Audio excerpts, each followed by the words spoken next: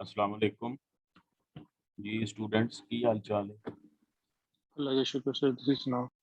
जी दुआवां अल्हम्दुलिल्लाह अफ्तारी तो बाद जरा इसलिए बहना मुश्किल ही होता है लेकिन बहरहाल रमज़ान शरीफ च टाइम मैनेज इस तरह ही होता है। जी सर। अच्छा जी कल वाला लेक्चर बाबा फरीद हुण बाबा फरीद का अगर कोई शेर दिता जाए तो तशरीह वास्ते तो कुछ ना कोई तो मेरा ख्याल है कर दवोगे की ख्याल है। जी सर। सर अस्सलाम वालेकुम। वालेकुम सलाम। आज दूसरा शायर पढ़ा गया सी शाह हुसैन साडे क्लासिकल पोएट्स जड़े ने इन्हां दा मसला है वे कि बस जॉइंट है हर शायर जड़ा है ना एक लैक्चर विच या एक डेढ़ घंटे दे लैक्चर विच कवर करना बड़ा मुश्किल है क्योंकि इन्ने ज्यादा एस्पैक्ट ने इन्हां दे इन्ना ज्यादा पहलू ने इन्नी ज्यादा इन्हां दी मल्टी डायमेंशनल शायरी है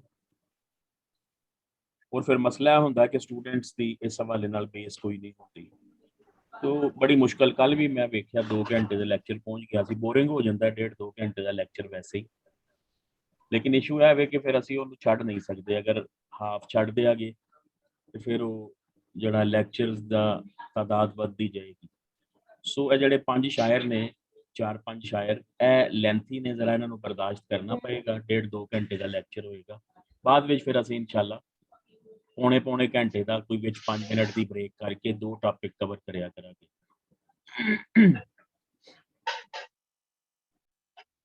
जी शाह हुसैन साडा दूसरा क्लासिकल पोएट जी अलाउ कर दिता है सारे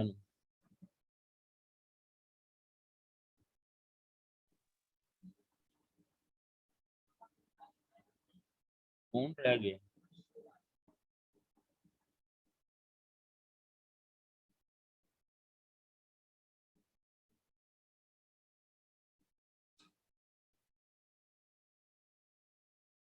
जी हैंड रेज कीता है कि खैरियत है यस सर। सर कल के लेक्चर से एक सवाल पूछना चाह रही थी जी आपसे।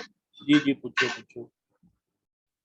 सर जिस तरह पीएमएस में हमें शेर आते हैं उनकी तशरीह करनी पड़ती है तो जी उसमें से जिस तरह हमारे पास वो पेयर बना के देता है 3 शेर देता है तो जी उसकी जब हम तशरीह करेंगे इस तरह मतलब दो जैसे एक शेर हमने उठा के आज आपको तशरीह भेजी थी इस तरह मतलब अलग-अलग से करना है तीनों की।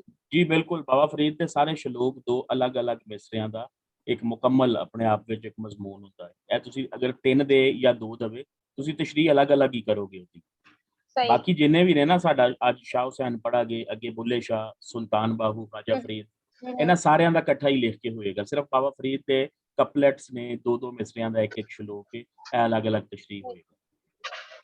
सही। सर एक जी जी क्वेश्चन था। सर अगर हम यूँ अलग अलग तशरीह करेंगे तो हर तशरीह में जो हमारा वो इंट्रोडक्टरी पैराग्राफ होता है वो दोबारा एज इट इज लिखेंगे? बिल्कुल नहीं बाबा फरीद ते अगर 3 देंदा हो जी ਤੇ ਫਿਰ ਤੇ ਤੁਸੀਂ ਇੰਟਰੋਡਕਟਰੀ ਤੇ ਇੱਕ ਚ ਹੀ ਲਿਖੋਗੇ ਪਹਿਲੇ ਚ ਦੂਸਰੇ ਤੀਸਰੇ ਦੀ ਫਿਰ जी ਖਾਲੀ सर, ਇਸੇ ਤਰ੍ਹਾਂ ਹੀ ਤਸ਼ਰੀਹ ਕਰੋਗੇ ਤੁਸੀਂ खाली तशरीह कराएंगे, ठीक ਜੀ हो गया सर। ਇਹ ਤੇ ਕਾਮਨ ਸੈਂਸ ਦੀ ਗੱਲ ਹੈ ਯਾਨੀ ਇੱਕ ਤੁਸੀਂ जी ਉੱਤੇ सर। ਲਿਖ ਦਿੱਤਾ ਹੈ ਥੱਲੇ ਫਿਰ ਉਸੇ ਤਰ੍ਹਾਂ ਹੀ ਉਹਨੂੰ ਰਿਵਾਈਜ਼ ਕਰਨ ਦਾ ਜਾਂ ਰਿਪੀਟ ਕਰਨ ਦਾ ਤੇ ਕੋਈ ਫਾਇਦਾ ਨਹੀਂ ਬਾਕੀ ਜਿਹੜੇ ठीक हो ਸ਼ਾਇਰ गया ਨੇ सर। ਸੁਲਤਾਨ ਬਾਹੂ ਜਾਂ ਸ਼ਾਹ ਹੁਸੈਨ ਜਾਂ ਬੁੱਲੇ ਸ਼ਾਹ ਉਹਨਾਂ ਦਾ ਤੇ ਹੋਏਗਾ ਹੀ ਇੱਕੋ ਹੀ ਕਾਫੀ ਦੇਗਾ ਉਹ ਇੱਕੋ ਹੀ ਤਸ਼ਰੀਹ ਕੀਤੀ ਜਾਏਗੀ ਇਕੱਠੀ ठीक हो गया सर। इंट्रोडक्टरी पैराग्राफ वैसे ही एक बार लिखा जाएगा। जी मैं स्टार्ट करना जी आज दूसरा शायर शाह हुसैन स्क्रीन शेयर करना ਤੁਹਾਡੇ ਨਾਲ शाह हुसैन ने काफियां लिखियां ने बाबा फरीद ਦੇ ਸ਼ਲੋਕ ਨੇ ਕੱਲ ਅਸੀਂ ਪੜ੍ਹੇ ਦੋ ਦੋ ਮਿਸਰਿਆਂ ਦਾ ਇੱਕ ਸ਼ਲੋਕ ਹੁੰਦਾ ਹੈ ਦੋ ਤੋਂ ਜ਼ਿਆਦਾ ਦਾ ਵੀ ਹੁੰਦਾ ਹੈ ਇੱਕਾ ਦੁੱਕਾ ਐਸੀਆਂ ਮਿਸਾਲਾਂ ਵਿੱਚ ਹੈ ਨੇ ਕੋਈ ਇੱਕ ਸ਼ਲੋਕ ਹੈ ਸਿਰਫ 8 ਮਿਸਰਿਆਂ ਦਾ ਔਰ ਕੋਈ ਦੋ ਸ਼ਲੋਕ ਨੇ 3-3 ਮਿਸਰਿਆਂ ਦੇ ਲੇਕਿਨ ਬਾਕੀ ਜਿਹੜੇ ਕੋਈ 250 ਦੇ ਕਰੀਬ ਸ਼ਲੋਕ ਨੇ ਉਹ ਸਾਰੇ ਦੋ ਦੋ ਮਿਸਰਿਆਂ ਦੇ ਯਾਨੀ ਕਪਲੇਟਸ ਨੇ शाह हुसैन ਦੀਆਂ ਕਾਫੀਆਂ ਇਹਨਾਂ ਦੀ ਕਾਫੀ ਦੀ ਡੈਫੀਨੇਸ਼ਨ ਅਸੀਂ ਹੁਣੀ ਪੜਾਂਗੇ ਪੋਇਟਿਕ ਫਾਰਮ ਹੈ ਜਿਵੇਂ ਤੁਹਾਨੂੰ ਕੱਲ ਦੱਸਿਆ ਸੀ ਨਾ ਨਜ਼ਮ ਹੁੰਦੀ ਹੈ ਗਜ਼ਲ ਹੁੰਦੀ ਹੈ ਕਸੀਦਾ ਹੁੰਦਾ ਹੈ ਸੀ ਹਰਫੀ ਰੁਬਾਈ ਹੁੰਦੀ ਹੈ ਮੁਖਮਸ ਮੁਸੱਦਸ ਉਸੇ ਤਰ੍ਹਾਂ ਕਾਫੀ ਵੀ ਸ਼ਾਇਰੀ ਦੀ ਇੱਕ ਕਿਸਮ ਹੈ ਇਹਨਾਂ ਨੇ ਕਾਫੀਆਂ ਲਿਖੀਆਂ ਨੇ ਔਰ ਇਹਨਾਂ ਦੀਆਂ 163 ਕਾਫੀਆਂ ਸਾਡੇ ਕੋਲ ਮੌਜੂਦ ਨੇ ਸ਼ਾਹ ਹੁਸੈਨ ਨੂੰ ਤੁਸੀਂ ਨਾਂ ਸੁਣਿਆ ਹੋਵੇਗਾ ਆਲਰੇਡੀ ਇਹਨਾਂ ਨੂੰ ਮਾਧੂ ਲਾਲ ਹੁਸੈਨ ਦੇ ਨਾਂ ਤੋਂ ਵੀ ਜਾਣਿਆ ਜਾਂਦਾ ਹੈ ਮਾਧੂ ਲਾਲ ਹੁਸੈਨ बल्कि माधू लाल हुसैन के नाम तो ਇਹਨਾਂ ਨੂੰ ਜ਼ਿਆਦਾ ਜਾਣਿਆ ਜਾਂਦਾ ਹੈ। ਸ਼ਾਹ ਹੁਸੈਨ ਦੇ ਹਵਾਲੇ ਨਾਲ ਸਿਰਫ ਐਸੀ ਇਹਨਾਂ ਨੂੰ ਜਾਣਦੇ ਆ, ਮਾਧੂ ਲਾਲ ਦੇ ਹਵਾਲੇ ਨਾਲ ਮਾਧੂ ਲਾਲ ਹੁਸੈਨ ਨਾਂ ਤੋਂ ਪੂਰੀ ਦੁਨੀਆ ਵਿੱਚ ਔਰ ਸਪੈਸ਼ਲੀ ਇੰਡੀਆ ਵਿੱਚ ਇਹਨਾਂ ਦੀ ਆਇਡੈਂਟੀਟੀ ਜਾਂ ਸ਼ਨਾਖਤ ਹੈ। ਸ਼ਾਹ ਹੁਸੈਨ ਦੀਆਂ ਕਾਫੀਆਂ, ਇਹਨਾਂ ਦਾ ਜ਼ਮਾਨਾ 1538 ਤੋਂ ਲੈ ਕੇ 1601 ਤੱਕ, ਯਾਨੀ ਇਹ ਬਾਬਾ ਫਰੀਦ ਤੋਂ ਤਕਰੀਬਨ 250 ਸਾਲ ਤੋਂ ਬਾਅਦ ਦੇ ਸ਼ਾਇਰ ਨੇ। ਬਾਬਾ ਫਰੀਦ ਤੋਂ ਬਾਅਦ ਪੰਜਾਬੀ ਦੇ ਦੂਸਰੇ ਵੱਡੇ ਸ਼ਾਇਰ, ਦੂਸਰੇ ਵੱਡੇ ਕਲਾਸੀਕਲ ਪੋਇਟ, ਕਲਾਸੀਕਲ ਸ਼ਾਇਰ ਸ਼ਾਹ ਹੁਸੈਨ ਨੇ, ਕਿਉਂਕਿ ਇਸ ਦੌਰਾਨ ਹੋਰ ਸ਼ਾਇਰ ਹੈ ਨੇ ਲੇਕਿਨ ਉਹ ਕਲਾਸੀਕਲ ਦਾ ਦਰਜਾ ਨਹੀਂ ਰੱਖਦੇ, ਉਹ ਤਸਵਫ ਦੇ ਹਵਾਲੇ ਨਾਲ ਜਾਂ ਸੂਫੀਜ਼ਮ ਦੇ ਹਵਾਲੇ ਨਾਲ ਜਾਂ ਸੂਫੀ ਪੋਇਟ ਨਹੀਂ ਹੈ, ਉਹ ਵੈਸੇ ਆਮ ਸ਼ਾਇਰ ਨੇ। ਬਾਬਾ ਫਰੀਦ ਤੋਂ ਬਾਅਦ ਸ਼ਾਹ ਹੁਸੈਨ ਤੱਕ ਉਹਨਾਂ ਨੂੰ ਅਸੀਂ ਜਿਹੜੀ ਕਲਾਸੀਕਲ ਟ੍ਰੈਡੀਸ਼ਨ ਹੈ ਸਾਡੀ ਉਹਦੇ ਚ ਕਾਊਂਟ ਨਹੀਂ ਕਰਦੇ। ਹਾਂ, ਇਸ ਦੌਰਾਨ ਅਗਰ ਕੋਈ ਕਲਾਸੀਕਲ ਪੋਇਟ ਹੈ, ਇਹਨਾਂ ਦੋਨਾਂ ਸ਼ਾਇਰਾਂ ਵਿਚਕਾਰ 250 ਸਾਲ ਦਾ ਫਰਕ ਹੈ, ਔਰ ਇਸ ਦਰਮਿਆਨੀ ਅਰਸੇ ਵਿੱਚ ਇੱਕ ਵੱਡਾ ਸ਼ਾਇਰ ਬਾਬਾ ਗੁਰੂ ਨਾਨਕ। ਬਾਬਾ ਗੁਰੂ ਨਾਨਕ ਦਾ ਜ਼ਮਾਨਾ 1469 ਪੈਦਾਇਸ਼, 1538 ਵਫਾਤ। ਲੇਕਿਨ ਇਹ ਚूंकि ਮੁਸਲਮਾਨ ਸੂਫੀ ਨਹੀਂ ਸੀ ਹੈ, ਤਸਵਫ ਇਹਨਾਂ ਦਾ ਮੌਜੂ ਨਹੀਂ ਹੈ, ਵੈਸੇ ਇਹਨਾਂ ਦੀ ਸ਼ਾਇਰੀ ਜਿਹੜੀ ਹੈ ਉਹ ਆਲਾ ਪਾਏ ਦੀ ਸ਼ਾਇਰੀ, ਆਲਾ ਪਾਏ ਦੀ ਇਨਸਾਨ ਦੋਸਤੀ ਦਾ ਮੈਸੇਜ ਇਹਨਾਂ ਦੀ ਸ਼ਾਇਰੀ ਵਿੱਚ ਹੈ। ਲੇਕਿਨ ਇਹਨੂੰ ਵੀ ਅਸੀਂ ਕਲਾਸੀਕਲ ਪੋਇਟਸ ਦੀ ਜਿਹੜੀ ਟ੍ਰੈਡੀਸ਼ਨ ਹੈ ਸਾਡੀ ਉਹਦੇ ਚ ਕਾਊਂਟ ਨਹੀਂ ਕਰਦੇ। ਸੋ ਬਾਬਾ ਫਰੀਦ ਤੋਂ ਬਾਅਦ ਆਬਜੈਕਟਿਵ ਵਾਸਤੇ ਵੀ ਸਵਾਲ ਯਾਦ ਰੱਖੋ, ਬਾਬਾ ਫਰੀਦ ਤੋਂ ਬਾਅਦ ਦੂਸਰਾ ਵੱਡਾ ਕਲਾਸੀਕਲ ਪੋਇਟ ਕੌਣ ਹੈ? ਸ਼ਾਹ ਹੁਸੈਨ। ਅੱਛਾ ਜੀ, ਸ਼ਾਹ ਹੁਸੈਨ ਬਾਰੇ ਜਿਵੇਂ ਅਸੀਂ ਲਾਸਟ ਟਾਈਮ ਕੱਲ ਪੜ੍ਹਿਆ ਸੀ ਨਾ, ਅਵਲ ਸ਼ੇਖ ਫਰੀਦ शकरगंज आरिफ अहल वलायत, एक एक सुखन ਜ਼ਬਾਨੋਂ ਦੀਦਾ ਰਹਿਬਰ ਰਾਹ ਹਦਾਇਤ। ਮੀਆਂ ਮੁਹੰਮਦ ਬਖਸ਼ ਨੇ ਟ੍ਰਿਬਿਊਟ ਦੇ ਤੌਰ ਤੇ ਉਹਨਾਂ ਵਾਸਤੇ ਸ਼ੇਰ ਲਿਖਿਆ ਸੀ। ਲੇਕਿਨ ਸ਼ਾਹ ਹੁਸੈਨ ਦੀ ਸ਼ਾਇਰੀ ਹੈ, ਹਾਲਾਂਕਿ ਲਾਹੌਰ ਦੇ ਵਿੱਚ ਮੌਜੂਦ ਸ਼ਾਇਰ ਸੀ, ਲਾਹੌਰ ਵਿੱਚ ਪੈਦਾ ਹੋਏ, ਲਾਹੌਰ ਵਿੱਚ ਹੀ ਫੌਤ ਹੋ ਗਏ, ਲਾਹੌਰ ਵਿੱਚ ਹੀ ਦਫਨ ਨੇ, ਲੇਕਿਨ ਇਹਨਾਂ ਦੀ ਸ਼ਾਇਰੀ ਨੂੰ ਸਰਕਾਰੀ ਤੌਰ ਤੇ ਬੈਨ ਕਰ ਦਿੱਤਾ ਗਿਆ ਸੀ। ਅਕਬਰ ਬਾਦਸ਼ਾਹ ਦੇ ਦੌਰ ਦਾ ਸ਼ਾਇਰ ਸੀ ਔਰ ਅਵਾਮੀ ਸ਼ਾਇਰ ਸੀ। ਅਵਾਮੀ ਸ਼ਾਇਰ ਹੋਣ ਦੀ ਵਜ੍ਹਾ ਤੋਂ ਆਵਾਮ ਦੀ ਗੱਲ ਕਰਦੇ ਸੀ, ਆਵਾਮ ਦੇ ਮਸਾਇਲ ਦੀ ਗੱਲ ਕਰਦੇ ਸੀ, ਲਿਹਾਜ਼ਾ ਇਹਨਾਂ ਨੂੰ ਬੈਨ ਕਰ ਦਿੱਤਾ ਗਿਆ, ਛਪਣ ਨਹੀਂ ਦਿੱਤਾ ਗਿਆ। ਸੋ ਇਹਨਾਂ ਦਾ ਕਲਾਮ ਉਸ ਵੇਲੇ ਮੌਜੂਦ ਨਹੀਂ ਸੀ। 1863 ਵਿੱਚ ਸੈਫ ਅਲ ਮਲੂਕ ਲਿਖੀ ਸੀ ਉਹਨਾਂ। ਸੋ ਮੀਆਂ ਮੁਹੰਮਦ ਬਖਸ਼ ਨੇ ਇਹਨਾਂ ਬਾਰੇ ਕੋਈ ਸ਼ੇਰ ਨਹੀਂ ਲਿਖਿਆ। ਇਹਨਾਂ ਬਾਰੇ ਇਹਨਾਂ ਦੀ ਆਪਣੀ ਇੱਕ ਕਾਫੀ ਜਿਹੜੀ ਹੈ ਉਹ ਇਹਨਾਂ ਦਾ ਇੰਟਰੋਡਕਸ਼ਨ ਹੈ। ਜ਼ਰਾ ਵੇਖੋ, ਮੈਂ ਪੜ੍ਹਨਾ, ਤੁਹਾਨੂੰ ਅੰਦਾਜ਼ਾ ਹੋ ਜਾਏਗਾ ਕਿ ਇਹਦਾ ਸਟਾਈਲ ਕੀ ਹੈ। ਯਾਦ ਰੱਖੋ, ਇਹ ਬਾਬਾ ਫਰੀਦ ਤੋਂ ਬਿਲਕੁਲ ਹਟ ਕੇ ਸ਼ਾਇਰ ਹੈ। ਇਹਦਾ ਸਿਰਫ ਉਹ ਵੀ ਸੂਫੀ ਨੇ, ਇਹ ਵੀ ਸੂਫੀ ਸ਼ਾਇਰ ਹੈ। ਉਹਨਾਂ ਵੀ ਤਸਵਫ ਦਾ ਮੈਸੇਜ ਦਿੱਤਾ ਹੈ, ਇਹਨਾਂ ਕੋਲ ਵੀ ਤਸਵਫ ਦਾ ਮੈਸੇਜ ਹੈ, ਲੇਕਿਨ ਅੰਦਾਜ਼ ਦੋਨਾਂ ਦਾ ਅਲੱਗ-ਅਲੱਗ ਹੈ, ਜ਼ਮੀਨ ਅਸਮਾਨ ਦਾ ਫਰਕ ਹੈ। ਅੰਨੀ ਹੁਸੈਨੂ ਜੁਲਾਹਾ, ਅੰਨੀ ਇਹ ਨਿਦਾਇਆ ਲਫ਼ਜ਼ ਹੈ, ਮੁਖਾਤਬਾਨਾ, ਕਿਸੇ ਨੂੰ ਮੁਖਾਤਬ ਕਰਨ ਵਾਸਤੇ। ਅੰਨੀ ਯਾਨੀ ਇਹ, ਨੀ ਕੁੜੀਆਂ ਕੁੜੀਆਂ ਨੂੰ ਬੁਲਾਉਣ ਵਾਸਤੇ, ਸਹੇਲੀਆਂ ਨੂੰ ਬੁਲਾਉਣ ਵਾਸਤੇ ਨੀ ਕਹਿ ਕੇ ਬੁਲਾ ਲੈਂਦੀਆਂ ਨੇ। ਮਾਵਾਂ ਆਪਣੀਆਂ ਬੇਟੀਆਂ ਨੂੰ, ਬੱਚੀਆਂ ਨੂੰ ਨੀ ਕਹਿ ਕੇ, ਨੀ ਗੱਲ ਸੁਣ। ਇਹ ਅਨੀ ਯਾਨੀ ਅੱਜ ਕੱਲ ਘੱਟ ਬੋਲੇ ਜਾਂਦੇ ਨੇ, ਲੇਕਿਨ ਬਹਰਹਾਲ ਬਹੁਤ ਖੂਬਸੂਰਤ ਇੱਕ ਨਤਾਇਆ ਅੰਦਾਜ਼ ਹੈ ਕਿਸੇ ਨੂੰ ਮੁਖਾਤਬ ਕਰਨ ਵਾਸਤੇ। ਅੰਨੀ ਹੁਸੈਨੂ ਜੁਲਾਹਾ, ਨੀ ਹੁਸੈਨ ਜੁਲਾਇਆ ਹੈ। ਜੁਲਾਇਆ ਉਸ ਬੰਦੇ ਨੂੰ ਕਹਿੰਦੇ ਨੇ, ਕਾਸਟ ਇਹ ਪੇਸ਼ਾ ਹੈ ਜਿਹੜਾ ਕੱਪੜੇ ਔਰ ਖੱਡੀ ਉੱਤੇ ਕੱਪੜੇ ਬੁਣਨ ਦਾ ਕੰਮ ਕਰਦੇ ਨੇ। ਨਾ ਉਸ ਮੂਲ ਨਾ ਲਾਹਾ, ਮੂਲ ਕਹਿੰਦੇ ਨੇ, ਇਹ ਮੂਲ ਤੇ ਲਾਹਾ ਦੋਨੋਂ ਇਕਨੋਮਿਕਸ ਦੀਆਂ ਟਰਮਸ ਨੇ। ਮੂਲ ਕਹਿੰਦੇ ਨੇ ਕੈਪੀਟਲ ਨੂੰ, ਸਰਮਾਏ ਨੂੰ, ਜਿਹੜੀ ਬਿਜ਼ਨਸ ਵਿੱਚ ਇਨਵੈਸਟਮੈਂਟ ਕੀਤੀ ਜਾਂਦੀ ਹੈ, ਤੇ ਲਾਹਾ ਕਹਿੰਦੇ ਨੇ ਪ੍ਰੋਫਿਟ ਨੂੰ, ਜਿਹੜਾ ਕਾਰੋਬਾਰ ਵਿੱਚ ਮੁਨਾਫਾ ਹੁੰਦਾ ਹੈ। ਅੰਨੀ ਹੁਸੈਨ ਨੂੰ ਜੁਲਾਹਾ, ਅੰਨੀ ਹੁਸੈਨ ਜੁਲਾਇਆ ਹੈ, ਨਾ ਉਹਦਾ ਕੋਈ ਬੁਨਿਆਦ ਹੈ ਔਰ ਨਾ ਉਹਦਾ ਕੋਈ ਮੁਨਾਫਾ ਹੈ, ਯਾਨੀ ਉਹਦਾ ਕੁਝ ਵੀ ਨਹੀਂ ਹੈ, ਨਾ ਉਹਦਾ ਕੋਈ ਅੱਗਾ ਹੈ ਨਾ ਉਹਦਾ ਕੋਈ ਪਿੱਛਾ ਹੈ। ਨਾ ਉਹ ਮੰਗਿਆ ਨਾ ਉਹ ਪਰਨਾਇਆ, ਯਾਨੀ ਨਾ ਉਹਦੀ ਮੰਗਣੀ ਹੋਈ ਇੰਗੇਜਮੈਂਟ ਔਰ ਨਾ ਉਹਦੀ ਸ਼ਾਦੀ ਹੋਈ, ਪਰਨਾਣਾ ਸ਼ਾਦੀ ਹੋਣਾ। ਨਾ ਉਸ ਗੰਢ ਨਾ ਸਾਹਾ, ਗੰਢ ਕਹਿੰਦੇ ਨੇ ਸ਼ਾਦੀ ਦੇ ਦਿਨ ਮੁਕਰਰ ਕਰਨਾ। ਪੰਜਾਬ 'ਚ ਅੱਜ ਕੱਲ੍ਹ ਵੀ ਇਹ ਬੋਲਦੇ ਨੇ, ਗੰਢ ਪਾਣਾ ਯਾਨੀ ਦਿਨ ਮੁਕਰਰ ਕਰਨਾ, ਤੇ ਗੰਢ ਘੱਲਣਾ ਜਾਂ ਭੇਜਣਾ ਮੁਰਾਦ ਹੈ ਇਨਵੀਟੇਸ਼ਨ। ਨਾ ਸਾਹਾ, ਸਾਹਾ ਹੁੰਦਾ ਹੈ ਇਹ ਹਿੰਦੂ ਮੈਥੋਲੋਜੀ ਦੇ ਮੁਤਾਬਿਕ ਹਿੰਦੂ ਪੰਡਤ ਜਿਹੜਾ ਹੁੰਦਾ ਹੈ ਉਹਦੇ ਕੋਲੋਂ ਕੁੜੀ ਮੁੰਡੇ ਦੀ ਸ਼ਾਦੀ ਦਾ ਸੂਟੇਬਲ ਟਾਈਮ, ਦਿਨ, ਘੜੀ ਪਤਾ ਕਰਵਾਈ ਜਾਂਦੀ ਹੈ। ਉਹ ਇਲਮੇ ਜੋਤਿਸ਼ ਦੇ ਮੁਤਾਬਿਕ, ਯਾਨੀ ਉਹ ਸਿਆਰਿਆਂ ਦੇ, ਸਿਤਾਰਿਆਂ ਦੇ ਇਲਮ ਦੇ ਮੁਤਾਬਿਕ ਹਿਸਾਬ ਲਾ ਕੇ ਦੱਸਦਾ ਹੈ ਕਿ ਇਹ ਮੁਨਾਸਿਬ ਔਰ ਸੂਟੇਬਲ ਟਾਈਮ ਹੈ, ਔਰ ਫਿਰ ਉਸੇ ਹੀ ਟਾਈਮ ਉੱਤੇ ਫੇਰੇ ਦਿੱਤੇ ਜਾਂਦੇ ਨੇ। ਨਾ ਘਰ ਬਾਰੀ ਨਾ ਮੁਸਾਫਿਰ, ਨਾ ਉਹਦਾ ਕੋਈ ਘਰ ਹੈ, ਘਰ ਬਾਰ ਹੈ, ਔਰ ਨਾ ਹੀ ਉਹ ਮੁਸਾਫਿਰ ਹੈ, ਨਾ ਉਹ ਮੋਮਨ ਨਾ ਕਾਫਰ। जो आहा सो आहा, जो है सो है। अच्छा जी, ਇਹ ਕਾਫੀ ਜਿਹੜੀ ਹੈ ਨਾ ਸਾਰਾ ਫਲਸਫਾ ਇਹਦੇ ਵਿੱਚ, ਔਰ ਫਲਸਫੇ ਦਾ ਬੁਨਿਆਦੀ ਸਵਾਲ ਹੈ ਹੂ ਐਮ ਆਈ, ਮੈਂ ਕੌਣ। ਇਹਦੇ ਵਿੱਚ ਵੀ ਬੁਨਿਆਦੀ ਤੌਰ ਤੇ ਇਹੋ ਹੀ ਦੱਸਿਆ ਗਿਆ ਹੈ ਕਿ ਸ਼ਾਹ ਹੁਸੈਨ ਕਹਿ ਰਿਹਾ ਮੈਨੂੰ ਕੋਈ ਪਤਾ ਨਹੀਂ ਮੈਂ ਕੌਣ ਹਾਂ, ਮੈਂ ਕਿੱਥੋਂ ਆਇਆ, ਮੈਂ ਕਿੱਥੇ ਜਾਣਾ ਹੈ। ਨਾ ਮੇਰੀ ਮੰਗਣੀ ਹੋਈ, ਨਾ ਸ਼ਾਦੀ ਹੋਈ, ਨਾ ਦਿਨ ਮੁਕਰਰ ਹੋਏ, ਨਾ ਰੁਖਸਤੀ ਦਾ ਵੇਲਾ ਆਇਆ, ਨਾ ਘਰ ਬਾਹਰ ਹੈ, ਨਾ ਮੁਸਾਫਿਰ ਆ, ਨਾ ਮੋਮਨ ਆ, ਨਾ ਕਾਫਿਰ ਆ, ਬਸ ਜੋ ਹੈ ਵਾ ਸੋ ਹੈ। ਠੀਕ ਹੈ ਜੀ। ਇਸੇ ਤਰ੍ਹਾਂ ਦੀ ਇੱਕ ਬੁੱਲੇ ਸ਼ਾਹ ਦੀ ਕਾਫੀ ਤੁਸੀਂ ਸਾਰਿਆਂ ਸੁਣੀ ਹੋਏਗੀ, ਬੁੱਲਿਆ ਕੀ ਜਾਣਾ ਮੈਂ ਕੌਣ, ਨਾ ਮੈਂ ਮੋਮਨ ਵਿੱਚ ਮਸੀਤਾਂ, ਨਾ ਮੈਂ ਵਿੱਚ ਕੁਫਰ ਦੀ ਰੀਤਾਂ, ਨਾ ਮੈਂ ਪਾਕਾਂ ਵਿੱਚ ਪਲੀਤਾਂ, ਨਾ ਮੈਂ ਮੂਸਾ ਨਾ ਫਿਰੌਨ, ਬੁੱਲਿਆ ਕੀ ਜਾਣਾ ਮੈਂ ਕੌਣ। ਸੋ ਇਹਨੂੰ ਇਸ ਤਰ੍ਹਾਂ ਹੀ ਯਾਦ ਰੱਖੋ। ਤੁਸੀਂ ਅਗਰ ਸ਼ਾਹ ਹੁਸੈਨ ਦੀ ਕੋਈ ਵੀ ਚੀਜ਼ ਆ ਜਾਂਦੀ ਹੈ ਤਾਂ ਉਹਨੂੰ ਇਸ ਤਰ੍ਹਾਂ ਉਹਦੇ ਵਿੱਚ ਇਹ ਵਾਲੀ ਕੋਟ ਕਰ ਸਕਦੇ ਹੋ ਕਿ ਸ਼ਾਹ ਹੁਸੈਨ ਇੱਕ ਆਜਿਜ਼ ਔਰ ਮਸਕੀਨ ਔਰ ਨਿਮਾਣਾ ਸ਼ਾਇਰ ਹੈ, ਜਿਹੜਾ ਆਪਣੇ ਆਪ ਨੂੰ ਆਪਣੀ ਸ਼ਾਇਰੀ ਵਿੱਚ ਇਸ ਤਰ੍ਹਾਂ ਇੰਟਰੋਡਿਊਸ ਕਰਵਾਉਂਦਾ ਹੈ। ਉਤਲੀ ਨਿੱਕੀ ਜਿਹੀ ਕਾਫੀ ਤੋਂ ਸ਼ਾਹ ਹੁਸੈਨ ਦੀ ਪੂਰੀ ਹਯਾਤੀ ਜ਼ਿੰਦਗੀ ਦਾ ਤਾਰਫ ਮਿਲਦਾ ਹੈ ਸਾਨੂੰ। ਕਾਫੀ ਵਿੱਚੋਂ ਉਹਨਾਂ ਦਾ ਨਾਂ, ਜ਼ਾਤ, ਪੇਸ਼ਾ, ਕਾਰੋਬਾਰ, ਘਰੇਲੂ ਜ਼ਿੰਦਗੀ, ਈਮਾਨ, ਅਕੀਦਾ, ਇਤਕਾਦ ਔਰ ਇਸ ਤਰ੍ਹਾਂ ਦੀਆਂ ਸਾਰੀਆਂ ਗੱਲਾਂ ਪਤਾ ਲੱਗਦੀਆਂ। ਇਹਨਾਂ ਦਾ ਇੰਟਰੋ ਨੈਕਸਟ ਵੇਖੋ ਜੀ। ਇੱਥੋਂ ਤੱਕ ਹੀ ਤੁਸੀਂ ਲਿਖੋਗੇ, CSS ਵਾਲੇ ਸੁਣ ਲਓ ਔਰ PMS ਵਾਲੇ ਵੀ। ਅਗਰ ਸ਼ਾਹ ਹੁਸੈਨ ਦੀ ਕਾਫੀ ਤਸ਼ਰੀਹ ਵਾਸਤੇ ਆ ਜਾਏ ਇਹਦੇ ਵਿੱਚੋਂ ਕੋਈ ਇੱਕ ਦੋ ਲਾਈਨਸ ਤੁਸੀਂ ਲਿਖ ਸਕਦੇ ਹੋ। ਅਗਲਾ ਜਿਹੜਾ ਅਸੀਂ ਪੜਾਂਗਾ ਸਿਰਫ ਹੈ ਆਬਜੈਕਟਿਵ ਵਾਸਤੇ ਵੀ। ਕੱਲ ਮੈਂ ਤੁਹਾਨੂੰ ਸਾਰਿਆਂ ਨੂੰ ਕਿਹਾ ਸੀ ਕਿ ਅਗਵਾਈ ਬੁੱਕ ਦੇ ਐਂਡ ਵਿੱਚ ਨਾ ਟੌਪਿਕ ਵਾਈਜ਼ ਆਬਜੈਕਟਿਵ ਬਣੇ ਹੋਏ ਨੇ, ਉੱਥੋਂ ਪੜ੍ਹ ਲੈਣਾ। ਪਤਾ ਨਹੀਂ ਕਿਸੇ ਨੇ ਪੜ੍ਹੇ ਨੇ ਜਾਂ ਨਹੀਂ, ਬਹਰਹਾਲ ਅਗਰ ਨਹੀਂ ਪੜ੍ਹੇ ਤੇ ਅੱਜ ਜ਼ਰੂਰ ਪੜ੍ਹ ਲੈਣਾ, ਬਾਬਾ ਫਰੀਦ ਤੇ ਵੀ ਔਰ ਸ਼ਾਹ ਹੁਸੈਨ ਤੇ ਵੀ ਜੀ। ਸ਼ਾਹ ਹੁਸੈਨ ਅੰਦਰੂਨ ਲਾਹੌਰ ਸ਼ਹਿਰ, ਵਾਲਡ ਸਿਟੀ ਜਿਹੜਾ ਹੈ, ਲਾਹੌਰ ਸ਼ਹਿਰ ਜਿਹੜਾ ਵਾਲਡ ਸਿਟੀ ਹੈ, ਦੀਵਾਰ ਤੇ ਲਾਹੌਰ ਸ਼ਹਿਰ ਕਸੂਰ ਤੱਕ, ਸ਼ੇਖੂਪੁਰਾ ਤੱਕ, ਗੁਜਰਾਂਵਾਲਾ ਤੱਕ, ਮੁਰੀਦਕੇ ਤੱਕ ਸਾਰਾ ਲਾਹੌਰ ਸ਼ਹਿਰ ਹੀ ਬਣ ਗਿਆ। ਲੇਕਿਨ ਪੁਰਾਣਾ ਸ਼ਹਿਰ, ਕਦੀਮ ਸ਼ਹਿਰ ਜਿਹੜਾ ਦੀਵਾਰਾਂ ਦੇ ਦਰਮਿਆਨ ਵਿੱਚ ਸੀ, ਉਹਦੀ ਗੱਲ ਕਰਦੇ ਪਏ ਨੇ, ਵਾਲਡ ਸਿਟੀ, ਉੱਥੇ ਪੈਦਾ ਹੋਏ। ਇਹਨਾਂ ਦਾ ਨਾਂ ਹੁਸੈਨ ਸੀ, ਲੇਕਿਨ ਅਦਬੀ ਦੁਨੀਆ ਵਿੱਚ ਸ਼ਾਹ ਹੁਸੈਨ ਜਾਂ ਮਾਧੂ ਲਾਲ ਹੁਸੈਨ ਦੇ ਨਾਂ ਨਾਲ ਮਸ਼ਹੂਰ ਹੋਏ। ਅੰਦਰੂਨ ਟਕਸਾਲੀ ਦਰਵਾਜ਼ਾ, ਟਕਸਾਲੀ ਗੇਟ, 11 ਦਰਵਾਜ਼ੇ ਨੇ ਟੋਟਲ, ਉਹਨਾਂ ਦੇ ਅਲੱਗ-ਅਲੱਗ ਨਾਂ ਨੇ, ਜਿਨ੍ਹਾਂ ਵਿੱਚੋਂ ਇੱਕ ਬਾਦਸ਼ਾਹੀ ਮਸਜਿਦ ਦੇ ਕੋਲ ਟਕਸਾਲੀ ਗੇਟ ਹੈ। ਉਸ ਦਰਵਾਜ਼ੇ ਦੇ ਅੰਦਰ ਮਹੱਲਾ ਟਿੱਲਾ ਬੱਗਾ ਸੀ, ਉੱਥੇ 1538 ਨੂੰ ਪੈਦਾ ਹੋਏ ਸੀ। ਆਪ ਦੇ ਵਾਲਦ ਦਾ ਨਾਂ ਸ਼ੇਖ ਉਸਮਾਨ ਸੀ, ਦਾਦੇ ਦਾ ਨਾਂ ਕਲਜਸ ਰਾਏ, ਔਰ ਇਹਨਾਂ ਦਾ ਦਾਦਾ ਹਿੰਦੂ ਸੀ, ਹਿੰਦੂਆਂ ਮੁਸਲਮਾਨ ਹੋਇਆ ਸੀ। ਸ਼ਾਹ ਹੁਸੈਨ ਢੋਡੀ ਕਲਸਰਾਏ ਰਾਜਪੂਤ ਸਨ, ਯਾਨੀ ਇਹਨਾਂ ਦੀ ਵਾਲਦਾ ਸਾਹਿਬਾ ਜਿਹੜੀਆਂ ਨੇ ਉਹ ਢੋਡੀ ਰਾਜਪੂਤਾਂ ਦੀਆਂ ਦੋਨੋਂ ਸਬ ਕਾਸਟਾਂ ਨੇ, ਢੋਡੀ ਵੀ ਤੇ ਕਲਸਰਾਏ ਵੀ। ਰਾਜਪੂਤ ਜ਼ਿਆਦਾ ਹਿੰਦੂ ਨੇ ਔਰ ਹਿੰਦੂਆਂ ਦੀਆਂ ਯਾਨੀ ਰਾਜਪੂਤਾਂ ਦੀਆਂ ਸਬ ਕਾਸਟਾਂ।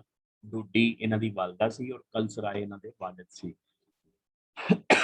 ਇਹਨਾਂ ਦੇ ਵਡਕੇ ਯਾਨੀ ਅਬਾਓ ਅਜਦਾਦ ਖੱਡੀ ਪੇਸ਼ਾ ਯਾਨੀ ਕੱਪੜਾ ਬੁਣਨ ਦਾ ਕੰਮ ਕਰਦੇ ਸੀ ਤੇ ਜੁਲਾਏ ਕਹਿਲਵਾਉਂਦੇ ਸੀ। ਅੱਜ ਕੱਲ੍ਹ ਵੀ ਜੁਲਾਇਆ ਪਿੰਡਾਂ ਵਿੱਚ ਜੁਲਾਏ ਹੁੰਦੇ ਨੇ, ਔਰ ਬਿਲਕੁਲ ਥਲਵਾਂ ਯਾਨੀ ਲੋਐਸਟ ਇਹਨੂੰ ਤਬਕਾ ਔਰ ਪੇਸ਼ਾ ਕਾਊਂਟ ਕੀਤਾ ਜਾਂਦਾ ਹੈ।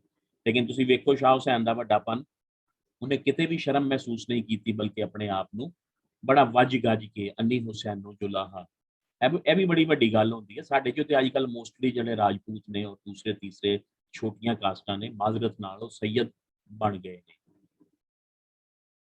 ਸ਼ਾਹ ਹੁਸੈਨ ਨੇ ਟਕਸਾਲੀ ਦਰਵਾਜ਼ੇ ਦੀ ਮਸਜਿਦ ਤੇ ਇਮਾਮ ਮੌਲਵੀ ਅਬੂ ਬਕਰ ਕੋਲੋਂ ਤਾਲੀਮ ਕੁਰਾਨ ਦੀ ਹਾਸਲ ਕੀਤੀ, 8 ਪਾਰੇ ਹਿਫਜ਼ ਕੀਤੇ।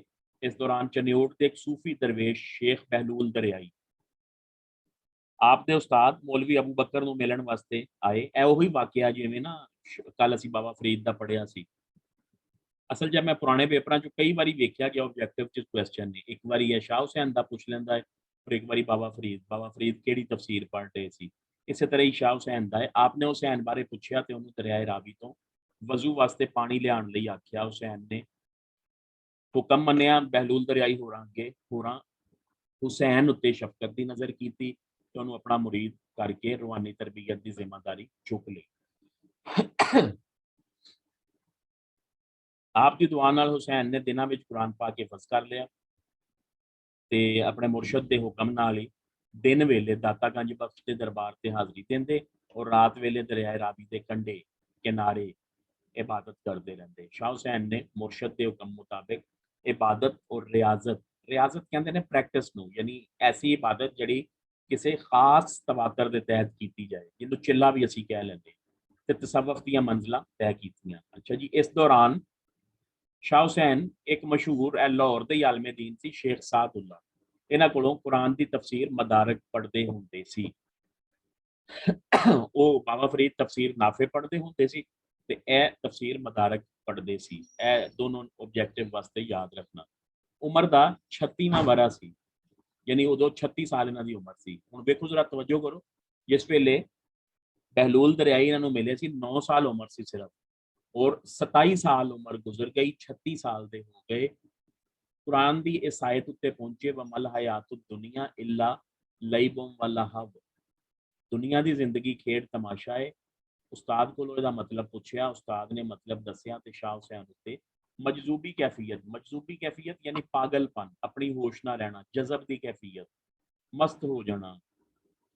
ਬਕੌਲ ਕਾਜ਼ੀ ਜਾਵੇਦ ਹੈ ਤੇ 3 ਲਫ਼ਜ਼ ਹੀ ਨੇ, ਲੇਕਿਨ ਕੋਟੇਸ਼ਨ ਵਾइज मैं इस वास्ते लिखे ने, विद रेफरेंस इस वास्ते लिखे ने कि लफज थोड़े ਜਿਹੇ अजीब ने। पत्थर हीरा बन गया, यानी 9 साल की उम्र च बहलूल दरियाई ਦੀ बैत की, 27 साल उन्होंने मुरीद रहे, इबादत रियाजत करते रहे, 36 साल उम्र हो गई ਤੇ ਉਸ ਵੇਲੇ ਉਹ ਟਰਨਿੰਗ ਪੁਆਇੰਟ ਆਇਆ ਉਹਨਾਂ ਦੀ ਜ਼ਿੰਦਗੀ ਵਿੱਚ। ਉਹ ਖਾਸ ਮੌਕਾ ਆਇਆ ਜਿਸ ਵੇਲੇ ਪੱਥਰ ਇੱਕਦਮ ਹੀਰਾ ਬਣ ਗਿਆ। यानी ਜਿਹੜਾ ਤਸੱਵੁਫ ਵਾਲਾ ਹੈ ਨਾ, ਇਹ ਸਾਰਾ ਮੁਰਸ਼ਦ ਦੇ ਰਹਿਮੋ ਕਰਮ ਤੇ ਹੁੰਦਾ ਹੈ। ਮੁਰਸ਼ਦ ਅਗਰ ਚਾਹੇ ਤੇ ਤੁਹਾਨੂੰ ਇੱਕੋ ਹੀ ਦਿਨ ਵਿੱਚ ਸਭ ਕੁਝ ਅਤਾ ਕਰ ਦੇ, ਔਰ ਚਾਹੇ ਤੇ ਤੁਹਾਡੇ 36 ਸਾਲ 27 ਸਾਲ ਲੱਗ ਜਾਣ। ਅੱਛਾ ਜੀ, 27 ਸਾਲ ਤੋਂ ਬਾਅਦ ਉਹ ਵਕਤ ਆਇਆ ਔਰ ਪੱਥਰ ਜਦੋਂ ਹੀਰਾ ਬਣਿਆ ਤੇ ਅਜੀਬੋ ਗਰੀਬ ਕਿਸਮ ਦਾ ਇੱਕ ਵਾਕਿਆ ਸਾਡੇ ਜਿੰਨੇ ਸੂਫੀਆ ਇਕਰਾਮ ਨੇ, ਬਾਬਾ ਫਰੀਦ, ਸੁਲਤਾਨ ਬਾਹੂ, ਬੁੱਲੇ ਸ਼ਾਹ, ਵਾਰਿਸ ਸ਼ਾਹ, ਮੀਆਂ ਮੁਹੰਮਦ ਬਖਸ਼, ਦਾਤਾ ਗੰਜ ਬਖਸ਼, ਮੋਇਨੁੱਦੀਨ ਚਿਸ਼ਤੀ ਅਜਮੇਰੀ, ਕਿਸੇ ਦਾ ਇਸ ਤਰ੍ਹਾਂ ਦਾ ਲਾਈਫ ਸਟਾਈਲ ਨਹੀਂ ਹੈ ਜੋ ਹੁਸੈਨ ਦਾ ਹੈ। ਲੇਕਿਨ ਸ਼ਾਹ ਹੁਸੈਨ ਦਾ ਲਾਈਫ ਸਟਾਈਲ ਜਿਹੜਾ ਹੈ ਉਹ ਫਾਰਸੀ ਦੇ ਵੱਡੇ ਸ਼ਾਇਰ ਮੌਲਾਨਾ ਰੂਮ ਨਾਲ ਮਿਲਦਾ ਹੈ, ਕਿਉਂਕਿ ਮੌਲਾਨਾ ਰੂਮ ਵੀ ਆਪਣੇ ਮੁਰਸ਼ਦ ਸ਼ਾਹ ਸ਼ਮਸ ਤਬਰੇਜ਼ ਦੀ ਯਾਦ ਵਿੱਚ ਹਰ ਵੇਲੇ ਨੱਚਦੇ ਟੱਪਦੇ ਰਹਿੰਦੇ ਹੁੰਦੇ ਸੀ। ਅੱਛਾ ਜੀ, ਦੂਸਰੀ ਰਵਾਇਤ, ਇੱਕ ਤੇ ਇਹ ਰਵਾਇਤ ਦੱਸੀ ਜਾਂਦੀ ਹੈ, ਦੂਸਰੀ ਵੇਖੋ। ਦੂਸਰੀ ਰਵਾਇਤ ਹੈ ਕਿ ਨਮਾਜ਼ ਪੜ੍ਹਦਿਆਂ ਜਦੋਂ ਇਸ ਆਇਤ ਉੱਤੇ ਆਪਣੇ ਅਲਮ ਨਸ਼ਰਹ ਲਕਾ ਸਦਰਕ, ਕਿ ਅਸੀਂ ਤੇਰਾ ਸੀਨਾ ਖੋਲ ਨਹੀਂ ਦਿੱਤਾ, ਖਿੜਖਿੜਾ ਕੇ ਹੱਸਣ ਲੱਗ ਪਏ, ਨਮਾਜ਼ ਤੋੜ ਦਿੱਤੀ, ਮਸੀਤੋਂ ਬਾਹਰ ਨਿਕਲ ਆਏ ਤੇ ਫਿਰ ਜ਼ਿੰਦਗੀ ਦੇ ਆਖਰੀ 27 ਸਾਲ ਕਦੀ ਮਸੀਤੇ ਨਹੀਂ ਗਏ। ਇਹ ਇੱਥੋਂ ਆ ਕੇ ਜ਼ਰਾ ਆਬਜੈਕਸ਼ਨੇਬਲ ਹੋ ਜਾਂਦਾ ਕਿ ਜੀ ਇਹ ਕੈਸੀ ਸ਼ਰੀਅਤ ਹੈ।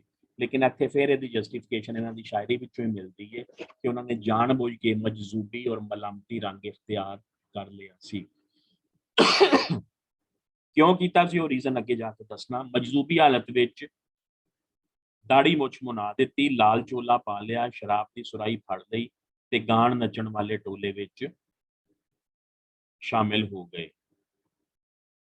ਅੱਛਾ ਜੀ, ਮਜਜ਼ੂਬੀ ਹਾਲਤ ਵਿੱਚ ਇਹਨਾਂ ਨੂੰ ਸ਼ਾਹ ਹੁਸੈਨ ਨੂੰ ਇੱਕ ਹਿੰਦੂ ਬਾਹਮਣ ਬ੍ਰਾਹਮਣ, ਇਹਨਾਂ ਹਿੰਦੂਆਂ ਦੀ ਤਬਕਾਤੀ ਨਿਜ਼ਾਮ ਹੈ ਨਾ, ਤਬਕੇ ਨੇ, ਦਰਜੇ ਨੇ, ਉਹ ਸਭ ਤੋਂ ਆਲਾ ਤਬਕਾ ਇਹਨਾਂ ਦਾ ਬਾਹਮਣ ਜਾਂ ਬ੍ਰਾਹਮਣ ਕੰਸੀਡਰ ਕੀਤਾ ਜਾਂਦਾ ਹੈ।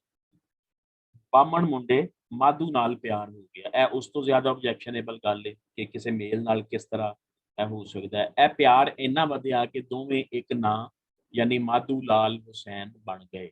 ਮਾਧੂ ਲਾਲ ਬਾਅਦ ਵਿੱਚ ਸ਼ਾਹ ਹੁਸੈਨ ਦੀਆਂ ਕਰਾਮਤਾਂ ਵੇਖ ਕੇ ਮੁਸਲਮਾਨ ਹੋ ਗਿਆ। 1601 ਨੂੰ ਵਫਾਤ ਪਾਈ। ਪਹਿਲੇ ਦਰਿਆ ਰਾਵੀ ਦੇ ਕਿਨਾਰੇ ਦਫਨ ਹੋਏ, ਫਿਰ ਸੈਲਾਬ ਆ ਜਾਣ ਦੀ ਵਜ੍ਹਾ ਤੋਂ ਉੱਥੋਂ ਇਹਨਾਂ ਨੂੰ ਕੱਢ ਕੇ ਟ੍ਰਾਂਸਫਰ ਕੀਤਾ ਗਿਆ ਔਰ ਅੱਜ ਕੱਲ੍ਹ ਬਾਗਬਾਨਪੁਰਾ, ਜਿੱਥੇ ਸ਼ਾਲੀਮਾਰ ਗਾਰਡਨ ਹੈ ਲਾਹੌਰ ਵਿੱਚ, ਉਹਦੇ ਕਰੀਬ ਬਾਗਬਾਨਪੁਰਾ ਦਾ ਇਲਾਕਾ ਹੈ, ਉੱਥੇ ਦਫਨ ਕੀਤਾ ਗਿਆ। ਮਾਧੂ ਲਾਲ ਸ਼ਾਹ ਹੁਸੈਨ ਦੀ ਵਫਾਤ ਤੋਂ ਬਾਅਦ ਕੋਈ 57 ਸਾਲ ਤੱਕ ਜ਼ਿੰਦਾ ਰਿਹਾ। ਲਿਖ ਲਵੋ, ਇੱਥੇ ਲਿਖਿਆ ਦਾ ਨਹੀਂ। ਉਹਦਾ ਗੱਦੀ ਨਸ਼ੀਨ ਬਣਿਆ ਔਰ ਮਰਨ ਤੋਂ ਬਾਅਦ ਉਹਨਾਂ ਦੇ ਨਾਲ ਹੀ ਦਫਨ ਹੋਏ। ਹਰ ਸਾਲ ਮੇਲਾ ਚਰਾਗਾ ਮਾਰਚ ਦੇ ਲਾਸਟ ਵੀਕ ਦੇ 3 ਦਿਨ ਜਿਹੜੇ ਹੁੰਦੇ ਨੇ, ਲਾਸਟ ਵੀਕ ਵਿੱਚ 3 ਦਿਨ 29, 30, 31, ਉਸ ਦੌਰਾਨ ਮੇਲਾ ਚਰਾਗਾਂ ਦੇ ਮੌਕਾ ਤੇ ਇਹਨਾਂ ਦਾ ਉਰਸ ਮਨਾਇਆ ਜਾਂਦਾ ਹੈ। ਸ਼ਾਹ ਹੁਸੈਨ, ਦੂਸਰਾ ਪੁਆਇੰਟ, ਸ਼ਾਹ ਹੁਸੈਨ ਦੀ ਸ਼ਾਇਰੀ ਮੁਖਤਸਰ ਜਿਹਾ ਲਿਖਣਾ ਹੈ ਜੀ। ਸ਼ਾਹ ਹੁਸੈਨ ਦੀ ਸ਼ਾਇਰੀ ਸਾਡੇ ਕੋਲ ਕਾਫੀਆਂ ਦੀ ਸ਼ਕਲ ਵਿੱਚ ਹੈ ਔਰ ਇਹ ਕਲਾਮ ਕਾਫੀਆਂ ਸ਼ਾਹ ਹੁਸੈਨ ਦੇ ਨਾਂ ਨਾਲ ਛਪ ਰਿਹਾ ਹੈ। ਲੇਕਿਨ ਸਭ ਤੋਂ ਪਹਿਲੀ ਵਾਰੀ ਇਹ ਵਾਲਾ ਕਲਾਮ ਡਾਕਟਰ ਮੋਹਨ ਸਿੰਘ ਦੀਵਾਨਾ, ਆਬਜੈਕਟਿਵ ਵਾਸਤੇ ਯਾਦ ਰੱਖੋ, ਸ਼ਾਹ ਹੁਸੈਨ ਦਾ ਕਲਾਮ ਸਭ ਤੋਂ ਪਹਿਲੀ ਵਾਰੀ ਕਿੰਨੇ, ਮੁਕੰਮਲ ਕਲਾਮ ਸਭ ਤੋਂ ਪਹਿਲੀ ਵਾਰੀ ਕਿੰਨੇ ਐਡਿਟ ਕੀਤਾ? ਡਾਕਟਰ ਮੋਹਨ ਸਿੰਘ ਦੀਵਾਨਾ ਨੇ 1942 ਨੂੰ ਸਿੰਧ ਦੇ ਇਲਾਕੇ ਵਿੱਚੋਂ ਲੱਭਿਆ ਸੀ। ਇਹ ਜਿਹੜੇ ਮੋਹਨ ਸਿੰਘ ਦੀਵਾਨਾ ਨੇ ओल्ड रावियन ने गवर्नमेंट कॉलेज लाहौर तो पढ़े दे ने और oriental college Punjab university which before partition Punjabi they professor सी। इन्हां ने वेखो तुसीं लाहौर दा एक शायर होवे ते उहदा कलाम सिंध विचों लभा 1942 विच। और डॉक्टर साहब का कहना है, यह लिखण की लोड़ नहीं, सिर्फ रैफरेंस मैं वैसे ही विच दे दिता है। कलाम मैं ऐसी किताब विचों लिया है जिहड़ी एक सिंधी ने हिंदुस्तान दे हिंदू मुसलमान सिख संतां साधुआं ते सूफियां दे मुतबर कलाम नाल तैयार कीती सी ते उहदे खानदान ने अरसा पहले यह नुस्खा छपवाया सी। यानी कोई सिंधी फैमिली सी, कोई मतलब इलमी अदबी फैमिली होएगी, पढ़न लिखण नाल जिन्हां नूं प्यार होएगा। उन्होंने मुख्तलिफ सूफियां दा, साधुआं दा, संतां दा, मुसलमानां दा कलाम इकट्ठा करके छपवाया। उहदे विच ही शाह हुसैन दा कलाम भी मौजूद सी। डॉक्टर मोहन सिंह ने 135 काफियां ते 2 शलोक उस सिंधी मजमूए विचों और कोई बाकी इधरों उधरों इकट्ठा करके 163 काफियां टोटल किताबी शक्ल विच काफियां शाह हुसैन दे नाम नाल छपवाइयां और उदों तो लैके हुण तक इहो ही कलाम इन्हां दा छपदा आ रहा और मोस्टली काफियां की तादाद भी 163 ही होंदी है। तुसीं इहनूं मुख्तसर इंज लिखना है कि शाह हुसैन ने काफियां की शक्ल विच शायरी की। उन्हां दा कलाम काफियां शाह हुसैन दे नाम नाल छपदा है। उन्हां दियां 163 काफियां साडे कोल मौजूद ने। काफी दी डेफिनेशन काफी की हुंदी है, यह भी मुख्तसर जिहा डिटेल लिखण दा मकसद यह हुंदा है कि स्टूडेंट नूं कोई होर बुक ना कंसल्ट करनी पए, उहनूं इहदे विचों ही ज़्यादा तो ज़्यादा मटीरियल मिल जाए।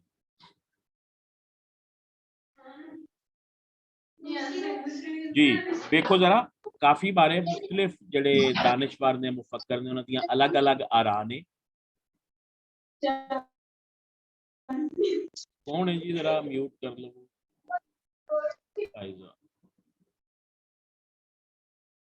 जी कुछ सूझवाना का ख्याल, सूझवान यानी दानिशवर मुफक्करीन का ख्याल है कि काफ़ी अरबी जबान से और अथेंटिक भी ये हुई है। अरबी जबान का लफ्ज़ है कफ़ा। ए वेखो आयतां दे हवाले, वकफ़ा बिल्लाहि हसीबा वकफ़ा बिल्लाहि वलिया। कफ़ा का लफ्ज़ी मतलब है काफ़ी होना, पूरा होना, बथेरा होना, मुकम्मल होना वगैरह। तुसीं मुख्तसर लिखना है कि काफ़ी बारे मुख्तलिफ दानिशवरां दियां मुख्तलिफ रावां ने। कुछ का ख्याल है कि काफ़ी अरबी जबान के लफ्ज़ कफ़ा विचों निकले आए, जिहदा मतलब है काफ़ी होना, बथेरा होना, मुकम्मल होना वगैरह। काफ़ी दियां मुख्तलिफ तारीफां ने जिन्हां तो मिली जुली एक तारीफ इस तरह है। डेफिनेशन वेखो, यह जरूरी नहीं कि तुसीं इहनूं रट्टा ला के इनवर्टेड कोमास च लिखना है, तुसीं इहनूं अपने लफ्ज़ां विच भी लिख सकते हो, लेकिन पूरे सफ़े उत्ते लिखा जाएगा। काफ़ी तो मुराद शायरी की इजई सिनफ, इजई यानी ऐसी सिनफ है जिहदे विच एक मुकम्मल मजमून, ख्याल या जज्बे का ढुकवां यानी मुनासब ते खूबसूरत इजहार इंज किया गया होए कि इहनूं पढ़न या सुनन मगरों अंदरली भुख लै जाए। भुख लै जाना हुंदा है सैटिस्फैक्शन हो जाना। काफ़ी विच बयान होने वाले मजमून या ख्याल नाल बंदे की रूहानी तस्कीन हो जाए। काफ़ी विच प्यार, मुहब्बत, इश्क, विसाल, हिजर, विछोड़ा ते अजली महबूब की सिक तो इलावा हर तरह के मौजूआत बयान किए जा सकते हैं। काफ़ी आम तौर पर गाई जाने वाली शै है, इसलिए ये विच अस्थाई टीप का मिसरा यानी पहला मिसरा, टॉप का मिसरा होना जरूरी है। तुसीं सॉन्ग्स सुनते हो ना, सॉन्ग्स दे विच सब तो पहले एक मुखड़ा हुंदा है, यानी उहदे जड़ियां वो लाइन्स, वो पहलियां लाइन्स जड़ियां बार बार बार बार रिपीट होंदियां ने। काफ़ी विच उस फर्स्ट लाइन नूं अस्थाई कहंदे ने, सॉन्ग विच उस लाइन नूं मुखड़ा कहंदे ने।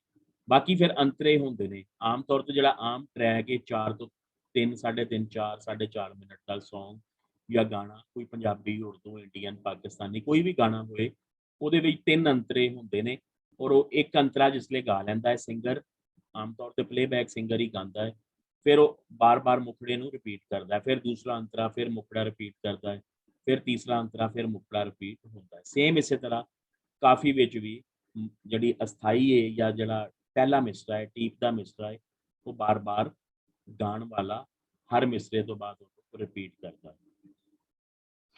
अच्छा जी, मुख्तसर अगे यह वाला ये सिर्फ यह दसिया कि काफ़ी सिनफ का बानी शायर शाह हुसैन ने जिहड़े असीं अज पढ़ रहे हैं, काफ़ी सिनफ के बानी ने। सब तो पहली बारी काफ़ी इन्हां लिखी सी, इस तो पहले काफ़ी मौजूद सी, लेकिन पोएटिक फॉर्म के तौर पर नहीं, बल्कि मौसीकी दे एक राग, बल्कि रागनी, राग ते 7 राग ने, उन्हां दी अगों जिहड़ियां ब्रांचेस ने रागनियां, कोई एक रागनी सी। काफ़ी का दूसरा वड्डा शायर बुल्ले शाह है, जिन्हां ने ਕਾਫੀ ਸਿਨਫ ਨੂੰ ਅਰੂਜ ਬਖਸ਼ਿਆ। ਔਰ ਕਾਫੀ ਦੇ ਆਖਰੀ ਸ਼ਾਇਰ ख्वाजा गुलाम फरीद ने जिन्हां ने काफी सिनफ ਨੂੰ ਇੱਕ ਮੁਕੰਮਲ ਸਿਨਫ ਦਾ ਦਰਜਾ ਦਿੱਤਾ। ਜੀ ਇੱਥੋਂ ਤੱਕ ਕੋਈ ਕੁਐਸਚਨ?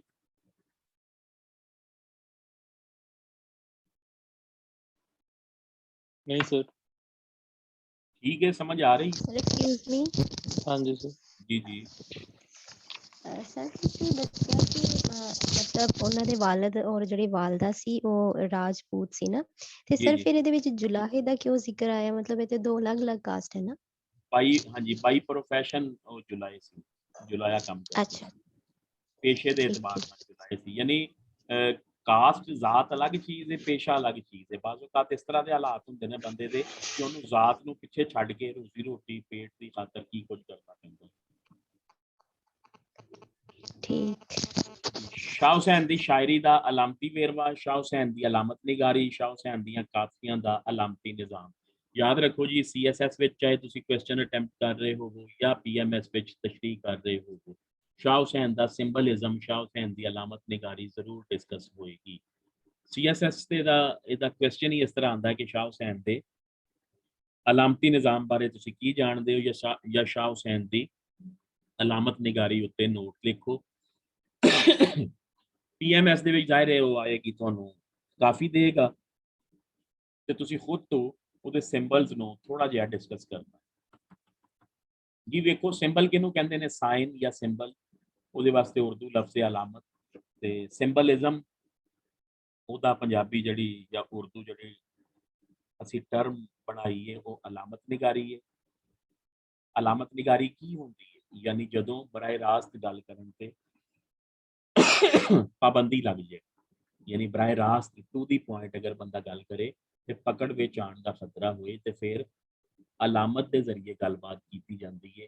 ਅਲਾਮਤ ਦਾ ਫਾਇਦਾ ਇਹ ਹੁੰਦਾ ਹੈ ਕਿ ਲੁਕੇ ਛੁਪੇ ਰੰਗ ਵਿੱਚ ਗੱਲ ਬਿਆਨ ਹੋ ਜਾਂਦੀ ਹੈ ਤੇ ਗੱਲਬਾਤ ਦਾ ਸੋਪਣ, ਖੂਬਸੂਰਤੀ ਬਰਕਰਾਰ ਰਹਿੰਦੀ। ਯਾਨੀ ਗੱਲ ਉਹੀ ਬਿਆਨ ਹੋ ਰਹੀ ਹੁੰਦੀ ਹੈ ਲੇਕਿਨ ਉਹ ਅਲਾਮਤ ਦੇ ਪਰਦੇ ਵਿੱਚ ਬਿਆਨ ਹੋ ਰਹੀ ਹੁੰਦੀ ਹੈ, ਜਿਹੜੀ ਸੁਣਨ ਵਾਲੇ ਨੂੰ ਬਰਾਹੇ ਰਾਸਤ ਬੁਰੀ ਨਹੀਂ ਲੱਗਦੀ। ਜਾਂ ਫਿਰ ਇੰਝ ਕਹਿ ਲਓ ਕਿ ਉਸ ਅਲਾਮਤ ਦਾ ਹਰ ਸਮਝਣ ਵਾਲੇ ਵਾਸਤੇ ਅਲੱਗ-ਅਲੱਗ ਮੀਨਿੰਗਸ ਔਰ ਮਤਾਲਿਬ ਹੁੰਦੇ ਨੇ। ਅਲਾਮਤ ਨਿਗਾਰੀ ਦਾ ਰਿਵਾਜ ਕਾਫੀ ਪੁਰਾਣਾ ਹੈ, ਅੱਜ ਦਾ ਨਹੀਂ ਹੈ।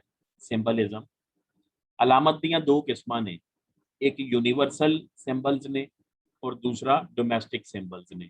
ਯੂਨੀਵਰਸਲ ਸਿੰਬਲ ਕਿਹੜੇ ਨੇ? ਮਸਲਨ ਚੰਨ, ਸੂਰਜ, ਰਾਤ, ਹਨੇਰਾ। ਰਾਤ ਪੂਰੀ ਦੁਨੀਆ ਵਿੱਚ ਜ਼ੁਲਮ, ਜਬਰ, ਬੁਰਾਈ ਦੀ ਅਲਾਮਤ ਹੈ। ਸੂਰਜ ਪੂਰੀ ਦੁਨੀਆ ਵਿੱਚ ਉਸ ਜ਼ੁਲਮ, ਜਬਰ ਦੇ ਖਿਲਾਫ ਜਿਹੜਾ ਹੈ ਇੱਕ ਉਮੀਦ ਦੀ ਸਿੰਬਲ ਹੈ। ਇਸੇ ਤਰ੍ਹਾਂ ਪਹਾੜ, ਖੁਸ਼ਬੂ ਵਗੈਰਾ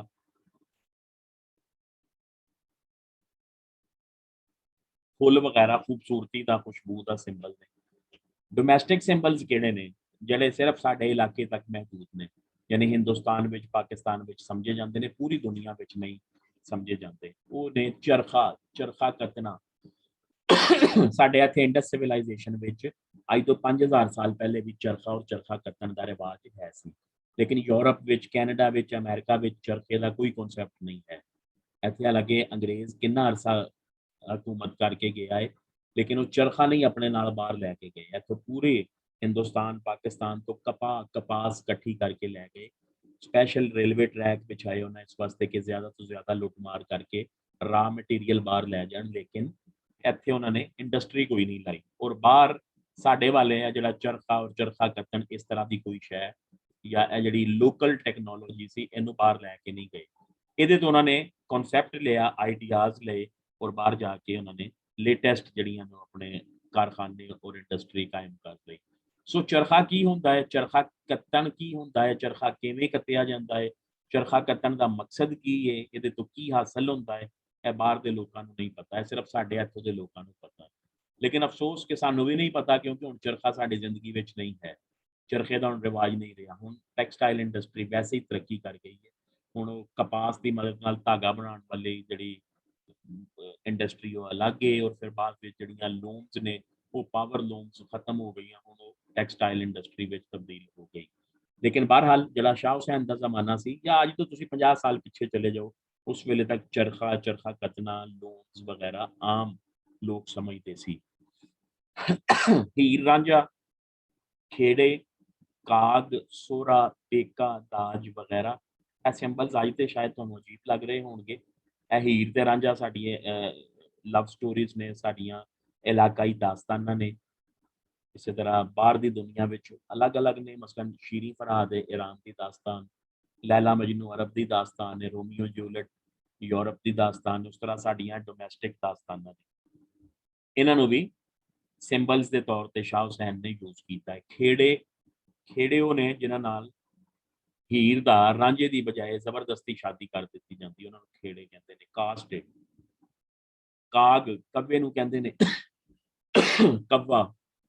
ਸੋਹਰਾ ਪੇਕਾ ਯਾਨੀ ਸਸੁਰਾਲ, ਤੇ ਮੈਕਾ ਜਿਹੜਾ ਹੁੰਦਾ ਹੈ, ਇਹ ਸ਼ਾਹ ਹੁਸੈਨ ਨੇ ਆਪਣੀ ਸ਼ਾਇਰੀ ਵਿੱਚ ਦੁਨੀਆ ਤੇ ਆਖਰਤ ਦੇ ਸਿੰਬਲ ਵਿੱਚ ਯੂਜ਼ ਕੀਤਾ ਹੈ। ਦਾਜ, ਜੇਜ਼, ਕੁੜੀਆਂ ਨੂੰ ਰੁਖਸਤੀ ਵੇਲੇ ਜੇਜ਼ ਦੇ ਕੇ ਰੁਖਸਤ ਕੀਤਾ ਜਾਂਦਾ ਹੈ। ਸ਼ਾਹ ਹੁਸੈਨ ਨੇ ਜੇਜ਼ ਤੋਂ ਮੁਰਾਦ ਆਮਾਲ ਲਿਆ ਹੈ। ਅੱਛਾ ਜੀ, ਇਹ ਤੇ ਹੋ ਗਏ ਸਿੰਬਲਸ। ਹੁਣ ਇਹ ਦੱਸਣਾ ਹੈ ਥੋੜਾ ਜਿਹਾ ਕਿ ਸਿੰਬਲਸ ਕਿਆ ਪਹਿਲੀ ਵਾਰੀ ਸ਼ਾਹ ਹੁਸੈਨ ਨੇ ਯੂਜ਼ ਕੀਤੇ ਨੇ, ਜਾਂ ਜਿਹੜੀ ਅੱਜ ਕੱਲ੍ਹ ਸਿੰਬਲਿਜ਼ਮ ਦੀ ਇੱਕ ਮਾਡਰਨ ਟ੍ਰੈਂਡ ਜਾਂ ਮਾਡਰਨ ਜਿਹੜੀ ਇੱਕ ਟਰਮ ਹੈ, ਉਹ 19ਵੀਂ ਸਦੀ 'ਚ ਸ਼ੁਰੂ ਹੋਈ ਜਾਂ ਉਸ ਤੋਂ ਪਹਿਲੇ ਵੀ ਸੀ। ਇਹ ਮੁਖਤਸਰ ਜਿਹਾ ਉਹਦਾ ਰਵਾਇਤ ਦਿੱਤੀ ਹੈ। ਕਿਹਾ ਜਾਂਦਾ ਹੈ ਅਦਬੀ ਦੁਨੀਆ ਵਿੱਚ ਲਿਟਰੇਰੀ ਹਵਾਲੇ ਨਾਲ ਅਲਾਮਤ ਨਿਗਾਰੀ ਦੀ ਆਗਾਜ਼ 19ਵੀਂ ਸਦੀ ਦੇ ਫਰਾਂਸੀਸੀ ਸ਼ਾਇਰਾਂ ਨੇ ਕੀਤਾ। ਬੋਦਲੀਅਰ, ਵਰਲੀਅਨ, ਮਲਾਰਮੇ ਇਹ ਸ਼ਾਇਰ ਨੇ, ਫਰਾਂਸੀਸੀ ਪੋਇਟਸ। 19ਵੀਂ ਸਦੀ ਵਿੱਚ ਇਹਨਾਂ ਨੇ ਆਪਣੀ ਸ਼ਾਇਰੀ ਵਿੱਚ ਸਿੰਬਲਿਜ਼ਮ ਦਾ ਰਿਵਾਜ ਜਾਂ ਟ੍ਰੈਂਡ ਦਿੱਤਾ। ਉੱਥੋਂ ਹੁੰਦਾ ਫਿਰ ਇਹ ਰਿਵਾਜ ਯੂਰਪ ਵਿੱਚ ਗਿਆ, ਯੂਰਪ ਤੋਂ ਇਹ ਫਿਰ ਪੂਰੀ ਦੁਨੀਆ ਵਿੱਚ ਫੈਲ ਗਿਆ, ਕਿਉਂਕਿ ਯੂਰਪ ਅੱਧੀ ਤੋਂ ਜ਼ਿਆਦਾ ਦੁਨੀਆ ਉੱਤੇ ਹੁਕਮਰਾਨੀ ਕਰ ਰਿਹਾ ਸੀ 16ਵੀਂ ਸਦੀ ਦੇ। ਲੇਕਿਨ ਸਾਡੇ ਕੋਲ ਸਿੰਬਲਿਜ਼ਮ ਬਹੁਤ ਪੁਰਾਣਾ ਹੈ। 16ਵੀਂ ਸਦੀ ਦਾ ਸ਼ਾਇਰ ਸ਼ਾਹ ਹੁਸੈਨ ਕੋਲ ਪੂਰਾ ਅਲਾਮਤਾਂ ਦਾ ਨਿਜ਼ਾਮ ਯਾਨੀ ਪੂਰਾ ਸਿੰਬੋਲਿਕ ਸਿਸਟਮ ਮੌਜੂਦ ਹੈ। ਇਹ ਅਸੀਂ ਹੁਣ ਅੱਜ ਪੜਾਂਗੇ ਤੇ ਤੁਹਾਨੂੰ ਅੰਦਾਜ਼ਾ ਹੋ ਜਾਏਗਾ। ਇਹ ਅਲਾਮਤਾਂ ਸ਼ਾਹ ਹੁਸੈਨ ਨੇ ਵੀ ਆਪ ਨਹੀਂ ਬਣਾਈਆਂ, ਯਾਨੀ ਪਹਿਲੀ ਵਾਰੀ ਸ਼ਾਹ ਹੁਸੈਨ ਨੇ ਸਿੰਬਲਸ ਨਹੀਂ ਬਣਾਏ। ਕੱਲ ਅਸੀਂ ਪੜ੍ਹਿਆ ਨਾ ਬਾਬਾ ਫਰੀਦ, ਉਹਦੇ ਵਿੱਚ ਵੀ ਇੱਕਾ ਦੁੱਕਾ ਸਿੰਬਲਸ ਹੈ ਸੀ, ਲੇਕਿਨ ਇਹ ਜੁਲਾਏ ਪੇਸ਼ੇ ਵਾਲੇ ਸਿੰਬਲਸ ਨਹੀਂ ਸੀ ਹੈ। ਯਾਨੀ ਇੰਝ ਅਸੀਂ ਕਹਿ ਸਕਦੇ ਹਾਂ ਕਿ ਸ਼ਾਹ ਹੁਸੈਨ ਨੇ ਬਾਬਾ ਫਰੀਦ ਕੋਲੋਂ ਵੀ ਇਹ ਸਿੰਬੋਲਿਕ ਸਿਸਟਮ ਨਹੀਂ ਲਿਆ, ਬਲਕਿ ਉਹਨੇ ਉਸ ਤੋਂ ਵੀ ਪਹਿਲੀ ਜਿਹੜੀ ਟ੍ਰੈਡੀਸ਼ਨ ਸੀ, ਜਿਹੜੀ ਸਾਡੀ ਹਿੰਦੀ ਸ਼ਾਇਰੀ ਦੀ ਟ੍ਰੈਡੀਸ਼ਨ ਸੀ, ਜਿਹੜੀ ਸਾਡੀ ਇੰਡਸ ਸਿਵਲਾਈਜੇਸ਼ਨ ਦੀ ਟ੍ਰੈਡੀਸ਼ਨ ਸੀ, ਉਹਦੇ ਤੋਂ ਉਹਨਾਂ ਨੇ ਇਹ ਵਾਲਾ ਸਿੰਬੋਲਿਕ ਸਿਸਟਮ ਲਿਆ ਹੈ। ਇਸ ਨਿਜ਼ਾਮ ਦੀਆਂ ਜੜ੍ਹਾਂ ਹਜ਼ਾਰਾਂ ਸਾਲ ਪਹਿਲੇ ਦੇ ਪੰਜਾਬ ਵਿੱਚੋਂ ਫੁੱਟਦੀਆਂ ਨੇ। ਇਸ ਗੱਲ ਦਾ ਸਬੂਤ ਯੂਨਾਨੀ ਮੁਅਰਖ ਤੇ ਸਿਆਹ ਕਹਿੰਦੇ ਨੇ ਵਿਜ਼ਡਰ ਨੂੰ, ਹੀਰੋਡੋਟਸ 450 ਕਬਲ ਮਸੀਹ ਵਿੱਚ ਆਇਆ ਸੀ ਹਿੰਦੁਸਤਾਨ ਵਿੱਚ, ਔਰ ਉਹਨੇ ਆਪਣਾ ਸਫ਼ਰਨਾਮਾ ਵੀ ਲਿਖਿਆ ਸੀ, ਜਿਹਦੇ ਵਿੱਚ ਉਹਨੇ ਪੰਜਾਬ ਵਿੱਚ ਔਰਤਾਂ ਦਾ ਕਪਾਹ ਚੁਣਨਾ, ਕਪਾਹ ਯਾਨੀ ਕਪਾਸ ਚੁਣਨਾ ਤੇ ਚਰਖਾ ਕੱਤਣ ਦਾ ਜ਼ਿਕਰ ਕੀਤਾ ਹੈ। ਯਾਨੀ ਕੀ ਮਤਲਬ ਹੈ, ਅੱਜ ਤੋਂ ਤਕਰੀਬਨ 2021 ਚੱਲ ਰਿਹਾ ਔਰ ਪਲੱਸ 450 ਕਰ ਦਿਓ, ਤਕਰੀਬਨ 2650 ਸਾਲ ਪਹਿਲੇ ਇਸ ਇਲਾਕੇ ਵਿੱਚ ਕਪਾਹ ਵੀ ਕਾਸ਼ਤ ਹੁੰਦੀ ਸੀ ਔਰ ਚਰਖਾ ਵੀ ਕੱਤਿਆ ਜਾਂਦਾ ਸੀ। ਯਾਨੀ ਹੀਰੋਡੋਟਸ ਨੇ ਇਸ ਤਰ੍ਹਾਂ ਹੈਰਤ ਦਾ ਇਜ਼ਹਾਰ ਕਰਦਿਆਂ ਲਿਖਿਆ ਹੈ ਕਿ ਮੈਂ ਪੰਜਾਬ ਵਿੱਚ ਐਸੇ ਪੌਦੇ ਵੇਖੇ ਨੇ ਜਿਨ੍ਹਾਂ ਉੱਤੇ ਕੱਪੜਾ ਉੱਗਦਾ। ਉਹਦੇ ਤੋਂ ਮੁਰਾਦ ਉਹਦੀ ਕਪਾਹ ਸੀ। ਕਪਾਹ ਯੂਨਾਨ 'ਚ ਨਹੀਂ ਨਾ ਹੁੰਦੀ। ਇਸੇ ਤਰ੍ਹਾਂ ਜੀ ਰਿਗਵੇਦ, ਇਹ ਯਾਦ ਰੱਖੋ, ਇਸ ਵੇਲੇ ਦੁਨੀਆ ਦੀ ਸਭ ਤੋਂ ਕਦੀਮ ਕਿਤਾਬ, ਹਿੰਦੂਆਂ ਦੀ ਮਜ਼ਹਬੀ ਕਿਤਾਬ ਦਾ ਦਰਜਾ ਹਾਸਲ ਹੈ। ਇਹਦੇ ਮੁਤਾਬਿਕ 1000 ਕਬਲ ਮਸੀਹ ਵਿੱਚ ਪੰਜਾਬ ਵਿੱਚ ਸੂਤਰ ਕੱਤਣ ਦਾ ਜ਼ਿਕਰ ਮਿਲਦਾ ਹੈ। ਯਾਨੀ ਇਹ 450 ਕਬਲ ਮਸੀਹ ਦਾ ਜ਼ਿਕਰ ਹੈ ਔਰ ਇਹ 1000 ਕਬਲ ਮਸੀਹ ਯਾਨੀ ਅੱਜ ਤੋਂ ਤਕਰੀਬਨ 3000 ਸਾਲ ਪਹਿਲੇ। ਰਿਗਵੇਦ ਦੇ 105ਵੇਂ ਸ਼ਲੋਕ ਵਿੱਚ, ਸ਼ਲੋਕ ਜਿਹੜੇ ਅਸੀਂ ਕੱਲ ਪੜ੍ਹੇ ਨੇ, ਇਹ ਸਮਝੋ ਹਿੰਦੀ ਤੋਂ ਆਈ ਸਿਨਫ ਹੈ। ਸਾਡੇ ਕੋਲ ਇਹਦਾ ਲੋਕਲ ਨਾਂ ਦੋੜਾ ਹੈ ਔਰ ਹਿੰਦੀ ਤੋਂ ਆਇਆ ਇਹਦਾ ਨਾਂ ਸ਼ਲੋਕ ਹੈ। ਇੱਕ ਬੰਦਾ ਇੰਝ ਦੁਆ ਪਿਆ ਮੰਗਦਾ ਹੈ, ਇਹ ਮਹਾਸ਼ਕਤੀ ਦਾ ਤੁਸੀਂ ਜੋ ਮਰਜ਼ੀ ਟ੍ਰਾਂਸਲੇਟ ਕਰ ਲਓ, ਸੁਪਰ ਪਾਵਰ ਕਹਿ ਲਵੋ, ਤੁਸੀਂ ਅੱਲਾਹ ਤਾਲਾ ਕਹਿ ਲਓ, ਇਹ ਸਭ ਤੋਂ ਵੱਡੀ ਤਾਕਤ ਵਾਲੇ ਕਹਿ ਲਵੋ, ਭਾਵੇਂ ਮੈਂ ਤੇਰਾ ਪੁਜਾਰੀ ਹਾਂ ਪਰ ਮੈਨੂੰ ਚਿੰਤਾ ਕਹਿੰਦੇ ਨੇ ਫਿਕਰ, ਸੋਚ ਇੰਝ ਖਾ ਰਹੀ ਹੈ ਜਿਵੇਂ ਜੁਲਾਏ ਦੇ ਸੂਤ ਨੂੰ ਚੂਹਾ ਟੁੱਕ ਜਾਂਦਾ ਹੈ। ठीक है जी। यानी उन्हें अज तो 3000 साल पहले गल करन वास्ते जुलाए दा सूतर टुके जाण दा जिक्र कीता है। इस तो अंदाजा होंदा है कि जिहड़ा शाह हुसैन ने अपना सिंबोलिक सिस्टम बनाया, जिहड़ा उन्हें जुलाए पेशे दियां या खड्डी पेशे दियां सिंबल्स अपनी शायरी विच यूज कीते, वो नवे नहीं है बल्कि वो 3000 साल पुरानी, बल्कि इस तो भी ते अथेंटिक रिकॉर्ड है ना कि ऋग्वेद 3000 साल पहले ਦੀ ਸਾਡੇ ਕੋਲ ਮੌਜੂਦ ਹੈ। ਉਸ ਤੋਂ ਪਹਿਲੇ ਵੀ ਇੰਡਸ ਸਿਵਲਾਈਜੇਸ਼ਨ ਹੜੱਪਾ ਤੇ ਮੋਹਨਜੋਦਾੜੋ ਵਿੱਚ ਜਿਹੜੀ ਖੁਦਾਈਆਂ ਹੋਈਆਂ ਨੇ ਉਹਦੇ ਤੋਂ ਪਤਾ ਲੱਗਾ ਹੈ ਕਿ ਚਰਖਾ ਵੀ ਮੌਜੂਦ ਸੀ ਔਰ ਕਪਾਹ ਵੀ ਮੌਜੂਦ ਸੀ। ਅੱਛਾ ਜੀ, ਇੱਥੋਂ ਤੱਕ ਤੇ ਤੁਸੀਂ ਸਿਰਫ ਰੀਡਿੰਗ ਹੈ ਇਹ ਵਾਲਾ ਫਿਰ ਲਿਖ ਸਕਦੇ ਹੋ। ਸ਼ਾਹ ਹੁਸੈਨ ਦੇ ਅਲਾਮਤੀ ਨਿਜ਼ਾਮ ਦੀ ਬੁਨਿਆਦ ਔਰਤ ਹੈ। ਉਹਨਾਂ ਆਪਣੀ ਅੰਦਰਲੀ ਵਾਰਦਾਤ, अपने अंदर की गल, अपने अंदर के जज्बात और एहसासात का इजहार करने वास्ते अपने आप को औरत के रूप में पेश किया है। ऐसा क्यों, की वजह है दी, औरत क्यों बनाया उन्हें अपने आप को, अपने वास्ते उन्होंने मोनस का सीगा क्यों यूज किया है, की वजह है। ये 3 रीजन ने वो इस टॉपिक के एंड में ना एडिशनल मटीरियल अगवाई किताब में लिखा है, वो तुम जरूर पढ़ लेना। एक सीगा है तसनीक, पेज नंबर 101 है शायद टॉपिक जिथे एंड होंदा है उसदे तो बाद, ते एक शाह हुसैन दा मलामती रंग, ये 2 चीज़ां तुसीं सैल्फ स्टडी करनियां ने, खुद तो पढ़ लैनियां ने। शाह हुसैन दीयां सारियां अलामतां मसलन ससुराल, ये जिहड़ा टेबल है थल्ले, टेबल लिखण दी लोड़ नहीं CSS विच भी PMS विच भी, बल्कि सिर्फ टेबल तुहानूं समझाउण वास्ते भी तुसीं इत्थे लिख लोगे ते काफ़ी ने। शाह हुसैन दीयां सारियां अलामतां मसलन ससुराल, पेका, सस निनाण, चरखा, दाज, डोली, मुकलावा, सालू, औरत रिलेटेड अलामतां ने। लगा खांदियां यानी रिलेटेड, किवें ससुराल मिसाल के तौर पर कुड़ियां, सिस्टम इस तरह का है कि रुखसती होके अपना घर छड्ड के, पेरेंट्स का घर छड्ड के पेके सोहरे घर जांदियां ने, इस तरह अपना पेका छड्ड के जांदियां ने। सस, ननाण, चरखा, चरखा औरतां करदियां ने, बंदे नहीं करते। औरतां घरां विच चरखे करदियां सी और बंदे बाहर लूम्स उत्ते, खड्डियां उत्ते कपड़ा बुणन का काम करदे सी। इसी तरह दाज, कुड़ियां नूं दाज दिता जांदा है, मुंडियां नूं नहीं। डोली, मुकलावा, सारियां औरत रिलेटेड सिंबल्स ने।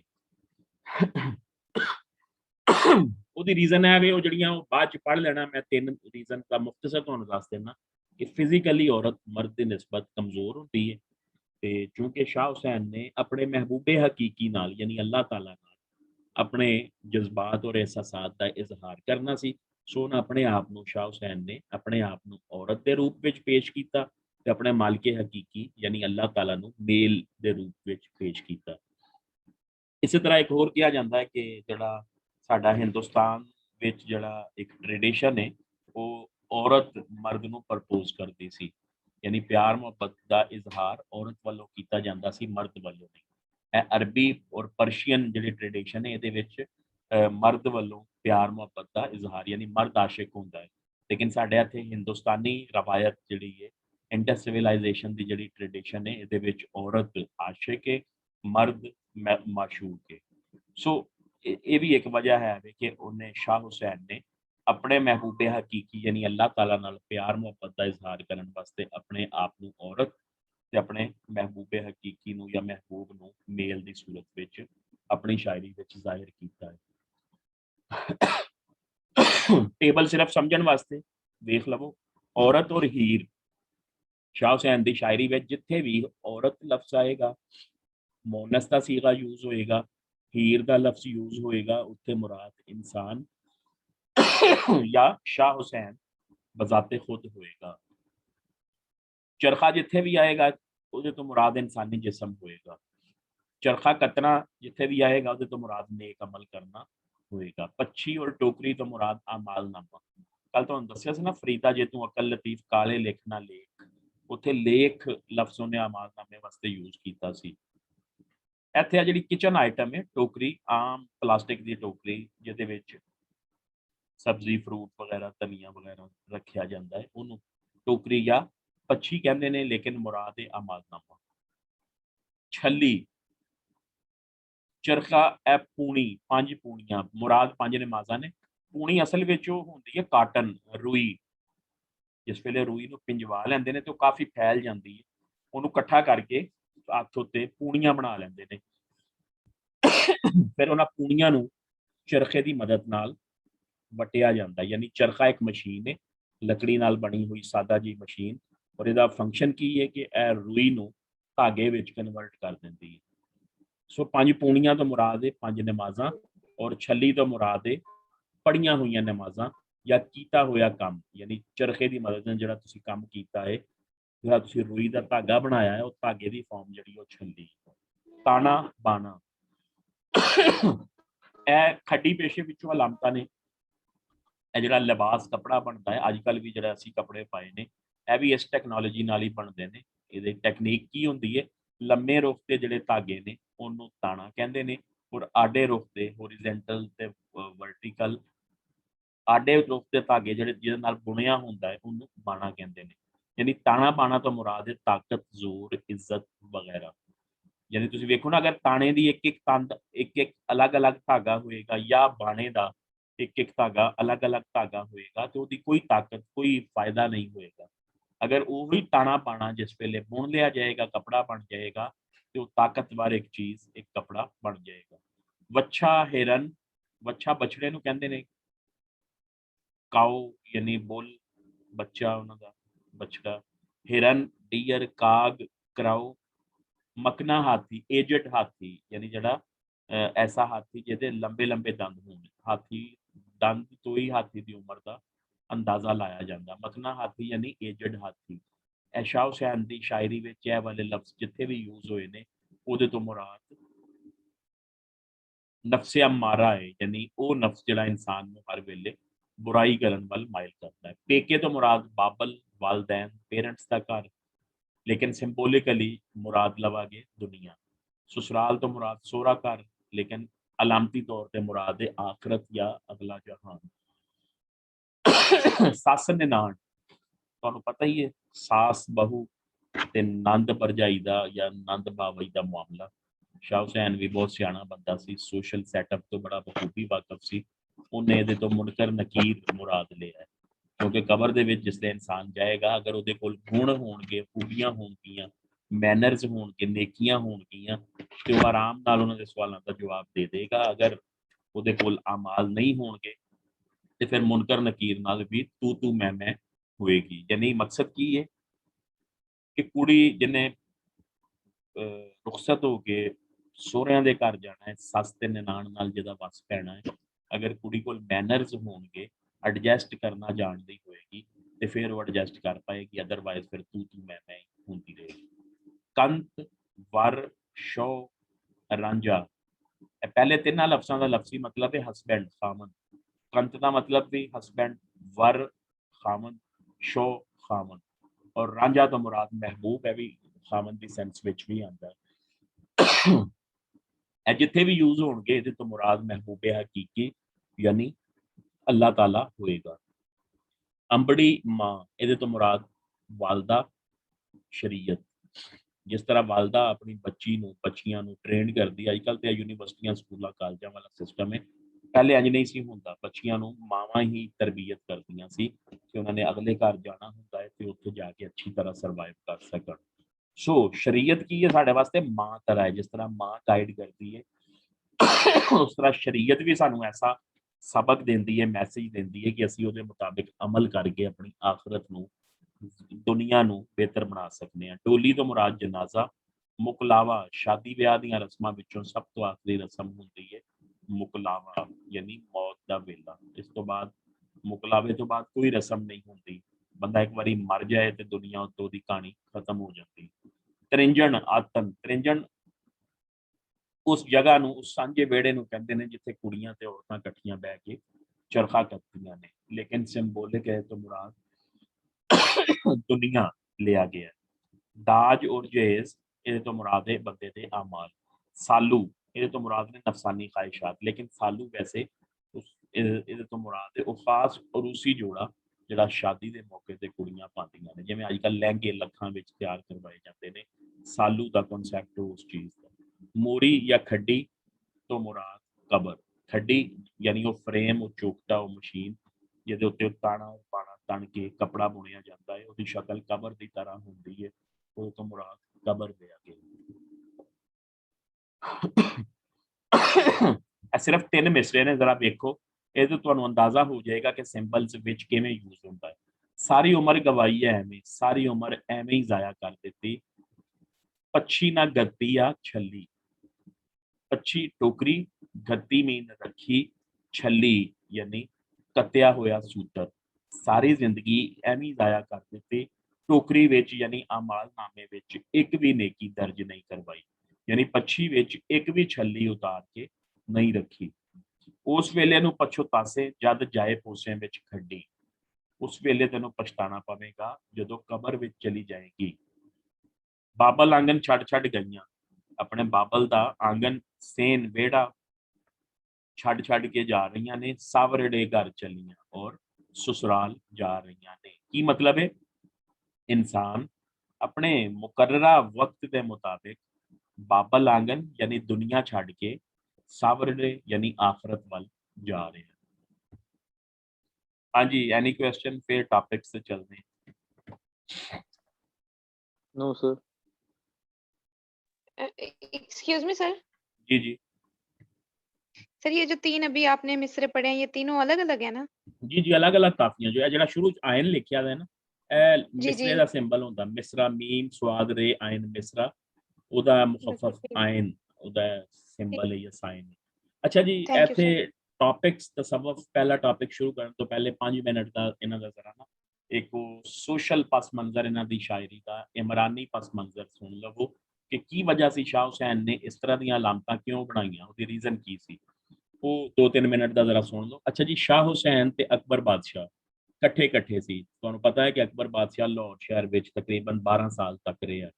ਅਕਬਰ ਦੀ ਪੈਦਾਇਸ਼ ਤੇ ਸ਼ਾਹ ਹੁਸੈਨ ਦੀ ਪੈਦਾਇਸ਼ ਵੀ ਤਕਰੀਬਨ, ਇੱਕ ਮੈਨੂੰ ਕਨਫਰਮ ਨਹੀਂ ਅਕਬਰ ਦੀ ਪੈਦਾਇਸ਼ ਕਦੋਂ ਦੀ ਹੈ, ਲੇਕਿਨ 1538 ਸ਼ਾਇਦ ਉਹਦੀ 1535, ਇਸ ਤਰ੍ਹਾਂ ਇਕੱਠਾ ਹੀ ਹੈ ਤਕਰੀਬਨ। 12 ਸਾਲ ਤੱਕ ਉਹ ਲਾਹੌਰ ਤਖਤ ਨਸ਼ੀਨ ਰਿਹਾ ਤੇ ਅਕਬਰ ਬਾਦਸ਼ਾਹ ਦੀ ਖਾਹਿਸ਼ ਹੁੰਦੀ ਸੀ ਕਿ ਉਹ ਹਰ ਚੀਜ਼ ਨੂੰ ਆਪਣਾ ਬਣਾ ਲਏ, ਹਰ ਕਿਸੇ ਨੂੰ ਖਰੀਦ ਲਵੇ, ਹਰ ਕੋਈ ਉਹਦੇ ਮੁਤਾਬਿਕ ਕੰਮ ਕਰੇ, ਹਰ ਕੋਈ ਉਹਦਾ ਮਾਤਹਿਤ ਹੋਵੇ। ਇਹ ਅਕਬਰ ਹੀ ਨਹੀਂ, ਹਰ ਬਾਦਸ਼ਾਹ ਦੀ ਇਹੋ ਹੀ ਖਾਹਿਸ਼ ਹੁੰਦੀ। ਸੋ ਅਕਬਰ ਬਾਦਸ਼ਾਹ ਨੇ ਇੱਕ ਹੱਦ ਤੱਕ ਜ਼ੋਰ ਲਾ ਲਿਆ ਕਿ ਸ਼ਾਹ ਹੁਸੈਨ ਕਿਸੇ ਤਰ੍ਹਾਂ ਅਕਬਰ ਦਾ ਬੰਦਾ ਬਣ ਜਾਏ ਔਰ ਅਕਬਰ ਵਾਸਤੇ ਕੰਮ ਕਰੇ। ਉਹਨਾਂ ਨੂੰ ਪਤਾ ਸੀ ਕਿ ਸ਼ਾਹ ਹੁਸੈਨ ਅਵਾਮੀ ਸ਼ਾਇਰ ਹੈ, ਸੂਫੀ ਹੈ, ਸ਼ਾਹ ਹੁਸੈਨ ਦੀ ਸ਼ੋਹਰਤ ਹੈ, ਲੇਕਿਨ ਉਹ ਕਿਸੇ ਵੀ ਤਰੀਕੇ ਨਾਲ ਅਕਬਰ ਦੇ ਹਰਬੇ ਵਿੱਚ ਨਹੀਂ ਆਇਆ। ਇਸੇ ਵਾਸਤੇ ਕਿਹਾ ਜਾਂਦਾ ਹੈ ਕਿ ਉਹਨਾਂ ਜਾਣ ਬੁੱਝ ਕੇ ਮਲਾਮਤੀਆ ਰੰਗ ਇਖਤਿਆਰ ਕਰ ਲਿਆ। ਮਲਾਮਤੀਆ ਫਿਰਕਾ ਕਿਹੜਾ ਹੁੰਦਾ ਹੈ, ਐਂਡ ਜੋ ਪੜ੍ਹ ਲੈਣਾ ਆਬਜੈਕਟਿਵ ਦਾ ਕੁਐਸਚਨ ਆਉਂਦਾ ਹੁੰਦਾ ਹੈ, ਮੈਂ ਦੱਸ ਦੇਣਾ ਕਿ ਸ਼ਾਹ ਹੁਸੈਨ ਦਾ ਤਾਲੁਕ ਕਿਸ ਫਿਰਕੇ ਨਾਲ ਸੀ। ਮਲਾਮਤੀਆ ਫਿਰਕਾ, ਮਲਾਮਤੀਆ ਫਿਰਕੇ ਦਾ ਬਾਨੀ ਸ਼ੇਖ ਅਬੂ ਹਮਦੂਨ ਸੀ। ਅੱਛਾ ਜੀ, ਇਸ ਫਿਰਕੇ 'ਚ ਕੀ ਹੁੰਦਾ ਹੈ, ਇਸ ਫਿਰਕੇ ਦੀ ਡੈਫੀਨੇਸ਼ਨ ਕੀ ਹੈ? ਫਕੀਰਾਂ ਦਾ, ਦਰਵੇਸ਼ਾਂ ਦਾ ਐਸਾ ਟੋਲਾ ਜਾਂ ਗਰੋਹ ਜਿਹੜਾ ਜਾਣ ਬੁੱਝ ਕੇ ਖਿਲਾਫ ਸ਼ਰਅ ਹਰਕਤਾਂ ਕਰਦਾ ਹੈ, ਲੇਕਿਨ ਲੁਕ ਛੁਪ ਕੇ ਅੱਲਾਹ ਤਾਲਾ ਦੀ ਇਬਾਦਤ ਕਰਦੇ ਨੇ, ਉਹਨਾਂ ਨੂੰ ਮਲਾਮਤੀ ਕਿਹਾ ਜਾਂਦਾ ਹੈ। ਕਹਿੰਦੇ ਕਿਹਾ ਜਾਂਦਾ ਹੈ ਕਿ ਜਿਹੜੇ ਸ਼ਾਹ ਹੁਸੈਨ ਜ਼ਿੰਦਗੀ ਦੇ ਆਖਰੀ 27 ਸਾਲ ਕਦੀ ਮਸੀਤੇ ਨਹੀਂ ਸੀ ਗਏ, ਉਹਨਾਂ ਜਾਣ ਬੁੱਝ ਕੇ ਮਲਾਮਤੀ ਰੰਗ ਇਖਤਿਆਰ ਕਰ ਲਿਆ ਸੀ ਕਿ ਅਕਬਰ ਬਾਦਸ਼ਾਹ ਤੋਂ ਜਾਨ ਛੁਡਾਉਣ ਦਾ ਹੋਰ ਕੋਈ ਚਾਰਾ ਨਹੀਂ ਸੀ ਹੈ।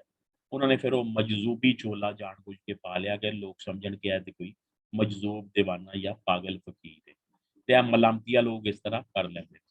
ਇਹ ਤੇ ਹੋ ਗਈ ਇੱਕ ਰੀਜ਼ਨ ਉਹਦੇ ਮਲਾਮਤੀਆ ਰੰਗ ਇਖਤਿਆਰ ਕਰਨ ਦੀ। ਦੂਸਰੀ, ਸ਼ਾਹ ਹੁਸੈਨ ਨੇ ਇਹ ਵਾਲਾ ਜਿਹੜਾ ਸਾਰਾ ਸਿਸਟਮ ਬਣਾਇਆ ਹੈ ਸਿੰਬੋਲਿਕ, ਇਹ ਇਹਨੇ ਕਿੱਥੋਂ ਲਿਆ? ਸੋ ਉਹਦਾ ਜਵਾਬ ਹੈ ਵੇ ਕਿ ਵਾਲਡ ਸਿਟੀ ਅਕਬਰ ਦੇ ਜ਼ਮਾਨੇ ਵਿੱਚ ਅੰਦਰੂਨ ਲਾਹੌਰ ਸ਼ਹਿਰ ਜਿਹਦੇ 11 ਦਰਵਾਜ਼ੇ ਔਰ 12ਵਾਂ ਮੋਰੀ ਗੇਟ, ਮੋਰੀ ਦਰਵਾਜ਼ਾ ਹੈ ਸੀ। ਸ਼ਹਿਰ ਵਿੱਚ ਰਹਿਣ ਵਾਲੇ ਲੋਕ ਜਿਹੜੇ ਅੰਦਰੂਨ ਸ਼ਹਿਰ ਵਿੱਚ ਰਹਿ ਰਹੇ ਸੀ, ਉਹਨਾਂ ਦੇ ਜ਼ਰੀਆ ਮੁਆਸ਼ 2 ਤਰ੍ਹਾਂ ਦੇ ਸੀ। ਕੋਈ ਤਕਰੀਬਨ 30% ਲੋਕ ਐਸੇ ਸੀ ਜਿਨ੍ਹਾਂ ਦੇ ਵਾਲਡ ਸਿਟੀ ਤੋਂ ਬਾਹਰ ਮਜ਼ਾਫਾਤ ਵਿੱਚ ਯਾਨੀ ਆਸ-ਪਾਸ ਤੋਂ ਮੁਰਾਦ ਸ਼ਦਰਾ, ਮਜ਼ੰਗ ਔਰ ਆਸ-ਪਾਸ, ਯਾਨੀ ਆਸ-ਪਾਸ ਤੋਂ ਮੁਰਾਦ ਕਸੂਰ ਨਹੀਂ ਹੈ। ਉਸ ਵੇਲੇ ਤੇ ਬਿਲਕੁਲ ਮਹਿਦੂਦ ਜਿਹਾ ਸ਼ਹਿਰ ਸੀ। ਦਾਤਾ ਸਾਹਿਬ ਤੱਕ, ਸ਼ਾਹ ਜਮਾਲ, ਇਹ ਜਿਹੜਾ ਇਚਰੇ ਦਾ ਇਲਾਕਾ, ਮਜ਼ੰਗ ਦਾ ਇਲਾਕਾ ਹੈ, ਇਹ ਸਾਰੇ ਉਸ ਵੇਲੇ ਮਜ਼ਾਫਾਤ ਸੀ ਔਰ ਸਾਰੀਆਂ ਉਸ ਵੇਲੇ ਖੇਤ ਸੀ, ਪੈਲੀਆਂ ਸੀ। ਕੋਈ 30% ਲੋਕਾਂ ਨੇ ਇੱਥੇ ਖੇਤੀਬਾੜੀ ਵਾਈ ਬੀਜੀ ਕਰਦੇ ਸੀ ਔਰ ਨਾਲ ਮਾਲ ਡੰਗਰ ਰੱਖਿਆ ਹੋਇਆ ਸੀ। ਜਿਹੜੇ ਬਾਕੀ 70% ਲੋਕ ਸੀ, ਉਹਨਾਂ ਦਾ ਜ਼ਰੀਆ ਮੁਆਸ਼ ਕੀ ਸੀ? ਉਹ ਔਰਤਾਂ, ਖਵਾਤੀਨ, ਬੱਚੇ ਘਰਾਂ ਵਿੱਚ ਚਰਖੇ ਕੱਤਦੇ ਸੀ ਯਾਨੀ ਬਾਹਰ ਜਿਹੜੇ ਬਾਜ਼ਾਰ ਵਿੱਚ ਹਿੰਦੂ ਬਣੀਏ ਬੈਠੇ ਹੁੰਦੇ ਸੀ ਉਹ ਰੂਈ ਕਾਟਨ ਦੇ ਜਾਂਦੇ ਸੀ ਤੇ ਨੈਕਸਟ ਡੇ ਉਹ ਵਾਪਸ ਲੈ ਕੇ ਉਹਨਾਂ ਨੂੰ ਪੇ ਕਰਕੇ ਹੋਰ ਕੰਮ ਦੇ ਜਾਂਦੇ ਸੀ। ਇਸੇ ਤਰ੍ਹਾਂ ਘਰ ਘਰ ਦੇ ਵਿੱਚ ਡੋਮੈਸਟਿਕ ਇੰਡਸਟਰੀ ਲੱਗੀ ਹੋਈ ਸੀ, ਲੂਮਸ ਜਿਨ੍ਹਾਂ ਨੂੰ ਡੋਮੈਸਟਿਕ ਲੂਮਸ ਕਹਿੰਦੇ ਨੇ, ਯਾਨੀ ਘਰੇਲੂ ਸਨਅਤਕਾਰੀ ਸੀ, ਸਾਰੇ ਕੱਪੜਾ ਬਣਾਉਂਦੇ ਸੀ। ਹੁਣ ਤੁਸੀਂ ਇਹ ਕਹੋਗੇ ਕਿ ਜੀ ਇੰਨਾ ਕੱਪੜਾ ਕਿੱਥੇ ਜਾਂਦਾ ਸੀ, ਤੇ ਉਹਦਾ ਵੀ ਇਹ ਜਵਾਬ ਹੈ ਜਿਨ੍ਹਾਂ ਨੇ ਇਮਰਾਨੀ ਹਵਾਲੇ ਨਾਲ ਕੰਮ ਕੀਤਾ ਉਹ ਦੱਸਦੇ ਨੇ ਕਿ ਸ਼ਾਹ ਹੁਸੈਨ ਦਾ ਜਿਹੜਾ ਅਕਬਰ ਬਾਦਸ਼ਾਹ ਦਾ ਜਿਹੜਾ ਸ਼ਾਹੀ ਕਿਲਾ ਸੀ, ਇੱਥੇ ਤਕਰੀਬਨ ਉਸ ਵੇਲੇ ਵੀ 2200-2400 ਬੰਦਾ ਮੁਲਾਜ਼ਮ ਸੀ। ਉਹਨਾਂ ਲੋਕਾਂ ਨੂੰ ਫ੍ਰੀ ਆਫ ਕਾਸਟ ਯਾਨੀ ਗਵਰਨਮੈਂਟ ਵੱਲੋਂ ਸਾਲ ਵਿੱਚ 2 ਵਾਰੀ ਲਿਬਾਸ ਦਿੱਤਾ ਜਾਂਦਾ ਸੀ ਤੇ ਉਹ ਕੱਪੜਾ ਸਾਰਾ ਉੱਥੇ ਖਪਤ ਹੁੰਦੀ ਸੀ। ਇੱਕ ਔਰ ਦੂਸਰਾ, ਲਾਹੌਰ ਤੇ ਅੰਮ੍ਰਿਤਸਰ 2 ਵੱਡੇ ਸਿਟੀ ਸੀ। ਬਿਲਕੁਲ ਹੈ ਜਿਹੜਾ ਗ੍ਰੈਂਡ ਟਰੰਕ ਰੋਡ ਹੈ, GT ਰੋਡ ਜਿਹਨੂੰ ਕਹਿੰਦੇ ਨੇ, ਯਾਨੀ ਬਿਲਕੁਲ ਅਫਗਾਨਿਸਤਾਨ ਤੋਂ ਦਿੱਲੀ ਵੱਲ ਜਿਹੜੇ ਇੰਡੀਆ ਵੱਲ ਕਾਫਲੇ ਜਾਂਦੇ ਸੀ ਉਹ ਇੱਥੋਂ ਗੁਜ਼ਰ ਕੇ ਜਾਂਦੇ ਸੀ। ਸੋ ਆਉਂਦੇ ਜਾਂਦੇ ਜਿਹੜੇ ਤਾਜਰ ਜਾਂ ਕਾਫਲੇ ਸੀ ਉਹ ਵੀ ਲਾਹੌਰ ਵਿੱਚੋਂ ਕੱਪੜਾ ਖਰੀਦ ਕੇ ਲੈ ਜਾਂਦੇ ਸੀ। ਅੱਛਾ ਜੀ, ਹੁਣ ਸ਼ਾਹ ਹੁਸੈਨ ਦੇ ਜ਼ਮਾਨੇ 70% ਲੋਕ ਚਰਖਾ ਕੱਤ ਰਹੇ ਸੀ ਔਰ ਖੱਡੀ ਪੇਸ਼ੇ ਨਾਲ ਵਾਬਸਤਾ ਸੀ। ਯਾਨੀ ਖੱਡੀ ਔਰ ਚਰਖੇ ਦੇ ਹਵਾਲੇ ਨਾਲ ਬੱਚੇ ਤੋਂ ਲੈ ਕੇ ਬੁੱਢੇ ਤੱਕ, ਔਰਤ ਤੋਂ ਲੈ ਕੇ ਮਰਦ ਤੱਕ, ਛੋਟੇ ਵੱਡੇ ਪੜ੍ਹੇ ਲਿਖੇ ਅਨਪੜ੍ਹ ਸਾਰੇ ਚਰਖੇ ਦੇ ਇਸਤੇਮਾਲ ਤੋਂ ਵੀ ਬਖੂਬੀ ਵਾਕਿਫ ਸੀ ਔਰ ਲੂਮਸ ਦੇ ਇਸਤੇਮਾਲ ਤੋਂ ਵੀ, ਜਾਂ ਲੂਮਸ ਦੀ ਜਿਹੜੀ ਟਰਮੀਨੋਲੋਜੀ ਉਹਦੇ ਤੋਂ ਵੀ ਬਖੂਬੀ ਵਾਕਿਫ ਸੀ। ਇਸ ਵਾਸਤੇ ਸ਼ਾਹ ਹੁਸੈਨ ਨੇ ਇਹ ਅਕਲਮੰਦੀ ਕੀਤੀ ਕਿ ਉਹਨੇ ਆਪਣਾ ਮੈਸੇਜ ਕਨਵੇ ਕਰਨ ਵਾਸਤੇ ਉਹਨਾਂ ਲੋਕਾਂ ਨਾਲ ਉਹਨਾਂ ਦੀ ਕਹਿ ਲਵੋ ਕਾਬਲੀਅਤ ਦੇ ਮੁਤਾਬਿਕ, ਜ਼ਹਿਨੀ ਇਸਤਾਦ ਦੇ ਮੁਤਾਬਿਕ ਉਹਨਾਂ ਨਾਲ ਉਹਨਾਂ ਦੀ ਜ਼ਬਾਨ ਵਿੱਚ ਹੀ ਗੱਲ ਕਰਕੇ ਮੈਸੇਜ ਕਨਵੇ ਕੀਤਾ। ਯਾਨੀ ਸ਼ਾਹ ਹੁਸੈਨ ਦੀ ਸ਼ਾਇਰੀ ਬਾਰੇ ਇਹ ਕਿਹਾ ਜਾਂਦਾ ਹੈ, ਇਹ ਥੱਲੇ ਕੋਟੇਸ਼ਨ ਹੈ, ਇਹਨੂੰ ਅਸੀਂ ਹੁਣ ਪੜ੍ਹਦੇ ਹਾਂ ਕਿ ਸੈਂਟਰਲ ਏਸ਼ੀਆ ਵਿੱਚ ਸਭ ਤੋਂ ਜ਼ਿਆਦਾ ਤਸੱਵੁਫ ਦਾ ਮੈਸੇਜ ਆਸਾਨ ਤਰੀਨ ਤਰੀਕੇ ਨਾਲ ਲੋਕਾਂ ਤੱਕ ਕਨਵੇ ਕਰਨ ਵਾਲਾ ਸ਼ਾਇਰ ਸ਼ਾਹ ਹੁਸੈਨ। ਉਹਦੀ ਕੀ ਵਜ੍ਹਾ ਹੈ? ਜਿਵੇਂ ਮੈਂ ਤੁਹਾਨੂੰ ਕੱਲ ਦੱਸਿਆ ਸੀ ਨਾ ਕਿ ਬਾਬਾ ਫਰੀਦ ਨੇ ਵੀ ਲੋਕਾਂ ਦੀ ਜਿਹੜੀ ਜ਼ਹਿਨੀ ਮੈਂਟਲ ਲੈਵਲ ਸੀ ਉਹਨੂੰ ਮੱਦੇਨਜ਼ਰ ਰੱਖ ਕੇ ਆਪਣਾ ਮੈਸੇਜ ਦਿੱਤਾ। ਯਾਨੀ ਅਰਬੀ ਫਾਰਸੀ ਸ਼ੇਰ ਨਹੀਂ ਗਏ ਬਲਕਿ ਪੰਜਾਬੀ ਵਿੱਚ ਹੀ, ਔਰ ਉਹ ਵੀ ਆਸਾਨ ਪੰਜਾਬੀ ਵਿੱਚ ਸ਼ੇਰ ਤਾਂ ਕਿ ਲੋਕਾਂ ਨੂੰ ਸਮਝ ਆ ਜਾਣ। ਇੰਜ ਹੀ ਸ਼ਾਹ ਹੁਸੈਨ ਨੇ ਉਹਨਾਂ ਲੋਕਾਂ ਨਾਲ ਉਹਨਾਂ ਦੀ ਜ਼ਬਾਨ ਔਰ ਉਹਨਾਂ ਦੀ ਟਰਮੀਨੋਲੋਜੀ ਵਿੱਚ ਗੱਲ ਕਰਕੇ ਆਪਣਾ ਮੈਸੇਜ ਕਨਵੇ ਕੀਤਾ। ਯਾਨੀ ਇਹ ਵਜ੍ਹਾ ਸੀ ਖੱਡੀ ਪੇਸ਼ਾ ਔਰ ਚਰਖਾ ਯੂਜ਼ ਕਰਨ ਦਾ ਕਿ ਲੋਕੀ ਉਸ ਵੇਲੇ ਇਹਦੇ ਇਸਤੇਮਾਲ ਤੋਂ ਬਖੂਬੀ ਵਾਕਿਫ ਸੀ। ਮਿਸਾਲ ਤੁਸੀਂ ਉਹਦੀ ਲੈ ਲਓ, ਜਿਵੇਂ ਅੱਜ ਕੱਲ੍ਹ ਮੋਬਾਈਲ ਫੋਨ ਹੈ, ਕੋਈ ਪੜ੍ਹਿਆ ਲਿਖਿਆ ਕੋਈ ਅਨਪੜ੍ਹ ਹੈ, ਹਰ ਹੱਥ ਵਿੱਚ ਮੋਬਾਈਲ ਹੈ ਔਰ ਹਰ ਹੱਥ ਵਿੱਚ ਐਂਡਰਾਇਡ ਮੋਬਾਈਲ ਨੇ। ਤੁਸੀਂ ਉਹਨੂੰ ਕਹੋਗੇ ਯਾਰ ਮੇਰੇ ਨਾਲ ਕੋਈ ਐਪਲੀਕੇਸ਼ਨ ਸ਼ੇਅਰ ਕਰ ਲੈ ਜਾਂ ਮੈਨੂੰ ਇਹ ਡਾਟਾ ਸ਼ੇਅਰ ਕਰ ਲੈ ਜਾਂ ਇਹ ਕਰ ਲੈ, ਅਨਪੜ੍ਹ ਬੰਦਾ ਵੀ ਬਖੂਬੀ ਤੁਹਾਡੇ ਨਾਲ ਉਹ ਸਾਰੀ ਐਪਲੀਕੇਸ਼ਨਸ ਬਾਰੇ ਗੱਲਬਾਤ ਕਰ ਸਕਦਾ। ਸੇਮ ਇਸੇ ਤਰ੍ਹਾਂ ਉਸ ਵੇਲੇ ਵੀ ਸ਼ਾਹ ਹੁਸੈਨ ਨੇ ਜਿਹੜਾ ਮੈਸੇਜ ਜਿਹੜਾ ਸ਼ੇਅਰ ਕਿਹਾ ਉਹ ਅੱਜ ਸਾਨੂੰ ਭਾਵੇਂ ਮੁਸ਼ਕਲ ਲੱਗਦਾ ਹੋਏ ਲੇਕਿਨ ਉਦੋਂ ਲੋਕਾਂ ਨੂੰ ਬਖੂਬੀ ਔਰ ਬੜੀ ਆਸਾਨੀ ਨਾਲ ਸਮਝ ਆ ਗਿਆ। ਜੀ ਟੌਪਿਕ ਤੇ ਆ ਜਾਓ ਜੀ। ਪਹਿਲਾ ਤਸੱਵੁਫ। ਸ਼ਾਹ ਹੁਸੈਨ ਸੂਫੀ ਬਜ਼ੁਰਗ ਸੀ। ਕੱਲ ਅਸੀਂ ਤਸੱਵੁਫ ਪੜ੍ਹਿਆ ਸੀ ਨਾ, ਕੀ ਸੀ ਕਾਫੀਆਂ ਦੇ ਤਸੱਵੁਫ। ਉਹ ਆਪ ਦੀਆਂ ਕਾਫੀਆਂ ਵਿੱਚ ਤਸੱਵੁਫ ਦੇ ਮਸਾਇਲ ਬੜੇ ਸੋਹਣੇ ਢੰਗ ਨਾਲ ਤੇ ਅਲਾਮਤੀ ਤੌਰ ਤੇ ਬਿਆਨ ਹੋਏ ਨੇ। ਇਹਨਾਂ ਕਾਫੀਆਂ ਵਿੱਚ ਤਸੱਵੁਫ ਦੇ ਉਹ ਮਸਾਇਲ, ਮਸਲਨ ਮੁਰਸ਼ਦ ਦਾ ਤਸੱਵੁਰ, ਫਨਾ ਦਾ ਮੁਕਾਮ, ਸਲੂਕ ਦੀਆਂ ਮੰਜ਼ਿਲਾਂ, ਇਸ਼ਕ ਹਕੀਕੀ ਵਗੈਰਾ ਤੋਂ ਇਲਾਵਾ ਉਹ ਵਾਰਦਾਤਾਂ ਵੀ ਨਜ਼ਰ ਆਉਂਦੀਆਂ ਨੇ ਜੋ ਅਮਲੀ ਤੌਰ ਤੇ ਆਪ ਦੀ ਜ਼ਿੰਦਗੀ ਵਿੱਚ ਵਾਪਰੀਆਂ ਸਨ, ਯਾਨੀ ਪੇਸ਼ ਆਈਆਂ ਸਨ। ਇਸ ਤੋਂ ਇਲਾਵਾ ਤਸੱਵੁਫ ਦਾ ਇੱਕ ਹੋਰ ਰੰਗ ਇਖਲਾਕੀਆਤ ਦਾ ਵੀ ਢੇਰ ਜ਼ਖੀਰਾ ਆਪ ਦੀ ਸ਼ਾਇਰੀ ਵਿੱਚ ਮੌਜੂਦ ਹੈ। ਸ਼ਾਹ ਹੁਸੈਨ ਦਾ ਤਸੱਵੁਫ ਤੇ ਮਸਾਇਲ ਤਸੱਵੁਫ ਨੂੰ ਬਿਆਨ ਕਰਨ ਦਾ ਅੰਦਾਜ਼ ਖਾਸ ਉਚੇਚਤਾ ਖਾਸੀਅਤ ਲਿਖ ਲਵੋ, ਸਪੈਸ਼ਲਿਟੀ ਨੂੰ ਕਹਿੰਦੇ ਨੇ ਉਚੇਚਤਾ ਦਾ ਹਾਮਿਲ ਹੈ। ਜਿਹਨੂੰ ਬਿਆਨ ਕਰਨ ਲਈ ਉਹਨਾਂ ਚਰਖੇ ਦੇ ਸਹਾਰਾ, ਚਰਖੇ ਦੀ ਅਲਾਮਤ ਦਾ ਸਹਾਰਾ ਲਿਆ ਹੈ। ਚਰਖੇ ਦੇ ਹਵਾਲੇ ਨਾਲ ਹੁਸੈਨ ਸ਼ਾਹਿਦ ਕਹਿੰਦੇ ਨੇ। ਹੁਸੈਨ ਸ਼ਾਹਿਦ ਕ੍ਰਿਟਿਕ ਨੇ, CSS ਵਿੱਚ ਇਹਨਾਂ ਦੀ ਕਿਤਾਬ ਪੂਰਨੇ ਸ਼ਾਮਿਲ ਹੈ, ਉਹਦੇ ਵਿੱਚੋਂ ਇਹ ਮਜ਼ਮੂਨ ਹੈ ਔਰ ਉਹਦੇ ਵਿੱਚੋਂ ਇਹ ਕੋਟੇਸ਼ਨ ਲਈ। ਹੁਸੈਨ ਦੇ ਤਸੱਵੁਫ ਦੀ ਪੂਰੀ ਇਮਾਰਤ ਚਰਖੇ ਦੇ ਮੁੰਨਿਆਂ ਤੇ ਖਲੋਤੀ ਹੋਈ। ਮੁੰਨੇ ਚਰਖਾ ਤੁਸੀਂ ਅਗਰ ਨਹੀਂ ਵੇਖਿਆ ਤੇ ਇਹਦੇ ਤੋਂ ਗੂਗਲ ਤੋਂ ਵੇਖ ਸਕਦੇ ਹੋ ਜਾਂ YouTube ਤੇ ਆਮ ਚਰਖਾ ਲਿਖੋਗੇ ਤੇ ਕਲਿੱਪ ਆ ਜਾਣਗੇ। ਮੁੰਨੇ ਹੁੰਦੇ ਨੇ ਉਹ ਜਿਹੜੇ ਲੰਬੇ ਲੰਬੇ ਦੋ ਪਾਵੇ ਜਾਂ ਵੀਲ, ਜਿਨ੍ਹਾਂ ਵਿੱਚ ਉਹ ਵੀਲ ਚੱਲਦਾ ਹੈ, ਉਹਨੂੰ ਮੁੰਨਾ ਕਹਿੰਦੇ ਨੇ। ਯਾਨੀ ਬੇਸ, ਜਿਹਨਾਂ ਬੇਸ ਦੇ ਵਿੱਚ ਚਰਖੇ ਦਾ ਵੀਲ ਜਾਂ ਉਹਨੂੰ ਢੋਲ ਕਹਿੰਦੇ ਨੇ ਉਹ ਚੱਲਦਾ ਹੈ, ਉਹਨੂੰ ਕਹਿੰਦੇ ਨੇ। ਉਸ ਚਰਖੇ ਦੀ ਬੈੜ ਵਿੱਚ ਸਾਰੇ ਰੰਗ ਭਰ ਦਿੱਤੇ ਨੇ। ਬੈੜ ਉਹ ਬੈਲਟ ਟਾਈਪ ਡੋਰੀ ਵੀਲ ਉੱਤੇ ਤੇ ਅੱਗੇ ਤਕਲੇ ਉੱਤੇ ਹੁੰਦੀ, ਉਹਨੂੰ ਬੈੜ ਕਹਿੰਦੇ ਨੇ। ਯਾਨੀ ਉਹਦਾ ਕਹਿਣ ਦਾ ਮਕਸਦ ਕੀ ਹੈ ਕਿ ਸ਼ਾਹ ਹੁਸੈਨ ਨੇ ਚਰਖੇ ਦੇ ਵਿੱਚ ਚਰਖੇ ਦੇ ਜ਼ਰੀਏ ਤਸਵਫ ਦੇ ਸਾਰੇ ਰੰਗ ਸਾਡੇ ਸਾਹਮਣੇ ਬਿਆਨ ਕਰ ਦਿੱਤੇ ਨੇ।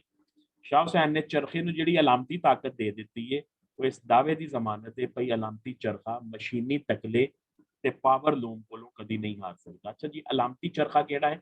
ਜਿਹੜਾ ਸ਼ਾਇਰੀ ਵਿੱਚ ਹੈ, ਕਿਉਂਕਿ ਹੁਣ ਚਰਖਾ ਤੇ ਅੱਜ ਕੱਲ੍ਹ ਨਹੀਂ ਹੈ, ਸਾਡੀ ਜ਼ਿੰਦਗੀ ਚੋਂ ਨਿਕਲ ਗਿਆ, ਉਹਦਾ ਇਸਤੇਮਾਲ ਖਤਮ ਹੋ ਗਿਆ, ਨਵੀਂ ਟੈਕਨੋਲੋਜੀ ਆ ਗਈ ਹੈ, ਲੇਕਿਨ ਸ਼ਾਇਰੀ ਵਿੱਚ ਬਾਕੀ ਹੈ, ਸਾਡੇ ਗੀਤਾਂ ਵਿੱਚ ਬਾਕੀ ਹੈ। ਤੁਸੀਂ ਨੁਸਰਤ ਫਤਿਹ ਅਲੀ ਖਾਨ ਦਾ ਗਾਣਾ ਸੁਣਿਆ ਹੋਏਗਾ, ਸੁਣ ਚਰਖੇ ਦੀ ਮਿੱਠੇ ਮਿੱਠੇ ਕੂਕ, ਮਾਈਆ ਮੈਨੂੰ ਯਾਦ ਆਉਂਦਾ। ਇਸੇ ਤਰ੍ਹਾਂ ਸਾਡੀ ਪੰਜਾਬੀ ਸ਼ਾਇਰੀ ਚਰਖੇ ਦੇ ਸਿੰਬਲਸ ਨਾਲ, ਅਲਾਮਤਾਂ ਨਾਲ ਭਰੀ ਹੋਈ ਹੈ। ਮਸ਼ੀਨੀ ਤਕਲਾ ਕੀ ਹੈ?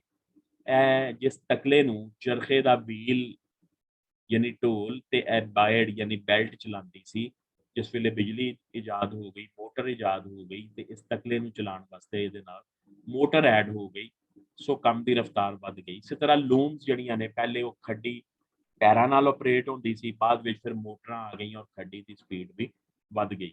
ਚਰਖਾ ਬਣਾਉਣ ਵਾਲੇ ਨੇ ਸਿਰਫ ਇਸ ਲੋੜ ਲਈ ਬਣਾਇਆ ਸੀ ਕਿ ਮੋਟਾ ਮੋਟਾ ਸੂਤਰ ਕੱਤ ਕੇ ਇਹ ਜਿਹਾ ਖੱਦਰ ਉਣਿਆ ਜਾਏ ਜਿਹੜਾ ਮਾੜਿਆਂ ਦਾ ਗਰੀਬਾਂ ਦਾ ਸਤਰ ਕੱਜ ਸਕੇ। ਉਣਿਆ ਜਾਏ ਯਾਨੀ ਬੁਣਿਆ ਜਾਏ, ਬਣਾਇਆ ਜਾਏ, ਸਤਰ ਕੱਜ ਸਕੇ ਯਾਨੀ ਲਿਬਾਸ ਬਣ ਸਕੇ, ਲਿਬਾਸ ਪਰਦਾਪੋਸ਼ੀ ਕਰ ਸਕੇ। ਪਰ ਚਰਖਾ ਬਣਾਉਣ ਵਾਲੇ ਦੇ ਵਹਿਮ ਖਿਆਲ ਵਿੱਚ ਵੀ ਨਹੀਂ ਹੋਣਾ ਕਿ ਕੋਈ ਬੰਦਾ ਇਹਨੂੰ ਅਲਾਮਤੀ ਪੱਧਰ ਤੇ, ਅਲਾਮਤੀ ਸਤ੍ਹਾ ਤੇ ਇੰਨੀ ਲੰਮੀ ਹਯਾਤੀ ਦੇ ਦੇਵੇਗਾ ਕਿ ਜ਼ਾਤੀ ਵਜੂਦ ਫਨਾ ਹੋਣ ਤੋਂ ਪਿੱਛੇ ਵੀ ਚਰਖਾ ਅਲਾਮਤੀ ਵਜੂਦ ਦੇ ਕਾਰਨ ਰਹਿੰਦੀ ਦੁਨੀਆ ਤੱਕ ਜ਼ਿੰਦਾ ਹੋ ਜਾਵੇਗਾ। ਅੱਛਾ ਜੀ, ਹੁਣ ਇੱਕ ਮਿਸਾਲ ਦੇਣੀ ਹੈ ਕਿ ਤਸਵਫ ਦਾ ਰੰਗ ਸ਼ਾਹ ਹੁਸੈਨ ਦੀ ਸ਼ਾਇਰੀ 'ਚ ਕਿਵੇਂ ਨਜ਼ਰ ਆਉਂਦਾ ਹੈ। ਚਰਖਾ ਇਨਸਾਨੀ ਜਿਸਮ ਦੀ ਅਲਾਮਤ ਹੈ, ਯਾਨੀ ਚਰਖੇ ਤੋਂ ਮੁਰਾਦ ਕੀ ਹੈ? ਆਬਜੈਕਟਿਵ 'ਚ ਕੁਐਸਚਨ ਪੁੱਛ ਲੈਂਦਾ ਹੁੰਦਾ ਹੈ। ਚਰਖੇ ਤੋਂ ਮੁਰਾਦ ਇਨਸਾਨੀ ਜਿਸਮ ਹੈ। ਚਰਖਾ ਕੱਤਣ ਤੋਂ ਕੀ ਮੁਰਾਦ ਹੈ? ਚਰਖਾ ਕੱਤਣ ਤੋਂ ਮੁਰਾਦ ਇਨਸਾਨ ਦਾ ਨੇਕ ਅਮਲ ਕਰਨਾ ਹੈ। ਤੇ ਇਨਸਾਨ ਨੂੰ ਹਮੇਸ਼ਾ ਦੁਨੀਆ ਵਿੱਚ ਰਹਿੰਦਿਆਂ ਹੋਇਆਂ ਬੰਦਗੀ ਤੇ ਜ਼ਿਕਰ ਵਿੱਚ ਹਯਾਤੀ ਲਗਾਉਣੀ ਚਾਹੀਦੀ ਹੈ। ਅਲਾਮਤੀ ਹਵਾਲੇ ਨਾਲ ਚਰਖਾ ਚੱਲਣ ਨੂੰ ਰੱਬ ਦੀ ਯਾਦ ਨਾਲ ਮਨਸੂਬ ਕਰਦੇ ਹੋਏ ਸ਼ਾਹ ਹੁਸੈਨ ਫਰਮਾਉਂਦੇ ਨੇ, ਚਰਖਾ ਬੋਲੇ ਸਾਈਂ ਸਾਈਂ, ਬਾਇੜ ਬੋਲੇ ਤੂੰ, ਕਹੇ ਹੁਸੈਨ ਫਕੀਰ ਸਾਈਂ ਦਾ, ਮੈਂ ਨਾਹੀ ਸਭ ਤੂੰ। ਇਹ ਪੂਰੀ ਕਾਫੀ ਤੇ ਨਹੀਂ ਹੈ, ਸਿਰਫ 2 ਮਿਸਰੇ ਲਏ ਨੇ, ਜ਼ਰਾ ਇਹਨਾਂ ਨੂੰ ਸਮਝ ਲਓ। ਸਾਈਂ ਸਾਈਂ ਸਾਈਂ ਸਾਈਂ ਸਾਈਂ ਸਾਈਂ, ਇਹ ਬੁਨਿਆਦੀ ਤੌਰ ਤੇ ਸ਼ਾਹ ਹੁਸੈਨ ਦਾ ਇਮੈਜੀਨੇਸ਼ਨ ਹੈ। ਚਰਖਾ ਜਿਹੜਾ ਹੈ ਉਹ ਆਮ ਜਿਹੀ ਮਸ਼ੀਨ ਹੈ, ਉਹਦੇ ਵਿੱਚ ਕੋਈ ਬੈਰਿੰਗ ਨਹੀਂ ਹੈ, ਉਹ ਕੋਈ ਬਹੁਤ ਲੇਟੈਸਟ ਔਰ ਐਡਵਾਂਸ ਮਸ਼ੀਨ ਨਹੀਂ ਹੈ, ਆਮ ਲੱਕੜੀ ਦਾ ਬਣਿਆ ਹੋਇਆ ਸਟਰਕਚਰ ਹੁੰਦਾ ਹੈ। ਲੈਪਟਾਪ ਚੱਲ ਰਿਹਾ ਜਾਂ ਉੱਤੇ ਪੱਖਾ ਚੱਲ ਰਿਹਾ ਮੇਰੇ ਕੋਲ, ਇਹਨਾਂ ਦੀਆਂ ਅਲੱਗ-ਅਲੱਗ ਆਵਾਜ਼ਾਂ ਮਹਿਸੂਸ ਹੋ ਰਹੀਆਂ ਨੇ। ਪੱਖੇ ਦੀ ਇੱਕ ਅਲੱਗ ਪਰਾਂ ਦੇ ਘੁੰਮਣ ਦੀ ਆਵਾਜ਼ ਹੈ, ਸੋ ਜਿਹੜੀ ਚਰਖਾ ਚੱਲਣ ਨਾਲ ਇੱਕ ਆਵਾਜ਼ ਪੈਦਾ ਹੋ ਰਹੀ ਹੈ। ਸ਼ਾਹ ਹੁਸੈਨ ਨੂੰ ਆਪਣੇ ਇਮੈਜੀਨੇਸ਼ਨ ਨਾਲ ਸਾਈਂ ਸਾਈਂ ਸਾਈਂ ਸਾਈਂ ਨਾਂ ਦਿੱਤਾ ਹੈ। ਹੁਣ ਸਾਈਂ ਤੋਂ ਕੀ ਮੁਰਾਦ ਹੈ? ਅੱਲਾ ਅੱਲਾ ਅੱਲਾ ਅੱਲਾ ਅੱਲਾ। ਅੱਛਾ ਜੀ, ਅੱਗੇ ਬਾਇੜ ਬੋਲੇ ਤੂੰ। ਹੁਣ ਚਰਖੇ ਦਾ ਦੂਸਰਾ ਪਾਰਟ ਹੈ ਬਾਇੜ। ਚਰਖੇ ਦਾ ਇੱਕ ਵੱਡਾ ਸਾਰਾ ਵੀਲ ਹੁੰਦਾ ਹੈ, ਉਹਦੇ ਉੱਤੇ ਇੱਕ ਡੋਰੀ ਹੁੰਦੀ ਹੈ, ਅੱਗੇ ਫਿਰ ਉਹ ਸਿਲਾਈ ਸੂਈ ਨੁਮਾ ਇੱਕ ਟਕਲਾ ਹੁੰਦਾ ਹੈ, ਉਹ ਡੋਰੀ ਉਸ ਤਕਲੇ ਨੂੰ ਘੁਮਾਉਂਦੀ ਹੈ, ਤਾਂ ਕਾਫੀ ਟਾਈਟ ਤਣੀ ਹੋਈ ਹੁੰਦੀ ਹੈ। ਹੁਣ ਧਾਗਾ ਜਿਸਲੇ ਤਣਿਆ ਹੋਇਆ ਚੱਲੇਗਾ ਤਾਂ ਉਹਦੀ ਅਲੱਗ ਜਿਹੀ ਤੂੰ ਤੂੰ ਤੂੰ ਆਵਾਜ਼ ਮਹਿਸੂਸ ਹੋਏਗੀ। ਸੋ ਤੂੰ ਤੋਂ ਮੁਰਾਦ ਵੀ ਅੱਲਾ ਅੱਲਾ ਅੱਲਾ। ਇਹ ਅਸਲ 'ਚ ਸਾਈਂ ਸਾਈਂ ਸਾਈਂ ਔਰ ਤੂੰ ਤੂੰ ਤੂੰ, ਇਹ ਸਾਡੇ ਸੂਫੀਆ ਇਕਰਾਮ ਬਜ਼ੁਰਗਾਨੇ ਦੀਨ ਜਦੋਂ ਹਿੰਦੁਸਤਾਨ ਵਿੱਚ ਆਏ, ਉਹਨਾਂ ਲੋਕਾਂ ਨੂੰ ਤਬਲੀਗ ਕੀਤੀ ਤੇ ਲੋਕਾਂ ਨੂੰ ਅੱਲਾ ਲਫ਼ਜ਼ ਪ੍ਰੋਨਾਉਂਸ ਨਹੀਂ ਸੀ ਕਰਨਾ ਆਉਂਦਾ। ਸੋ ਉਹਨਾਂ ਨੇ ਸ਼ੁਰੂ ਵਿੱਚ ਲੋਕਾਂ ਨੂੰ, ਇਹ ਤੁਸੀਂ ਅਮੀਰ ਖੁਸਰੋ ਦਾ ਪੜ੍ਹ ਲਵੋ, ਨਿਜ਼ਾਮੁদ্দিন ਔਲੀਆ ਦੇ ਮਲਫੂਜ਼ਾਤ ਪੜ੍ਹ ਲਵੋ, ਤੇ ਉਹਦੇ 'ਚੋਂ ਇਹ ਗੱਲਾਂ ਪਤਾ ਲੱਗਦੀਆਂ ਕਿ ਉਹਨਾਂ ਫਿਰ ਲੋਕਾਂ ਨੂੰ ਕਿਹਾ ਠੀਕ ਹੈ ਤੁਸੀਂ ਅੱਲਾ ਪ੍ਰੋਨਾਉਂਸ ਨਹੀਂ ਕਰ ਸਕਦੇ ਤੇ ਤੁਸੀਂ ਸਾਈਂ ਸਾਈਂ ਸਾਈਂ ਕਰਕੇ ਹੀ ਜ਼ਿਕਰ ਕਰ ਲਵੋ, ਤੁਸੀਂ ਤੂੰ ਤੂੰ ਤੂੰ ਕਹਿ ਕੇ ਹੀ ਜ਼ਿਕਰ ਕਰ ਲਵੋ। ਸੋ ਇੱਥੇ ਚਰਖਾ ਬੋਲੇ ਸਾਈਂ ਸਾਈਂ, ਬਾਇੜ ਬੋਲੇ ਤੂੰ, ਕਹੇ ਹੁਸੈਨ ਫਕੀਰ ਸਾਈਂ ਦਾ। ਹੁਸੈਨ ਅੱਲਾਹ ਤਾਲਾ ਦਾ ਫਕੀਰ ਕਹਿ ਰਿਹਾ ਹੈ, ਮੈਂ ਨਹੀਂ, ਮੈਂ ਕੁਝ ਨਹੀਂ ਹਾਂ, ਸਭ ਕੁਝ ਤੂੰ ਹੈ, ਯਾਨੀ ਮੇਰੀ ਕੋਈ ਔਕਾਤ ਨਹੀਂ, ਸਭ ਕੁਝ ਔਰ ਹਮੇਸ਼ਾ ਤੋਂ ਤੂੰ ਹੀ ਹੈ ਔਰ ਹਮੇਸ਼ਾ ਤੂੰ ਹੀ ਰਹੇਗਾ। ਅੱਛਾ ਜੀ, ਹੁਣ ਜ਼ਰਾ ਇਹਨੂੰ ਸਮਝ ਲਵੋ ਇੱਕ ਵਾਰੀ। ਓਵਰਆਲ ਇਹਦਾ ਥੀਮ ਚਰਖਾ ਬੋਲੇ। ਹੁਣ ਚਰਖਾ ਕੋਈ ਜ਼ਬਾਨ ਤੇ ਨਹੀਂ ਹੈ ਚਰਖੇ ਨੂੰ, ਉਹ ਕਹਿ ਰਿਹਾ ਚਰਖਾ ਬੋਲੇ ਤੋਂ ਮੁਰਾਦ ਚਰਖਾ ਚੱਲਣ ਤੋਂ ਮੁਰਾਦ, ਯਾਨੀ ਚਰਖਾ ਚੱਲਣ ਨਾਲ ਸਾਈਂ ਸਾਈਂ ਔਰ ਬਾਇੜ ਚੱਲਣ ਨਾਲ ਤੂੰ ਦੀ ਆਵਾਜ਼ ਆ ਰਹੀ ਹੈ। ਚਰਖੇ ਤੋਂ ਕੀ ਮੁਰਾਦ ਹੈ? ਇਨਸਾਨ। इंसान नूं चाहीदा है कि वो अपनी गुजरती हुई जिंदगी दे हर पल विच हर साह नाल साईं साईं साईं ते तू तू तू यानी अल्लाह अल्लाह अल्लाह करता रहे। क्यों? क्योंकि हुसैन अल्लाह ताला दा फकीर कह रहा है इंसान दी कोई औकात नहीं, सब कुछ अल्लाह ही अल्लाह है। नैक्सट इबादतुल वजूद दूसरा पॉइंट असीं कल पढ़िया सी तफसीली कि हर शै विच अल्लाह ताला मौजूद है। हमा ऊस्त इस नजरिए नूं कहंदे ने और इस नजरिए नूं इस्लामी दुनिया विच मुहय्यिद्दीन इब्न अरबी ने मुतारफ करवाया और इस नजरिए के मुताबिक की है कि कायनात विच जिन्नियां भी वजूद रखण वालियां शैवां ने वो वजूदे वाहिद यानी अल्लाह ताला तो बणियां ने।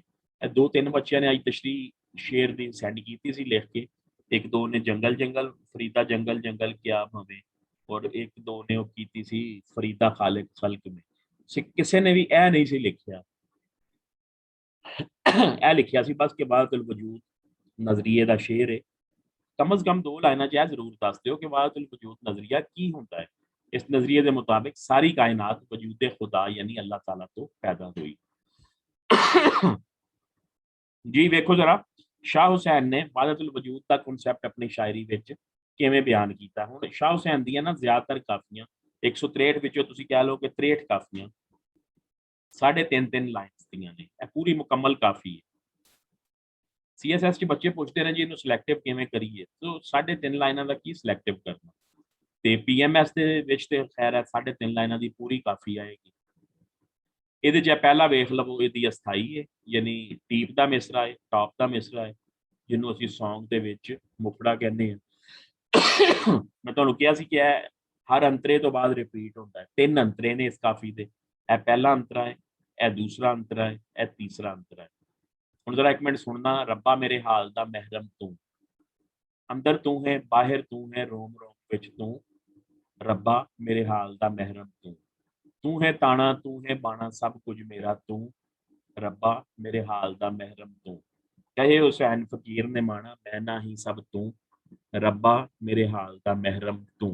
मेरा ख्याल है मैं 15 सैकेंड च काफी पढ़ देती और नाल अस्थाई भी बार बार रिपीट कर देती है। लेकिन यो ही काफी जिस वेले कोई सिंगर गाता है तो कम अज कम इसका 4 4.5 5 मिनट का वो ट्रैक बनता है।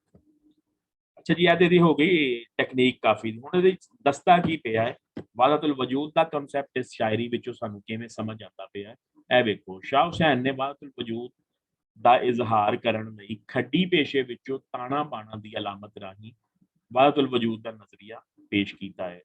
ਰੱਬਾ ਮੇਰੇ ਹਾਲ ਦਾ ਮਹਿਰਮ ਤੂੰ, ਮਹਿਰਮ ਕਹਿੰਦੇ ਨੇ ਜੀ ਜਾਣਨੇ ਵਾਲਾ, ਰਾਜ਼ਦਾਰ यानी साडे अंदर बारे जानन वाला। ए रब्बुल इज्जत मेरे बारे, मेरे अंदर बारे, मेरे बातन बारे जानन वाला सिर्फ और सिर्फ तू है। मैं तुहाडे बारे की सोचना, तुसी मेरे बारे की राय रखते हो, मैं नहीं दस सकदा, ना तुसी दस सकते हो। ए सिर्फ अंदर दीयां गल्लां, अंदर दे राज और अंदर दे हालात सिर्फ और सिर्फ अल्लाह ताला जानदा है। अंदर तू है बाहर तू है रोम रोम विच तू। रोम कहंदे ने जिस्म दा एक एक मसाम, जिस्म दा एक एक वाल, जिस्म दा एक एक रूआ, जिस्म दा एक एक जरा। ए रब्बुल इज्जत अंदर भी तू है, अज़ाहिरु वल बातिनु कुरान मजीद च आंदा है, और जिस्म दे एक एक हिस्से विच तू है। तू है ताना तू है बाना। मेरा ताना भी तू है, मेरा बाना भी तू है, सब कुछ मेरा तू, मेरा सब कुछ तू है। यानी मेरी कोई औकात नहीं, मैं सिर्फ और सिर्फ तेरे रहमो करम ते हैं। कहे हुसैन फकीर ने माना, हुसैन अल्लाह ताला दा फकीर बेचारा, निमाना कहते ने मस्कीन नू, बेचारे नू, आजिज नू, कमजोर नू। मैं ना ही सब तू, मैं कुछ भी नहीं है, सब कुछ तू ही तू है। अच्छा जी एक होर काफी लंबी काफी सी 7-8 मिसरे जो सिर्फ 2 लए ने जिहदे च वहदतुल वजूद का कॉन्सेप्ट साफ नजर आ रहा है।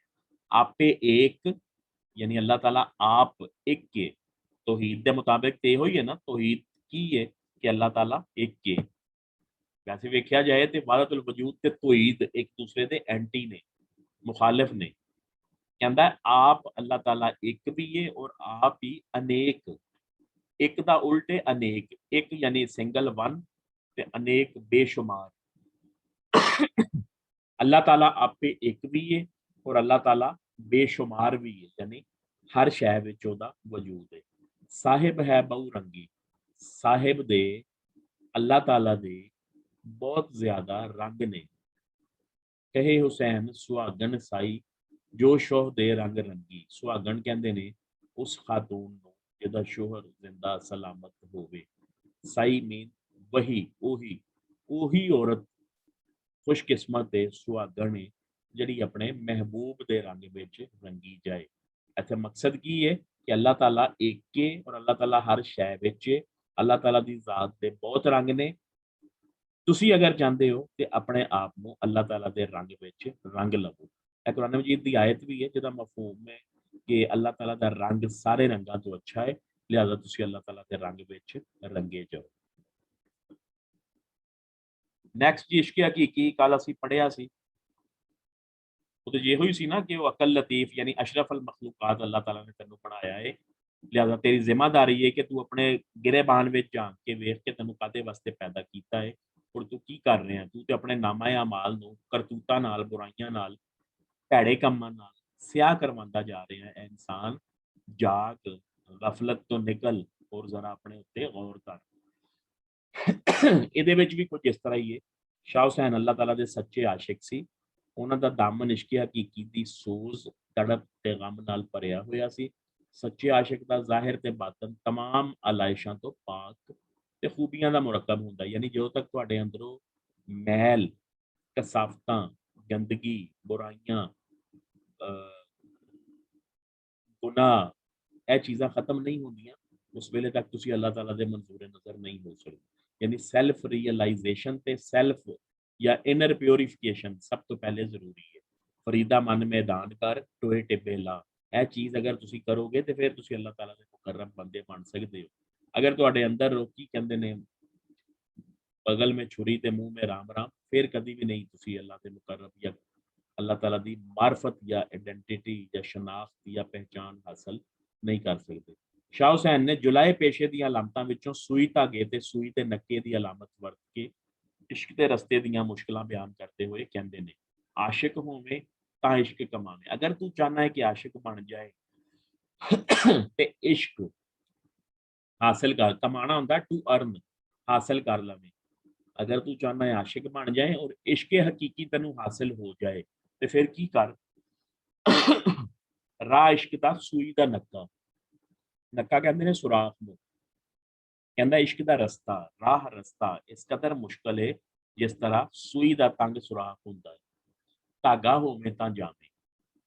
बाबा फरीद ने कहा सी फरीदा मन मैदान कर टोए टिब्बे ला, यानी उन्हें उस गल नूं अपने अंदाज नाल कीता और सेम उही गल नूं शाह हुसैन ने अपने अंदाज नाल कीता है कि अगर सूई दे तंग सुराख विचों गुजरना चाहना है तो अपने आप नूं धागे तरह प्लेन कर लै, हमवार कर लै, बारीक कर लै। बारीक तो मुराद की है यानी उहदे तो सारियां जड़ियां बदियां बुराइयां बदकारियां काम क्रोध लोभ इस किस्म दी चीज़ां मुनाफकत हसद तमा लालच इस किस्म दी चीज़ां सारियां खत्म करके बंदे दा पुत्र बन जाए, यानी ये एसेंस है। बाहर पाक अंदर आलूदा, यानी डुअलिटी बाहरों पाक है और अंदरों आलूदा है, यानी तेरे विच डुअलिटी है। जो तक डुअलिटी खत्म नहीं कर सकता, जो तक मुनाफकत खत्म नहीं कर सकता, केहा तू शेख कहाँ में, क्या तू शेख कहलवाने के लायक है। कहाँ में मीन कहलावे, शेख यानी दूसरियां दी रहनुमाई करन वाला। केहा क्या, क्या तुम शेख कहलवा सकते हो, यानी इसका मतलब की है कि तेरा ते अपना अंदर और बाहर पाक नहीं है, तू तेरे ते अंदरों आप खुद मुनाफकत खत्म नहीं हुई, तू किसी दूसरे ਨੂੰ ठीक किवें करेगा। कहे हुसैन जे फारिग थी में ता खास मुराकबा पाए, मुराकबा तवज्जो मेडिटेशन। हुसैन फकीर कह रहा है कि अगर तू अपने अंदरों सारियां चीज़ां कसाफतां खत्म कर लै, डुअलिटी खत्म कर लै, अपने आप नूं धागे तरह हमवार कर ले ते फिर तेनू अल्लाह ताला दा खास तवज्जो हासिल हो सकती है। नैक्सट जी हिजर ते विछोड़ा। पूरी काफ़ी और बड़ी मारूफ काफ़ी है, तुसी शायद सुनी होएगी, जे अगर नहीं सुनी तो यूट्यूब तो जरूर इन्हों सुनना। हामिद अली बेला की आवाज़ है। ਮਾਸਟਰਪੀਸ ਹੈ, ਸ਼ਾਹਕਾਰ ਹੈ, ਮਾਏ ਨੀ ਮੈਂ ਕਿਹਨੂੰ ਆਖਾਂ। ਨੀ ਇੱਥੇ ਵੀ ਔਰਤ ਵਾਲਾ ਹੀ ਅੰਦਾਜ਼ ਹੈ, ਯਾਨੀ ਸ਼ਾਹ ਹੁਸੈਨ ਨੇ ਇੱਥੇ ਵੀ ਆਪਣੇ ਆਪ ਨੂੰ ਨੀ, ਕਿਉਂਕਿ ਨੀ ਸਿਰਫ ਔਰ ਸਿਰਫ ਕੁੜੀ ਨੂੰ, ਔਰਤ ਨੂੰ ਮੁਖਾਤਬ ਕਰਨ ਵਾਸਤੇ ਹੁੰਦਾ। ਬੰਦਿਆਂ ਨੂੰ ਨੀ ਕਹਿ ਕੇ ਨਹੀਂ ਮੁਖਾਤਬ ਕੀਤਾ ਜਾ ਸਕਦਾ, ਬੰਦਿਆਂ ਨੂੰ ਓਏ ਜਾਂ ਵੇ ਜਾਂ ਅੜਿਆ ਕਹਿ ਕੇ ਬੁਲਾਉਂਦੇ ਨੇ। ਅੱਛਾ ਜੀ, ਇਸ ਕਾਫੀ ਨੂੰ ਸਮਝੋ ਜ਼ਰਾ, ਥੋੜੀ ਜਿਹੀ ਮੁਸ਼ਕਲ ਹੈ। ਇਹਦੇ ਦੋ ਸਿਚੁਏਸ਼ਨ ਪੈਰਲਲ ਚੱਲ ਰਹੀਆਂ ਨੇ, यानी पहली सिचुएशन है मुर्शद राजी हो जाए और दूसरी सिचुएशन है महबूबे हकीकी यानी अल्लाह ताला मिल जाए। ए दो सूरत हाल। माए नहीं मैं किनू आखा, ए मेरी मां मैं किनू जाके कहां, दर्द विछोड़े दा हाल, जुदाई दे दर्द दा हाल। विछोड़ा कहंदे ने जुदाई नूं, दर्द तकलीफ, जुदाई दी तकलीफ दा हाल मैं किनू जाके दसां। अच्छा जी, आज विछोड़े तो की मुराद है, केड़ी जुदाई दी गल है, इनू जरा समझ लो एक मिनट विच। साडे जिन्ने भी किस्से ने, ही तांजा, सोनी महीवाल, सस्सी पुन्नू, शीरी फराद, इहदे विच जिहड़ा हीर ते रांझा यानी आशिक ते माशूक दा विछोड़ा है, जुदाई है, वो सिंबोलिक है सारी। यानी इहदे तो मुराद है अल्लाह ताला दी ते इंसान दी जुदाई। कुरान मजीद विच अल्लाह ताला ने इरशाद आए थे अलस्तु बिरब्बिकुम, जिस वेले अल्लाह ताला ने तमाम इंसाना मिट्टी का खमीर करके इंसान का बुत बना लिया और तमाम रूहां जिहड़ियां हुण तक और रोजे मैशर क्यामत तक इस दुनिया में आनियां ना, सारियां नूं इकट्ठियां करके बुत बना के रूहां सारियां नूं इकट्ठा करके अलस्तु बिरब्बिकुम कालू बला। कुरान मजीद की आयत दी तफसीर पढ़ना किसी भी कुरान मजीद चो ते इहो ही लिखिया होएगा, तुहानूं बासानी समझ आ जाएगी। अल्लाह ताला ने फरमाया मुखातब करके अलस्तु बिरब्बिकुम, की मैं तुहाडा रब नहीं। ते तमाम रूहां जिन्हां नूं मुखातब करके अल्लाह ताला ने कहा सी, उन्हां बैक वक्त जवाब दिता कालू बला, हाँ बेशक तू साडा रब है। फिर अल्लाह ताला ने और रूहां नूं कहा कि मैं तुहानूं इंसानी जिस्म विच दाखिल करके दुनिया उत्ते भेजांगा। ते किसी भी रूह ने जिस्म विच दाखिल होने तो इनकार कर दिता, क्योंकि रूहां नूं शायद पहले ही पता सी कि हजरत इंसान ने की करतूत करने ने दुनिया उत्ते जाके। फिर अल्लाह ताला ने फरमाया कि मैं एक मुकर्ररा मुद्दत वास्ते भेजांगा और फिर वापस बुला लवांगा। यानी इनू अहदे अलस्त असीं कहने हैं, इनू इस कमिटमेंट नूं अहदे अलस्त या अहदे मिसाक कहने हैं कि इस कमिटमेंट के तहत रूह इंसानी जिस्म या इंसानी बुत विच, मिट्टी दे बने बुत विच दाखिल हुई सी। वैसे उन्हें इनकार कर दिता सी, उन्हें कहा नहीं मैं दाखिल नहीं हूँ। अल्लाह ने कहा मैं कुछ मुद्दत वास्ते इंसानी जिस्म विच, इस फानी मिट्टी के जिस्म विच दाखिल करके दुनिया उत्ते भेजांगा और फिर वापस बुला लवांगा। हुण तुसीं याद रखो इंसान दा दो चीज़ों का मुरक्कब है, एक मिट्टी का बनया होया जिस्म बुत और दूसरा उहदे विच पार्टिकल जिहड़ा है वो रूह है। कुरान मजीद दी एक होर आयत है, असीं इंसान नूं मिट्टी नाल, ठीकरी मिट्टी, वैसे पंजाबी ट्रांसलेट उहनूं इंज करदे ने, वो ठीकरी मिट्टी शायद कोई खास किस्म है मिट्टी की, ठीकरी मिट्टी नाल पैदा किया, विच अपनी रूह फूंक दी। मकसद की है कि एक मिट्टी का बनया इंसान है और दूसरा अल्लाह ताला वालों एक जुज जड़ा है वो रूह है।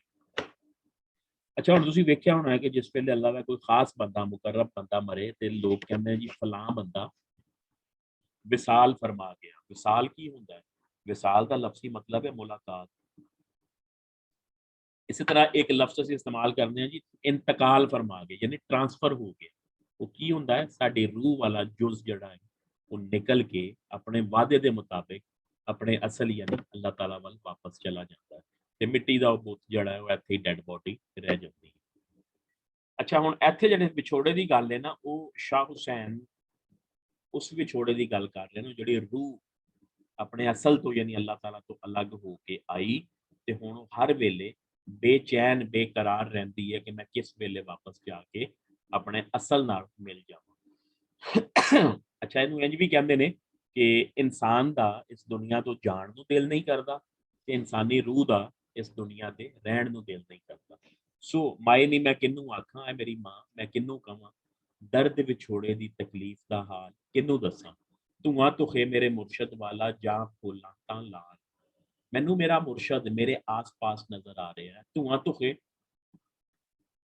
ਜਿਹੜੀ ਲੱਕੜੀਆਂ ਦੀ ਅੱਗ ਬਾਲਦੇ ਨੇ, ਅਗਰ ਗਿੱਲੀਆਂ ਲੱਕੜੀਆਂ ਹੋਣ ਜਾਂ ਫਿਰ ਉਪਲੇ ਥਾਪੀਆਂ ਜਿਨ੍ਹਾਂ ਨੂੰ ਕਹਿੰਦੇ ਨੇ, ਥਾਪੀਆਂ ਦੀ ਅੱਗ ਜਿਹੜੀ ਪੰਜਾਬ ਦੇ ਪਿੰਡਾਂ ਵਿੱਚ ਅੱਜ ਕੱਲ੍ਹ ਵੀ ਆਮ ਹੈ, ਜਿਨ੍ਹਾਂ ਜਾਨਵਰ ਡੰਗਰ ਰੱਖੇ ਹੁੰਦੇ ਨੇ ਉਸੇ ਹੀ ਉਹ ਗੋਹੇ ਨੂੰ, ਗੋਬਰ ਨੂੰ ਈਂਧਨ ਦੇ ਤੌਰ ਤੇ ਇਸਤੇਮਾਲ ਕਰਦੇ ਨੇ। ਅੱਛਾ ਜੀ, ਉਹ ਅੱਗ ਜਲਾਣੀ ਕਾਫੀ ਮੁਸ਼ਕਲ ਕੰਮ ਹੈ, ਉਹਦਾ ਧੂਆਂ ਬਹੁਤ ਨਿਕਲਦਾ, ਉਹਨੂੰ ਬਾਰ-ਬਾਰ ਅੱਗ ਨੂੰ ਖੋਲ੍ਹਣਾ ਪੈਂਦਾ ਹੈ, ਫੂਕਣੀ ਨਾਲ ਫੂਕਾਂ ਮਾਰਨੀਆਂ ਪੈਂਦੀਆਂ, ਫਿਰ ਜਾ ਕੇ ਅੱਗ ਬਲਦੀ। ਧੂਆਂ ਧੁਖਣ ਹੁੰਦਾ ਹੈ ਅੱਗ ਦੀ ਮੌਜੂਦਗੀ, ਯਾਨੀ ਧੂਆਂ ਅਗਰ ਕਿਸੇ ਜਗ੍ਹਾ ਤੋਂ ਨਜ਼ਰ ਆ ਰਿਹਾ ਤੇ ਇਹਦਾ ਕੀ ਮਤਲਬ ਹੈ ਕਿ ਉੱਥੇ ਅੱਗ ਮੌਜੂਦ ਹੈ। ਅੱਛਾ ਜੀ, ਧੂਏ ਵਾਲੀ ਅੱਗ ਨੂੰ ਬਾਲਣ ਵਾਸਤੇ ਕੀ ਕਰਦੇ ਨੇ, ਚੁੱਲ੍ਹੇ ਵਿੱਚੋਂ ਰਾਖ ਬਾਹਰ ਕੱਢਦੇ ਨੇ, ਉਹਨੂੰ ਖੋਲਦੇ ਨੇ ਅੱਗ ਨੂੰ, ਫਿਰ ਉਹਨੂੰ ਫੂਕ ਮਾਰਦੇ ਨੇ, ਫਿਰ ਜਾ ਕੇ ਕਿਤੇ ਉਹ ਅੱਗ ਬਲਦੀ। ਇੱਥੇ ਉਹ ਕਹਿ ਰਿਹਾ ਹੈ ਕਿ ਮੈਨੂੰ ਮੇਰੇ ਆਸ-ਪਾਸ ਮੇਰੇ ਮੁਰਸ਼ਦ ਦੀ ਮੌਜੂਦਗੀ ਦੇ ਆਸਾਰ ਨਜ਼ਰ ਆ ਰਹੇ ਨੇ। ਬਿਲਕੁਲ ਇਸ ਤਰ੍ਹਾਂ ਹੀ ਜਿਸ ਤਰ੍ਹਾਂ ਧੂਏ ਦੀ ਵਜ੍ਹਾ ਤੋਂ ਅੱਗ ਦੀ ਮੌਜੂਦਗੀ ਪਤਾ ਲੱਗਦੀ ਹੈ। ਸੂਲਾ ਮਾਰ ਦੀਵਾਨੀ ਕੀਤੀ, ਕਹਿੰਦਾ ਹੈ ਮੇਰਾ ਵਿਛੋੜੇ ਦੇ ਦਰਦ ਨਾਲ ਬੁਰਾ ਹਾਲ ਹੈ, ਮੇਰਾ ਮੁਰਸ਼ਦ ਮੇਰੇ ਆਸ-ਪਾਸ ਹੀ ਹੈ, ਮੈਂ ਵਿਛੋੜੇ ਦੇ ਦਰਦ ਦੀ ਵਜ੍ਹਾ ਤੋਂ, ਤਕਲੀਫਾਂ ਦੀ ਵਜ੍ਹਾ ਤੋਂ, ਸੂਲ ਕਹਿੰਦੇ ਨੇ ਕਾਂਟੇ ਨੂੰ, ਕਾਂਟਾ ਕੰਡਾ, ਵੈਸੇ ਇਹਦੇ ਤੋਂ ਮੁਰਾਦ ਤਕਲੀਫਾਂ, ਤਕਲੀਫਾਂ ਨੇ ਮੈਨੂੰ ਦੀਵਾਨੀ ਪਾਗਲ ਕਰ ਦਿੱਤਾ ਹੈ। ਬਿਰਹੋਂ ਪਿਆ ਸਾਡੇ ਖਿਆਲ, ਬਿਰਹੋਂ ਕਹਿੰਦੇ ਨੇ ਜੁਦਾਈ ਨੂੰ, ਜੁਦਾਈ, ਔਰ ਜੁਦਾਈ ਮੇਰਾ ਮੁਕੱਦਰ ਬਣ ਗਈ ਹੈ। ਖਿਆਲ ਪੈਣਾ ਮੁਹਾਵਰਾ ਹੈ ਜਿਹਦਾ ਮਤਲਬ ਹੁੰਦਾ ਮੁਕੱਦਰ ਬਣ ਜਾਣਾ। ਦੁੱਖਾਂ ਦੀ ਰੋਟੀ, ਮੇਰੇ ਦੁੱਖ ਮੇਰੀ ਰੋਟੀ ਨੇ, ਸੂਲਾਂ ਦਾ ਸਾਲਣ, ਮੇਰੀਆਂ ਤਕਲੀਫਾਂ ਮੇਰਾ ਸਾਲਣ ਨੇ। ਉਹੀ ਕੱਲ ਵਾਲੀ ਸਿਚੁਏਸ਼ਨ ਜਿਹੜੀ ਹੈ,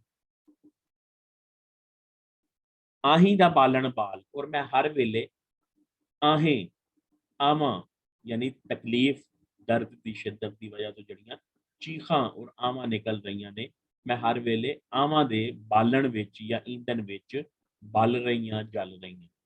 ਜੰਗਲ ਬੇਲੇ ਫਿਰੇ ਢੁੰਡੇਂਦੀ, ਜੰਗਲ ਵਿੱਚ ਬੇਲੇ ਵਿੱਚ, ਬੇਲੇ ਦਾ ਮਤਲਬ ਵੀ ਜੰਗਲ ਹੀ ਹੁੰਦਾ ਹੈ, ਚਰਾਗਾਹ ਹੁੰਦਾ ਜਿੱਥੇ ਜਾਨਵਰ ਜਾ ਕੇ ਚਾਰਾ ਵਗੈਰਾ ਖਾਂਦੇ ਨੇ। ਢੁੰਡੇਂਦੀ, ਢੂੰਡਦੀ ਫਿਰ ਰਹੀਆਂ, ਲੱਭਦੀ ਫਿਰ ਰਹੀਆਂ, ਅਜੇ ਨਾ ਪਾਇਓ ਲਾਲ, ਹਾਲੇ ਤੱਕ ਮੈਨੂੰ ਮੇਰਾ ਮਹਿਬੂਬ।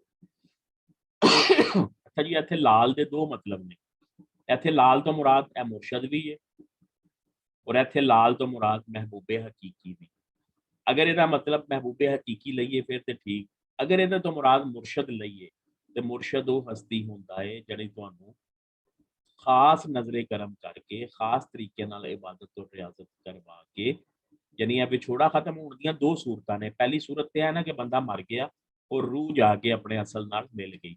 ਦੂਸਰੀ ਸੂਰਤ ਹੈ ਕਿ ਤੁਹਾਨੂੰ ਦੁਨੀਆ ਵਿੱਚ ਰਹਿੰਦੇ ਹੋਏ ਤੁਹਾਡਾ ਮੁਰਸ਼ਦ ਇਸ ਤਰ੍ਹਾਂ ਇਬਾਦਤ ਤੋਂ ਰਿਆਜ਼ਤ ਕਰਾਉਂਦਾ ਹੈ ਕਿ ਤੁਸੀਂ ਅੱਲਾਹ ਤਾਲਾ ਦੀ ਜ਼ਾਤ ਨਾਲ ਮਿਲ ਜਾਂਦੇ ਹੋ, ਉਹਦੀ ਮਾਰਫਤ ਹਾਸਲ ਕਰ ਲੈਂਦੇ ਹੋ, ਉਹਦੀ ਖਾਸ ਤਵੱਜੋ ਹਾਸਲ ਕਰ ਲੈਂਦੇ ਹੋ, ਉਹਦੀ ਉੱਤੇ ਜਿਹੜਾ ਮੁਰਾਕਬਾ ਲਫ਼ਜ਼ ਆਇਆ ਸੀ ਨਾ, ਖਾਸ ਮੁਰਾਕਬਾ ਹਾਸਲ ਕਰ ਲੈਂਦੇ ਹੋ।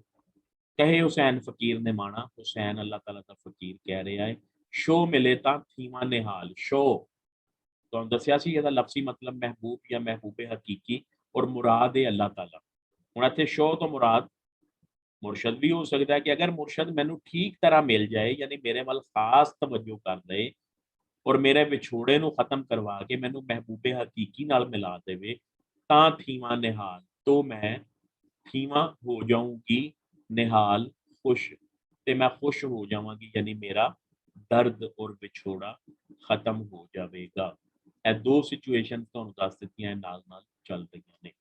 ਹਾਂਜੀ, ਜਾਗ ਰਹੇ ਹੋ ਜੀ ਸਾਰੇ? Yes sir. जी सर। जी सर, और ਜਿਹੜੀਆਂ ਦੋ ਸਿਚੁਏਸ਼ਨਾਂ ਸਨ ਸਰ ਕਾਈਂਡਲੀ ਦੁਹਰਾ ਦਿਆ ਜੇ, ਆਵਾਜ਼ ਇੰਟਰਪਟ ਹੋ ਗਈ ਸੀ ਮੇਰੇ ਕੋਲ। Thank you. ਅੱਛਾ ਜੀ, ਇਹਦੇ ਚ ਉਹ ਹੈ ਕਿ ਵਿਛੋੜਾ ਜਿਹੜਾ ਹੈ ਨਾ ਦੋ ਤਰ੍ਹਾਂ ਦਾ ਹੈ। ਜੁਦਾਈ, ਇੱਕ ਤੇ ਸਾਡੀ ਰੂਹ ਜਿਹੜੀ ਅਸਲ ਤੋਂ ਅਲੱਗ ਹੋ ਕੇ ਆਈ ਹੈ, ਜਿਸ ਵੇਲੇ ਅਸੀਂ ਮਰ ਜਾਵਾਂਗੇ ਉਹ ਸਾਡੀ ਰੂਹ ਨਿਕਲ ਕੇ ਆਪਣੇ ਅਸਲ ਨਾਲ ਮਿਲ ਜਾਏਗੀ। ਲੇਕਿਨ ਉਹ ਦੂਸਰੀ ਸਿਚੁਏਸ਼ਨ ਹੈ ਵੇ ਕਿ ਦੁਨੀਆ ਵਿੱਚ ਰਹਿੰਦੇ ਹੋਏ ਸਾਡਾ ਮੁਰਸ਼ਦ ਸਾਡੀ ਇਸ ਤਰ੍ਹਾਂ ਤਰਬੀਅਤ ਔਰ ਰਹਿਨੁਮਾਈ ਕਰਦਾ ਹੈ ਕਿ ਉਹ ਸਾਨੂੰ ਮਹਿਬੂਬੇ ਹਕੀਕੀ ਯਾਨੀ ਅੱਲਾਹ ਤਾਲਾ ਨਾਲ ਮਿਲਾ ਦਿੰਦਾ ਹੈ, ਸਾਨੂੰ ਉਹਦੀ ਦੁਨੀਆ ਵਿੱਚ ਸ਼ਨਾਖਤ ਔਰ ਮਾਰਫਤ ਔਰ ਖਾਸ ਤਵੱਜੋ ਹਾਸਲ ਹੋ ਜਾਂਦੀ ਹੈ। ਹੁਣ ਸ਼ਾਹ ਹੁਸੈਨ ਇੱਥੇ ਕਹਿ ਰਿਹਾ ਕਿ ਮੇਰੇ ਦੁੱਖ ਦਰਦ ਦਾ ਇਹੋ ਹੀ ਇਲਾਜ ਹੈ ਕਿ ਅਗਰ ਮੈਨੂੰ ਮੇਰਾ ਮੁਰਸ਼ਦ ਮੇਰੇ ਮਹਿਬੂਬੇ ਹਕੀਕੀ ਨਾਲ ਮਿਲਾ ਦੇਵੇ ਤੇ ਫਿਰ ਮੇਰੇ ਦੁੱਖ ਦਰਦ ਦੀਆਂ ਤਕਲੀਫਾਂ ਔਰ ਸਾਰਾ ਕੁਝ ਖਤਮ ਹੋਏਗਾ ਔਰ ਮੈਂ ਖੁਸ਼ ਹੋ ਜਾਵਾਂਗੀ। ਨਿਹਾਲ यानी खुश थीमा होवा, ਖੁਸ਼ ਹੋ ਜਾਵਾਂਗੀ। ਸਰ ਇਹ ਅਜੇ ਨਾ ਪਾਈਓ ਲਾਲ ਦਾ ਕੀ ਮਤਲਬ ਹੁੰਦਾ? ਅਜੇ ਨਾ ਪਾਈਓ ਲਾਲ, ਅਜੇ ਨਾ ਪਾਇਓ, ਅਭੀ ਤੱਕ ਮੁਝੇ ਪਾਇਓ ਮੇਰਾ ਲਾਲ। ਮਹਿਬੂਬ ਨਹੀਂ ਮਿਲਾ। ਯਾਨੀ ਕਹਿੰਦਾ ਠੀਕ। ਐ ਜ਼ਰਾ ਵੇਖਣਾ 3 ਮਿਸਰੇ, ਕਹਿੰਦਾ ਮੇਰੀ ਉੱਤੇ ਤੋਂ ਉਹਨੇ ਦੱਸ ਦਿੱਤਾ ਨਾ ਕਿ ਵਿਛੋੜੇ ਜੁਦਾਈ ਦੀ ਤਕਲੀਫ ਦੀ ਵਜ੍ਹਾ ਤੋਂ ਮੇਰਾ ਬੜਾ ਬੁਰਾ ਹਾਲ ਹੈ। ਇਹਦੇ 'ਚ ਉਹਨੇ ਕਿਹਾ ਹੈ ਕਿ ਮੇਰਾ ਮੁਰਸ਼ਦ ਮੇਰੇ ਕੋਲ ਹੀ ਹੈ ਲੇਕਿਨ ਉਹ ਮੇਰਾ ਮਸਲਾ ਨਹੀਂ ਹੱਲ ਕਰ ਰਿਹਾ। ਇਹਦੇ 'ਚ ਉਹਨੇ ਕਿਹਾ ਕਿ ਸੂਲਾਂ ਨੇ ਯਾਨੀ ਤਕਲੀਫਾਂ ਨੇ ਮੈਨੂੰ ਦੀਵਾਨੀ ਕਰ ਦਿੱਤਾ ਹੈ, ਜੁਦਾਈ ਮੇਰੇ ਮੁਕੱਦਰ ਬਣ ਗਈ ਹੈ, ਮੈਨੂੰ ਰੋਟੀ ਦੀ ਸਾਲਣ ਦੀ ਕੋਈ ਹੋਸ਼ ਨਹੀਂ, ਮੈਂ ਹਰ ਵੇਲੇ ਮੁਸਲਸਲ ਆਪਣੀਆਂ ਆਵਾਂ ਦੇ ਈਂਧਨ ਵਿੱਚ ਜਲ ਰਹੀ ਹਾਂ, ਜੰਗਲਾਂ ਵਿੱਚ ਬੇਲਿਆਂ ਵਿੱਚ ਮਾਰੀ ਮਾਰੀ ਫੇਰ ਰਹੀ ਹਾਂ, ਲੇਕਿਨ ਹਾਲੇ ਤੱਕ ਮੈਨੂੰ ਮੇਰਾ ਮਹਿਬੂਬ ਨਹੀਂ ਮਿਲਿਆ। ਹੁਸੈਨ ਅੱਲਾਹ ਤਾਲਾ ਦਾ ਫਕੀਰ ਕਹਿ ਰਿਹਾ ਹੈ ਅਗਰ ਮੇਰਾ ਮਹਿਬੂਬ ਮਿਲ ਜਾਏ ਤੇ ਮੇਰੀ ਫਿਰ ਸਾਰੀ ਇਹ ਹਾਲਤ ਜਿਹੜੀ ਹੈ ਨਾ ਦੁੱਖ ਤਕਲੀਫ ਪਰੇਸ਼ਾਨੀਆਂ ਮਸਾਇਲ ਖਤਮ ਹੋ ਜਾਣਗੇ ਔਰ ਮੈਂ ਨਿਹਾਲ ਹੋ ਜਾਵਾਂਗੀ, ਖੁਸ਼ ਹੋ ਜਾਵਾਂਗੀ। ਗੈਰੁल्लाह ਤੋਂ ਨਫ਼ਰਤ ਇਹ ਵੀ ਕਾਫੀ ਥੋੜੀ ਔਖੀ ਹੈ। ਦੋਨੋਂ ਇਹਦੇ 'ਚ ਜਿਹੜੀ ਹੀਰ ਰਾਂਝਾ ਦੀ ਪੂਰੀ ਦਾਸਤਾਨ ਜਿਨ੍ਹਾਂ ਪੜ੍ਹੀ ਹੋਏ ਯਾਨੀ 4-4 6-6 ਹਜ਼ਾਰ ਲਾਈਨਸ ਦੇ ਵਿੱਚ ਵਾਰਿਸ ਸ਼ਾਹ ਨੇ ਔਰ ਦੂਸਰੇ ਸ਼ਾਇਰਾਂ ਨੇ ਹੀਰ ਰਾਂਝੇ ਦਾ ਕਿੱਸਾ ਲਿਖਿਆ ਹੈ ਔਰ ਇਹ ਸਿਰਫ 3.5 ਮਿਸਰਿਆਂ ਦੀ ਕਾਫੀ ਵਿੱਚੋਂ ਯਾਨੀ ਜਿਹੜਾ ਜੋ ਵਾਰਿਸ ਸ਼ਾਹ ਦੀ ਹੀਰ ਦਾ ਪੁਆਇੰਟ ਆਫ ਵਿਊ ਹੈ ਨਾ ਉਹ ਸ਼ਾਹ ਹੁਸੈਨ ਦਾ ਇੰਨਾ ਸਟਰੋਂਗ ਅੰਦਾਜ਼ ਹੈ ਯਾਨੀ ਕਹਿ ਲਓ ਕਿ ਕਾਫੀ ਸਿਨਫ ਇੰਨੀ ਸਟਰੋਂਗ ਹੈ ਕਿ ਉਹਨੇ ਸਿਰਫ ਇਹਦੇ ਅਸਥਾਈ ਵਿੱਚ ਹੀ ਉਹ ਗੱਲ ਕਰ ਦਿੱਤੀ ਹੈ। ਯਾਨੀ ਵਾਰਿਸ ਸ਼ਾਹ ਨੇ 4000 ਲਾਈਨਸ ਲਿਖਣ ਤੋਂ ਬਾਅਦ ਉਹਦਾ ਜਿਹੜਾ ਅਸੀਂ ਥੀਮ ਜਾਂ ਸੈਂਟਰਲ ਆਈਡੀਆ ਕੱਢਦੇ ਆ ਨਾ ਉਹ ਹੀਰ ਦਾ ਇਹ ਮੌਕਫ ਹੈ ਕਿ ਮੈਨੂੰ ਸਿਰਫ ਔਰ ਸਿਰਫ ਰਾਂਝੇ ਨਾਲ ਲੈਣ ਦੇਣਾ, ਮੈਂ ਕਿਸੇ ਹੋਰ ਨਾਲ ਨਹੀਂ ਜਾਣਾ ਔਰ ਨਾ ਮੈਂ ਕਿਸੇ ਹੋਰ ਨੂੰ ਜਾਣਦੀ ਹਾਂ। ਇਹ 4500 ਮਿਸਰਿਆਂ ਦਾ ਥੀਮ ਹੈ ਕਿ ਹੀਰ ਨੂੰ ਸਿਰਫ ਔਰ ਸਿਰਫ ਰਾਂਝੇ ਨਾਲ ਲੈਣ ਦੇਣੇ, ਉਹ ਕਿਸੇ ਥਰਡ ਪਰਸਨ ਨੂੰ ਕਿਸੇ ਖੇੜੇ ਨੂੰ ਨਹੀਂ ਜਾਣਦੇ। ਇੰਨੇ ਸ਼ਾਹ ਹੁਸੈਨ ਨੇ ਸਿਰਫ ਅੱਧੇ ਮਿਸਰੇ ਵਿੱਚ ਉਹ ਗੱਲ ਕਹਿ ਦਿੱਤੀ ਹੈ ਨੀ ਮਾਏ ਐ ਮੇਰੀ ਮਾਂ ਮੈਨੂੰ ਖੇੜਿਆਂ ਦੀ ਗੱਲ ਨਾ ਆਖ, ਮੈਨੂੰ ਖੇੜਿਆਂ ਬਾਰੇ ਨਾ ਕਹਿ ਨਾ ਦੱਸ। ਤੁਹਾਨੂੰ ਪਤਾ ਹੋਵੇਗਾ ਥੋੜਾ ਬਹੁਤ ਤੇ ਕਿਸੇ ਦਾ ਕਿ ਜਿਸ ਵੇਲੇ ਉਹਨਾਂ ਘਰ ਉਹ ਮੁਲਾਜ਼ਮ ਹੋਇਆ ਸੀ ਉਹਦੇ ਨਾਲ ਕਮਿਟਮੈਂਟ ਕੀਤੀ ਗਈ ਸੀ ਕਿ ਅਸੀਂ ਕੁਝ ਅਰਸੇ ਤੋਂ ਬਾਅਦ ਆਪਣੀ ਬੇਟੀ ਦੀ ਸ਼ਾਦੀ ਤੇਰੇ ਨਾਲ ਕਰਦੇ ਹਾਂ, ਲੇਕਿਨ ਜਿਸ ਵੇਲੇ ਸ਼ਾਦੀ ਦਾ ਵਕਤ ਆਇਆ ਤੇ ਫਿਰ ਉਹ ਕੈਦੋ ਨੇ ਕਿਹਾ ਤੇ ਸਾਡਾ ਨੌਕਰ ਇੱਕ ਕਾਮਾ ਹੈ, ਇਹਦੇ ਨਾਲ ਅਸੀਂ ਆਪਣੀ ਬੇਟੀ ਵਿਆਹਾਂਗੇ ਤੇ ਸਾਡੀ ਤੇ ਆਸ-ਪਾਸ ਕੋਈ ਇੱਜ਼ਤ ਨਹੀਂ ਰਹੇਗੀ, ਲਿਹਾਜ਼ਾ ਆਪਣੀ ਗੱਲ ਤੋਂ ਮੁੱਕਰ ਗਏ। ਉਹਨੂੰ ਜ਼ਬਰਦਸਤੀ ਖੇੜੇ ਨਾਲ, ਸੈਦਾ ਖੇੜਾ ਉਹਦਾ ਨਾਂ ਸੀ, ਖੇੜਾ ਕਾਸਟ, ਸ਼ਾਦੀ ਕਰ ਦਿੱਤੀ ਗਈ ਵਗੈਰਾ ਵਗੈਰਾ। ਇੱਥੇ ਉਹੀ ਗੱਲ ਉਹ ਕਹਿ ਰਹੀ ਹੈ ਕਿ ਮੈਨੂੰ ਰਾਂਝੇ ਨਾਲ ਨਹੀਂ, ਖੇੜੇ ਨਾਲ ਕੋਈ ਲੈਣ ਦੇਣ ਨਹੀਂ, ਬਲਕਿ ਮੈਨੂੰ ਸਿਰਫ ਔਰ ਸਿਰਫ ਰਾਂਝੇ ਨਾਲ ਗੱਲ ਏ। ਰਾਂਝਾ ਮੇਰਾ ਮਤਲੂਬ ਹੈ, ਰਾਂਝੇ ਨੂੰ ਮੈਂ ਚਾਹੁੰਦੀ ਹਾਂ, ਰਾਂਝਾ ਮੇਰਾ ਮਹਿਬੂਬ ਹੈ। ਹੁਣ ਅੱਧੇ ਮਿਸਰੇ ਵਿੱਚ ਜੋ ਉਹਨੇ ਇੱਥੇ ਇੱਕ ਰਾਏ ਦਿੱਤੀ ਹੈ ਆਪਣੀ ਉਸ ਗੱਲ ਨੂੰ ਜਸਟੀਫਾਈ ਕਰਨ ਵਾਸਤੇ, ਹੁਣ 3 ਮਿਸਰੇ ਜਾਂ ਇੰਝ ਸਮਝ ਲਓ ਕਿ ਪਹਿਲੇ ਅਸਥਾਈ ਜਾਂ ਪਹਿਲਾ ਅੱਧਾ ਮਿਸਰਾ ਜਿਹੜਾ ਹੈ ਉਹਦੀ ਐਕਸਪਲੇਨੇਸ਼ਨ ਉਹਨੇ ਇਹ ਥੱਲੇ 3 ਲਾਈਨ ਵਿੱਚ ਦੇ ਕੇ 3.5 ਲਾਈਨਾਂ ਵਿੱਚ ਕਾਫੀ ਮੁਕੰਮਲ ਕਰ ਦਿੱਤੀ। ਰਾਂਝਣ ਮੇਰਾ ਮੈਂ ਰਾਂਝੇ ਦੀ, ਯਾਨੀ ਵੇਖੋ ਕਿੰਨਾ ਦੋ ਟੋਕ ਗੱਲ ਹੈ ਕਿ ਰਾਂਝਾ ਮੇਰਾ ਹੈ ਮੈਂ ਰਾਂਝੇ ਦੀ ਹਾਂ, ਖੇੜਿਆਂ ਨੂੰ ਕੂੜੀ ਜਾ ਕੇ, ਖੇੜੇ ਯਾਨੀ ਵਿਲਨ ਜਿੱਥੇ ਹੀਰ ਦੀ ਮਰਜ਼ੀ ਦੇ ਖਿਲਾਫ ਜ਼ਬਰਦਸਤੀ ਉਹਦੀ ਸ਼ਾਦੀ ਹੁੰਦੀ ਹੈ। ਕੂੜੀ ਮੀਨ ਝੂਟੀ, ਝੂਟੀ ਜਾਗ ਕਹਿੰਦੇ ਨੇ ਆਸ ਨੂੰ, ਖੇੜੇ ਝੂਟੀ ਆਸ ਲਾਈ ਬੈਠੇ ਨੇ। ਰਾਂਝਾ ਮੇਰਾ ਹੈ ਐ ਮਾਇਆ ਐ ਮਾਂ ਮੈਨੂੰ ਖੇੜਿਆਂ ਦੀ ਗੱਲ ਨਾ ਕਹਿ, ਰਾਂਝਣ ਮੇਰਾ ਹੈ ਮੈਂ ਰਾਂਝੇ ਦੀਆਂ, ਖੇੜੇ ਖਾਮ ਖਾ ਝੂਟੀ ਆਸ ਲਾਈ ਬੈਠੇ ਨੇ। ਲੋਕ ਜਾਣੇ ਹੀਰ ਕਮਲੀ, ਲੋਕ ਸਮਝ ਰਹੀ ਹੈ ਕਿ ਹੀਰ ਪਾਗਲ ਹੋ ਗਈ ਹੈ, ਕਮਲੀ ਹੋ ਗਈ ਹੈ।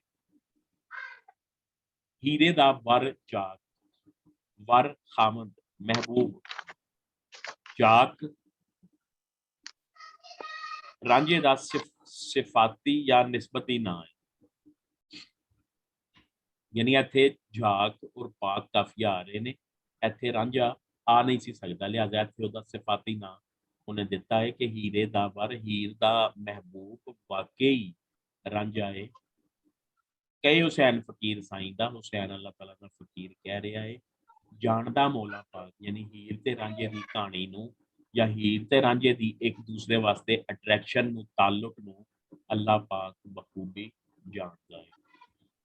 ਅੱਜ ਦੀ ਇਨਕਸਾਰੀ ਅੱਛਾ ਜੀ ਜੀ ਜੀ ਦੁਬਾਰਾ ਪਲੀਜ਼, ਥੈਂਕ ਯੂ।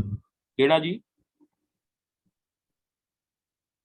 ਸਰ ਇਹ ਜਿਹੜਾ ਨਾ ਹੀਰੇ ਦਾ ਵਰ ਚਾਕ ਜੀ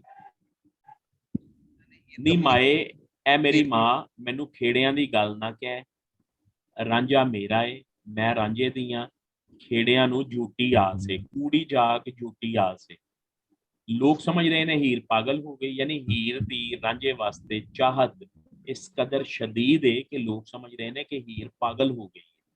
ਲੇਕਿਨ ਇੱਥੇ ਕਹਿ ਰਹੀ ਹੈ ਕਿ ਲੋਕ ਜਾਣੇ, ਯਾਨੀ ਲੋਕ ਸਮਝ ਰਹੇ ਨੇ ਹੀਰ ਕਮਲੀ, ਹੀਰ ਪਾਗਲ, ਲੇਕਿਨ ਕਹਿੰਦੀ ਮੈਂ ਪਾਗਲ ਨਹੀਂ ਹੈ, ਵਾਕਈ ਹੀਰੇ ਦਾ ਵਰ ਚਾਕ ਹੀਰ ਦਾ ਮਹਿਬੂਬ ਰਾਂਝਾ ਹੈ।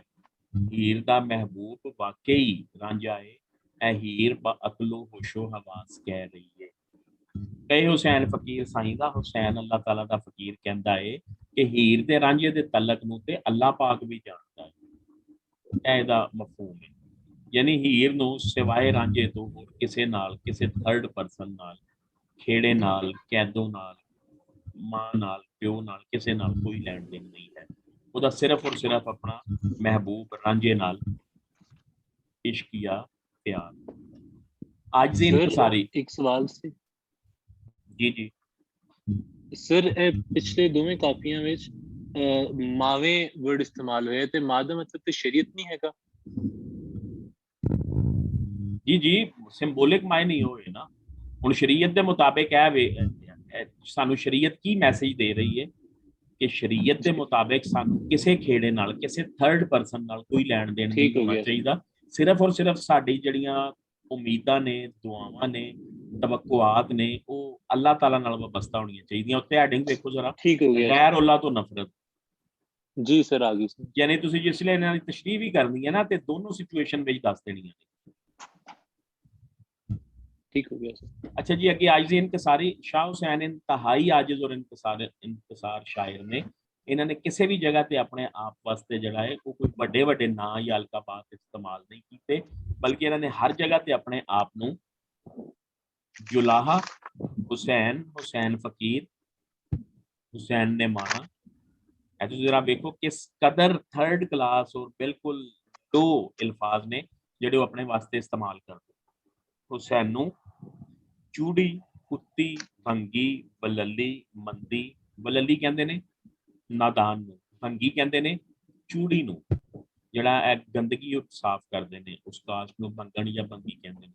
बलली नादान, उचजी, जिन्हों मैनर्स ना हो। मंदी बुरी, ओगणहारी गुनेगार, निमाणी बेचारी, नतानी कमजोर, कमीनी गाली दी सेंस है, बुरा लोग। इस तरह के उन्होंने अपनी शायरी में लफ्ज अपने वास्ते यूज किए हैं, लेकिन लोगों ने उन्होंने वास्ते शेख हुसैन डाडा ते शाह हुसैन फकीर जैसे अल्फाज इस्तेमाल किए हैं। आज की और इनकसारी दी मिसालां मैं पिछों ही लईयां ने जी, जड़ियां आखिरी मिसरा है काफियां दा। कहे हुसैन फकीर साईं दा, फजल करे ता मैं तारियां, अगर तेरा फजलो करम होया ते मैं कामयाब हो जावांगा। तारियां यानी कामयाब हो जाऊंगी, तर जावांगी। कहे हुसैन फकीर ने माना, बाकी नाम साईं दा रहता। कहे हुसैन फकीर ने माना, छड़ दे खुदी गुमान। नैक्सट आ जाओ जी, दुनिया की बेसबाती है भी 3.5 मिसरे की काफ़ी है, बहुत खूबसूरत। वो गुमाने वो लफ्ज जड़ा है भी असीं अजकल नहीं बोलते, यह भी निदाइया है, यानी किसी को मुखातिब करने वास्ते बोलिया जाता सी। ओए या वे कह के जिवें असीं बुला दईए, वे गुमाने ए गुमान में मुब्तला बंदे, ए शको शुबा में मुब्तला बंदे, दम गनीमत जान, अपने सावां नू, अपनी जिंदगी नू मौका गनीमत जान। क्या लै आयो, की लैके आया सी, क्या लै जासे, की लैके जावेगा, फानी कुल जहान, पूरी दुनिया फानी।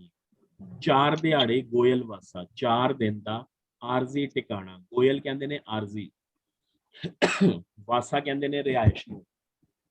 4 दिन की आरजी रिहाइश है, ना कर इतना मान, इन्ना ज्यादा मान और गरूर और तकबर ना कर।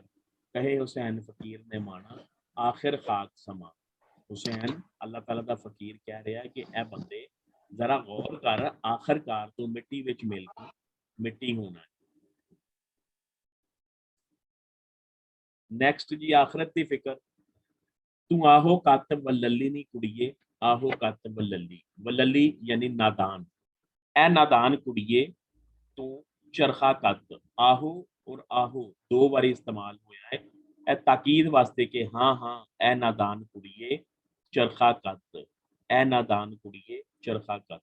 मतलब की है कि ऐ नादान इंसान, ऐ उत्ते लिख दिता दोनों ही मफहूम ना, कि दुनिया में रह के अपनी आखिरत वास्ते नेक अमाल इकट्ठे कर, सारी उम्र गवाई आ एवें सारी जिंदगी एवें ही जाया कर दी। पच्छी ना घत्ती या छली, टोकरी विच एक भी छली नहीं रखी, यानी अपने नामा अमाल विच एक भी नेकी दर्ज नहीं करवाई। गलियां विच फिरे लटकेंदी, लटकेंदी आवारागर्दी करदी, गलियां विच आवारागर्दी करदी फिर रही है, ऐ गल नहीं हो भली, ऐ गल अच्छी नहीं है। कहे हुसैन फकीर साईं दा दाज बेहूनी चली, बेहूनी कहते ने बगैर, चली यानी रुखसती। ऐ कुड़िए, ऐ नादान कुड़िए चरखा कत, सारी उम्र एवें गवा दी, टोकरी विच एक भी छली नहीं रखी, गलियां विच आवारा फिर रही है, यह गल अच्छी नहीं। हुसैन फकीर अल्लाह ताला दा साईं कह रहा है, तू दाज तो बगैर जा रही है। हुण दाज तो बगैर कुड़ी दी रुखसती होएगी तो तुहानूं पता ससुराल चों किस कदर ताने और मेहणे मिलणगे। इस तरह अगर बंदा बगैर अमाल तो अगले जहान जावेगा तो फिर उसदे नाल मुनकर नकीर और उस तो बाद रोज़े मैशर और उस तो बाद फिर दोज़ख विच की होएगा, पूरा कुरान भरिया पिया। रब दी याद, बंदा बनाया जाप तू, बंदे नूं जाप कहंदे ने जिक्र, जिक्र वास्ते पैदा कीता। तू किया लुभाना पाप तू, ऐ बंदे तू की कीता, तू गुनाहां नूं पसंद कर लिया। लुभाना हुंदा है अट्रैक्ट करना, पसंद करना, कि तैनूं गुनाहां ने अट्रैक्ट कर लिया, तू गुनाह करने शुरू कर दिते, तैं सही कीता आप तू। ऐ सही करना दा मतलब है टू रियलाइज, अपने आप नूं पछाणना, कि तू अपने आप नूं पछाणिया है कि तैनूं अल्लाह ताला ने जिक्र वास्ते, जाप वास्ते, बंदगी वास्ते पैदा कीता सी और तू गुनाह करने शुरू कर दिते। अमलां दा दर्स, ए दो मिसरे ही ने, अमलां उपर होग नबेड़ा, क्या सूफी क्या भंगी, जो कुछ कीता बुरा भला वो कीता अपना पाउणा। कोई सूफी है, कोई भंगी है, भंगी चूड़ा, हर किसी ने अपने अपने अमाल की बदौलत फैसला होएगा। बंदे ने जो अच्छा और बुरा कीता होएगा उहदे मुताबिक जजा और सजा पावेगा। मगफरत ते फजलो करम दी आस बहुत खूबसूरत है। वैसे तो कंपैरेटिव मैं तुहानूं दस्सिया सी कि नहीं हुंदा, CSS च नहीं हुंदा, PMS च लिख सकते हो तुसीं, लेकिन बहुत मोस्ट रेलीवेंट शेर सी, इस वास्ते मैं इत्थे लिख दिता। अदल करें ते थर थर कंबण, उच्चियां शानां वाले, फजल करें ते बख्शे जावन, मैं वर्गे मुंह काले। तुसीं PMS च तशरीह करदे आ शेर नाल लिख सकते हो मियां मोहम्मद बख्श दा। रब्बा मेरे ओगण चेतना धरी, 3.5 मिसरियां दी पूरी मुकम्मल काफी है, और मैं समझना वा कि कली काफी शाह हुसैन की मगफरत और बख्शिश वास्ते काफी है। ए रब्बुल इज्जत, रब्बा ए मेरे रब, ओगण चेतना धरी, मेरे गुनाहां वल तवज्जो ना दई। चित धरना हुंदा है तवज्जो करना, ओगण कहंदे ने गुनाह नूं, गुण खूबी नूं कहंदे ने, ते ओगण तो मुराद गुनाह। ओगणहारी नूं को गुण नहीं। देखो ना, इत्थे भी उन्हें अपने वास्ते मोनस ही लाया, यानी ओगणहारा नहीं किया, ओगणहारी किया, यानी गुनेगार को कोई गुण नेकी खूबी नाही नहीं। लू लू ऐब भरी, मेरे जिस्म का एक एक लू, मेरे जिस्म का एक एक जरा, एक एक मसाम ऐबां नाल, गुनाहां नाल, बुराइयां नाल भरिया होया है। ज्यों भावे त्यों राख प्यारिया, ए प्यारे, ए रब्बुल इज्जत, ए अल्लाह पाक, तैनू जिवें ठीक लगे, भावे जिवें तैनू पसंद आवे, त्यों तेवें वैसे, राख यानी मैनू रख, मैनू ट्रीट कर, तेरे दवार पड़ी, मैं तेरे दरवाजे उत्ते आ गया हूं। कहे हुसैन फकीर ने माना, हुसैन फकीर बेचारा कह रहा है अदलों फजल करी, यानी रिक्वेस्ट की कह रहा है कि अदल दी बजाए मेरे नाल फजल ते करम वाला मामला करी। हुसैन फकीर की दुआ, नी तैनू रब ना भुली, दुआ फकीरां दी एहा, तैनू रब ना भुली, तैनू किसी भी सूरत विच रब नहीं भुलना चाहिए। दुआ फकीरां दी एहा, यानी हुसैन फकीर तैनू यह दुआ दे रहा है कि तैनू हर वेले अल्लाह ताला याद रहे। क्यों याद रहे? रब ना भुली और सब कुछ भुली, रब ना भुलन जिहा। कहंदा इस वास्ते कि रब भुलाया जाने वाला नहीं है, क्योंकि रब ताला सानू मुसलसल जिंदगी दी हुई है, नेमतां दित्तियां हुई हैं, रहमतां साडे ते नाज़िल कर रहे हैं, सानू बगैर मंगिया अता कर रहे हैं, रिज़्क दे रहे हैं, सेहत दी हुई है, ते अल्लाह नू ते किसे लम्हे भी नहीं भुलाना चाहिए। कहंदा रब नहीं भुलना चाहिए, होर भावें सब कुछ भुल जाए, क्योंकि रब ऐसी हस्ती है जिन्हों भुलाना नहीं चाहिए, जिन्हों भुलिया जा नहीं सकता। रब भुलन जैसा नहीं है। सोना, रुपया, रूप या रुपया पैसा सब छल वैसी छल वैसी खत्म हो जाएगा। इश्क ना लगदा लीहा, लीहा कीड़ा हुंदा है जिहड़ा कपड़े नूं टुक जांदा है, यानी वो जिहड़ा जुलाया कपड़ा बनांदा है ਉਹਨੂੰ टुक जांदा, उस कीड़े नूं लेहा कहंदे ने। कहंदा रुपया सोना सब खत्म हो जाएगा, पैसा सब खत्म हो जाएगा, लेकिन इश्क दी दौलत जिहड़ी है अल्लाह ताला दी जात नाल इश्क वो कदी ਉਹਨੂੰ कोई भी लीहा नुकसान नहीं पहुंचा सकता। कहे हुसैन फकीर साईं दा माना तां मरना किहा, जदों मर जाना है ते फिर मान गरूर तकब्बर किस गल दा। फकर दी दौलत, मुश्किल घाट फकीरी दाबू, फकीरी मंगण वाली नहीं है जी, यह दरवेशी है, यानी अल्लाह ताला के मुताबिक अपने आप को ढाल लेना। फकीरी दरवेशी या जरा सूफीज़म है, सूफिया कराम ने सूफी मुराद भी हो सकता है। मुश्किल घाट कहते हैं रस्ते नूं, मुश्किल रस्ता फकीरी रस्ता बहुत मुश्किल है, क्योंकि अपने आप को अगर तुसीं अल्लाह ताला के मुताबिक करना चाहते हो तो बहुत मुश्किल है। किवें हुंदा है यह मुश्किल रस्ता, किस तरह कटिया जा सकता है? पाए कुठाली, कुठाली कहते हैं उस बर्तन नूं जिहदे विच सोना पिघलाते हैं, मैल्ट करते हैं, कुठाली विच पा के दुरमत गाली, दुरमत कहते हैं बुराइयां, यानी बुरियां मत्तां बुरी मत तो मुराद बदियां या बुराइयां, गालना हुंदा मैल्ट करना। कहंदा कुठाली विच पा के तमाम बुराइयां नूं मैल्ट कर दे, पिघला दे। सोने का हुंदा ना, सोने का कैरेट्स जिहड़े ने ਉਹਨੂੰ ਉਹਦੇ ਵਿੱਚ ਪਿੱਤਲ ਪਾ ਕੇ ਤੇ ਉਹਨੂੰ 22 ਕੈਰਟ 24 ਕੈਰਟ 21 ਕੈਰਟ 20 ਕੈਰਟ ਕਰਦੇ ਨੇ। ਉਹ ਫਿਰ ਜਿਸ ਵੇਲੇ ਸੁਨਿਆਰੇ ਕੋਲ ਜਾਂਦਾ ਹੈ ਉਹਨੂੰ ਇੱਕ ਵਾਰੀ ਪਿਘਲਾ ਕੇ ਕੁਠਾਲੀ ਵਿੱਚ ਉਹਦੀ ਕੋਈ ਐਸੀ ਚੀਜ਼ਾਂ ਔਰ ਕੈਮੀਕਲ ਪਾਉਂਦੇ ਨੇ ਕਿ ਉਹ ਬਿਲਕੁਲ ਪਿਉਰੀਫਾਈ ਇੱਕ ਵਾਰੀ ਕਰ ਦਿੰਦੇ ਨੇ, ਖੂਟ ਸਾਰਾ ਕੱਢ ਕੇ ਅਲੱਗ ਕਰ ਦਿੰਦੇ ਨੇ, ਯਾਨੀ ਉਹ 24 ਕੈਰਟ ਉਹਨੂੰ ਕਰ ਲੈਂਦੇ। ਫਿਰ ਬਾਅਦ ਵਿੱਚ ਜਿਸ ਕੈਰਟ ਦਾ ਉਹਨਾਂ ਸੋਨਾ ਜਾਂ ਜ਼ੇਵਰ ਬਣਾਉਣਾ ਹੋਏ ਦੁਬਾਰਾ ਉਹਦੇ ਵਿੱਚ ਉਹ ਚੀਜ਼ਾਂ ਸ਼ਾਮਿਲ ਕਰਦੇ ਨੇ। ਸੋ ਇੱਥੇ ਉਹ ਕਹਿ ਰਿਹਾ ਕਿ ਆਪਣੇ ਆਪ ਨੂੰ ਕੁਠਾਲੀ ਵਿੱਚ ਪਾ ਕੇ अपनिया तमाम बुराइयां बदियां नूं गाल दे, खत्म कर दे। करम जराए, करम कहते ने काम, डीड्स, अमाल यानी भैड़े काम, जराए जला दे, साड़ दे। शरीरी दाऊ, शरीर यानी जिसम, अपने जिसम दे तमाम बुराइयां बदियां जला दे, खत्म कर दे। छोड़ तकबर, तकबर छड़ दे। पकड़ हलीमी, हलीमी और बुरदबारी इख्तियार करना है। राह पकड़ शीरी दाऊ, और शीरी राह पकड़ लै, यानी शीरी कलामी इख्तियार कर, यानी अपने आप को अखलाकी हवाले नाल ठीक कर लै। कहे हुसैन फकीर ने माना दफ्तर पाठ मीरी दाबू, मीरी कहते ने अमारत नूं, अमीरी यानी अमीरी अगर होगी तो फिर तकब्बर गरूर आना ऑटोमैटिकली हो जाएगा। सो इत्थे वो कहता है कि अमीरी खत्म कर दे, अमीरी का दफ्तर पाठ दे। दफ्तर तो मुराद है मजमूआ, यानी अपनी जी अमीरी या दौलत या मजमूआ जोड़े तेरे को ढेर ने, अंबार ने, इन्हां नूं खत्म कर दे। जरा उल्टा वेखो शेर, शीरी कलामी इख्तियार कर, यानी अपने आप को इखलाकी हवाले नाल बेहतर कर लै। हलीमी और बुरदबारी इख्तियार कर लै। तकब्बर छड्ड दे, अपने जिसम के तमाम बुराइयां नूं जला दे, अपनियां तमाम बदियां बुराइयां नूं कुठाली विच पा के पिघला दे। फिर तू फकीरी घाट या मुश्किल फकीरी रस्ते उत्ते टुर सकना है, या फिर तू सही मायने विच अल्लाह ताला का मुकर्रम बंदा बन सकना है।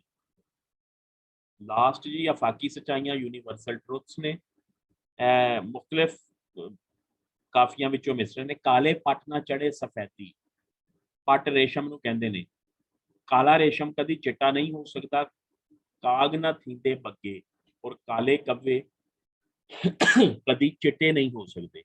मतलब की ये बुरा बंदा, बद फितरत बंदा, बद खसलत बंदा कदी भी ठीक नहीं हो सकता। लख करोड़ जिन्हां दे जुड़िया सो भी झूरी झूरी, जिन्हां को लखां मल्टीप्लाई बाय करोड़ां जुड़े हुए ने, उन्हां दी हवस इस कदर ज्यादा है कि वो हर वेले रोंदे रहंदे ने। झूरना हुंदा रोना, झूरी झूरी ਯਾਨੀ ਮਰੂ ਮਰੂ ਕਰਨਾ, ਰੋਂਦੇ ਰਹਿਣਾ। ਜਿਨ੍ਹਾਂ ਕੋਲ ਲੱਖਾਂ ਕਰੋੜਾਂ ਜੁੜਿਆ ਹੋਇਆ ਹੈ, ਉਹਨਾਂ ਦੀ ਹਵਸ ਉਹਨਾਂ ਨੂੰ ਹਰ ਵੇਲੇ ਮਰੂ ਮਰੂ ਜਾਂ ਰੋਣ ਤੇ ਮਜਬੂਰ ਕੀਤੀ ਰੱਖਦੀ ਹੈ। 3.5 ਹੱਥ ਮਿਲਕ ਤੁਹਾਡਾ, ਮਿਲਕ ਕਹਿੰਦੇ ਨੇ ਮਲਕੀਅਤ। 3.5 ਹੱਥ ਜਿਹੜੀ ਸਾਡੇ ਹੱਥ ਦੀ ਵੱਡੀ ਉਂਗਲੀ ਇੱਥੋਂ ਲੈ ਕੇ ਕੂਹਣੀ ਤੱਕ ਇੱਕ ਹੱਥ ਫਾਸਲਾ ਹੁੰਦਾ ਹੈ, ਔਰ 3.5 ਹੱਥ ਬੰਦੇ ਦੇ ਕੱਦ ਦੇ ਬਰਾਬਰ ਹੁੰਦੇ ਨੇ। ਇਨਸਾਨ ਨੂੰ ਜਿਸਲੇ ਦਫਨ ਕੀਤਾ ਜਾਂਦਾ ਹੈ ਤਾਂ ਉਹਦੀ ਬੋਡੀ, ਡੈਡ ਬੋਡੀ ਮਈਅਰ ਕਰਕੇ ਫਿਰ ਕਬਰ ਦੀ ਲੈਂਥ ਬਣਾਈ ਜਾਂਦੀ ਹੈ, ਯਾਨੀ ਐਕਸਟਰਾ 1 ਇੰਚ ਜਗ੍ਹਾ ਵੀ ਨਹੀਂ ਮਿਲਦੀ। ਉਹ ਕਹਿੰਦਾ ਹੈ ਕਿ ਸਿਰਫ 3.5 ਹੱਥ ਤੇਰੀ ਮਲਕੀਅਤ ਹੈ, ਤੂੰ ਕਿਉਂ ਜੂ ਪਰਾਈ ਮਲਦਾ। ਜੂ ਕਹਿੰਦੇ ਨੇ ਬਾਉਂਡਰੀਜ਼, ਜਾਇਦਾਦ, ਵਿਰਾਸਤੀ ਜਾਇਦਾਦਾਂ। ਕਹਿੰਦਾ ਤੂੰ ਕਿਉਂ ਲੋਕਾਂ ਦੀਆਂ ਜਾਇਦਾਦਾਂ ਉੱਤੇ ਮਲ ਮਾਰ ਰਿਹਾ। ਮੀਆਂ ਗੱਲ ਸੁਣੀ ਨਾ ਜਾਂਦੀ ਸੱਚੀ, ਸੱਚੀ ਗੱਲ ਸੁਣੀ ਵੇ ਕਿਉਂ ਕਰ, ਕੱਚੀ ਹੱਡਾਂ ਵਿੱਚ ਰੱਚੀ। ਫੈਕਟ ਔਰ ਯੂਨੀਵਰਸਲ ਟਰੁੱਥ ਹੈ ਕਿ ਸਾਡੇ ਅੰਦਰ ਇੰਨਾ ਜ਼ਿਆਦਾ ਗੰਦ, ਬਲਾ, ਝੂਠ, ਕੱਚ ਜਿਹੜਾ ਹੈ ਨਾ, ਕੱਚ ਸਾਡੇ ਹੱਡਾਂ ਵਿੱਚ, ਸਾਡੀਆਂ ਹੱਡੀਆਂ ਵਿੱਚ ਰਚ ਬਸ ਗਿਆ ਹੈ।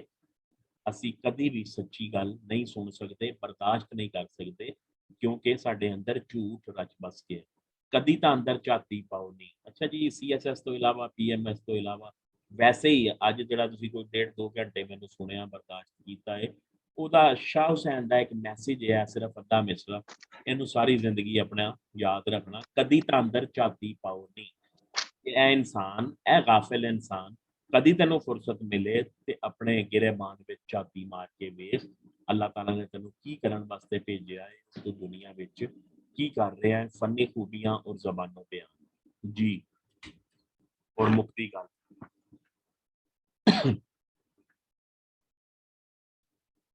ਜੀ ਜਨਾਬ, ਰੋਜ਼ੇ ਤੋਂ ਬਾਅਦ ਰੋਜ਼ਾ ਇਫਤਾਰ ਕਰਕੇ ਇੰਨਾ ਬੋਲਣਾ ਬੜਾ ਔਖਾ ਕੰਮ ਹੈ, ਲੇਕਿਨ ਬਹਰਹਾਲ ਰੋਜ਼ੇ ਵੀ ਅੱਜ 5 ਹੋ ਗਏ ਨੇ, ਥੋੜੇ ਜਿਹੇ ਰਹਿ ਗਏ ਜੀ। ਕੋਈ ਕੁਐਸਚਨ ਜੀ?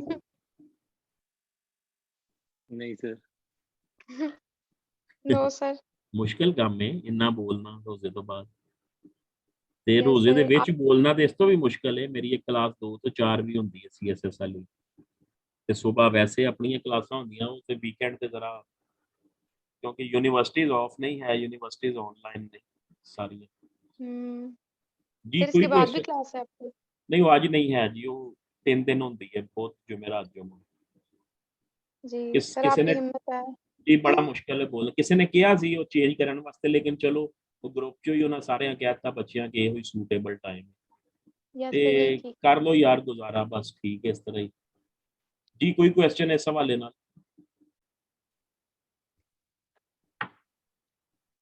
No sir. ਮੈਂ ਤੇ ਆਪਣੇ ਵੱਲੋਂ ਬੈਸਟ ਕਰ ਦਿੱਤਾ ਕਿ ਸਟੂਡੈਂਟਸ ਨੇ ਜਿਹਨਾਂ ਪਹਿਲੀ ਵਾਰੀ ਸ਼ਾਹ ਹੁਸੈਨ ਪੜ੍ਹਨਾ ਜਾਂ ਸੁਣਨਾ ਹੈ, ਉਹਨਾਂ ਨੂੰ ਜ਼ਿਆਦਾ ਤੋਂ ਜ਼ਿਆਦਾ ਪਤਾ ਲੱਗ ਜਾਏ। ਹੁਣ ਇੰਨੀਆਂ ਗੱਲਾਂ ਖਾਲੀ ਤੁਸੀਂ ਆਪੇ ਸ਼ਾਹ ਹੁਸੈਨ ਨੂੰ ਉੱਥੋਂ ਰੀਡ ਕਰੋ ਨਾ ਤੇ ਨਹੀਂ ਪਤਾ ਲੱਗਦੀਆਂ, ਲੇਕਿਨ ਹੁਣ ਤੁਸੀਂ ਲੈਕਚਰ ਸੁਣਨ ਤੋਂ ਬਾਅਦ ਬੁੱਕ ਤੋਂ ਪੜ੍ਹੋਗੇ ਨਾ ਤੇ ਤੁਹਾਨੂੰ ਕਾਫੀ ਕੁਝ, ਕਾਫੀ ਚੀਜ਼ਾਂ ਮੇਰੀਆਂ ਦੁਬਾਰਾ ਰੀਮਾਈਂਡ ਹੋ ਜਾਣਗੀਆਂ। Yes sir. सर अब हम शेर की किसी में से भी तशरीह कर लेंगे ਜੀ। ਇਹਦੇ ਜੋ 5-6 ਕਾਫੀਆਂ ਦੇ ਮੁਕੰਮਲ ਨੇ ਉਹ ਲੈ ਲਓ, ਤੇ ਉਹ ਮੈਂ ਜੀ। ਇੱਕ ਜ਼ਿੰਮਾ ਆਪਣੇ ਜ਼ਿੰਮੇ ਲਿਆ ਹੈ ਕਿ ਜਿਹੜਾ ਪਿਛਲੇ 5-6 ਸਾਲ ਦੇ ਪੇਪਰ ਨੇ ਨਾ, ਉਹਨਾਂ 'ਚ ਜਿੰਨੀਆਂ sir। ਆਈਆਂ ਨੇ ਉਹ ਤੁਹਾਨੂੰ ਤਸ਼ਰੀਹ ਕਰਕੇ, ਤੇ ਇਨਸ਼ਾਅੱਲਾ ਅੱਜ ਤੱਕ ਦੀ ਕਲਾਸ ਹੈ ਤੇ ਨੈਕਸਟ ਵੀਕ ਇਨਸ਼ਾਅੱਲਾ ਮਿਲ ਜਾਣਗੀ। ਤੇ ਬਾਬਾ ਫਰੀਦ ਦੇ ਤਕਰੀਬਨ ਹੋ ਗਏ ਨੇ, ਉਹ 7-8 ਹੈ ਸੀ, ਉਹ ਮੈਂ ਕਰਦੇ ਨੇ। ਹੁਣ ਸ਼ਾਹ ਹੁਸੈਨ, ਬੁੱਲੇ ਸ਼ਾਹ ਤੇ ਸੁਲਤਾਨ ਬਾਹੂ। ਇੱਕ ਤੁਹਾਡਾ 5ਵਾਂ ਸ਼ਾਇਰ ਹੈ PMS ਨਾ, ਖਾਜਾ ਗੁਲਾਮ ਫਰੀਦ, ਉਹਨਾਂ ਦੇ ਮੈਂ ਪਿਛਲੇ 10 ਸਾਲ ਤੱਕ ਪੇਪਰ ਵੇਖੇ ਨੇ, ਉਹ ਕਦੀ ਨਹੀਂ ਆਇਆ ਉਹਨਾਂ ਵਿੱਚੋਂ। ਉਹ ਅਸੀਂ ਪੜ੍ਹ ਲਵਾਂਗੇ ਸਿਰਫ ਤੁਹਾਨੂੰ, ਤਾਂ ਕਿ ਉਹਦੇ ਬਾਰੇ ਨਾ ਥੋੜਾ ਜਿਹਾ ਹਾਓ ਨਾ ਹੋ ਜਾਏ ਕਿ ਉਹ ਕੀ ਨੇ, ਕਿਸ ਕਿਸਮ ਦੇ ਸ਼ਾਇਰ ਨੇ। ਮੈਂ ਹਾਲ ਮਿਠਨਕੋਟ ਦੇ ਇੱਕ ਸਟੂਡੈਂਟ ਹੈ ਵੀ ਸਹੀ ਨੇ ਸਾਡੇ ਨਾਲ, ਰਾਜਨਪੁਰ ਤੋਂ ਹੈ ਕੋਈ ਸਟੂਡੈਂਟ ਸਾਡੇ ਨਾਲ, ਖਾਜਾ ਗੁਲਾਮ ਫਰੀਦ, ਮਿਠਨਕੋਟੀ ਡਿਸਟ੍ਰਿਕਟ ਰਾਜਨਪੁਰ। ਕਿਉਂਕਿ ਮੇਬੀ ਆ ਜਾਏ, ਹੋ ਸਕਦਾ ਹੈ ਅੱਗੇ ਨਹੀਂ ਆਇਆ ਤੇ ਇਸ ਵਾਰੀ ਆ ਸਕਦਾ, ਉਹਨੂੰ ਥੋੜਾ ਬਹੁਤ ਅਸੀਂ ਇੱਕ ਵਾਰੀ ਨਾ ਪੜ੍ਹ ਲਵਾਂਗੇ। ਤੇ ਬਾਕੀ ਨੈਕਸਟ ਵੀਕ ਤੁਹਾਨੂੰ ਪਿਛਲੇ 5 ਸਾਲ ਦੇ 6 ਸਾਲ ਦੇ ਪੇਪਰ ਉਹਨਾਂ ਦਾ ਮੈਂ ਬਣਾ ਕੇ ਦੇ ਦਿਆਂਗਾ। ठीक है sir, thank you. Sir excuse me ਜੀ ਜੀ ਜੀ। ਸਰ 11th ਵਾਲਾ ਜਿਹੜਾ ਪੁਆਇੰਟ ਹੈ ਨਾ ਸਰ, ਉਹਦੇ ਵਿੱਚ ਲਿਖਿਆ ਹੋਇਆ ਨਾ ਜਿਵੇਂ ਭਾਵੇ ਜਿਉਂ ਤਿਵੇਂ ਭਾਵੇ, ਰਾਖ। ਜਿਉਂ ਅੱਛਾ। ਭਾਵੇ ਤਿਉਂ ਰਾਖ ਪਿਆਰਿਆ। ਇਹ ਪਿਆਰੇ, ਇਹ ਰੱਬੁਲ ਇੱਜ਼ਤ, ਇਹ ਵੇਖੋ ਨਾ ਇਮੋਸ਼ਨਲ ਬਲੈਕਮੇਲਿੰਗ ਟਾਈਪ ਹੈ।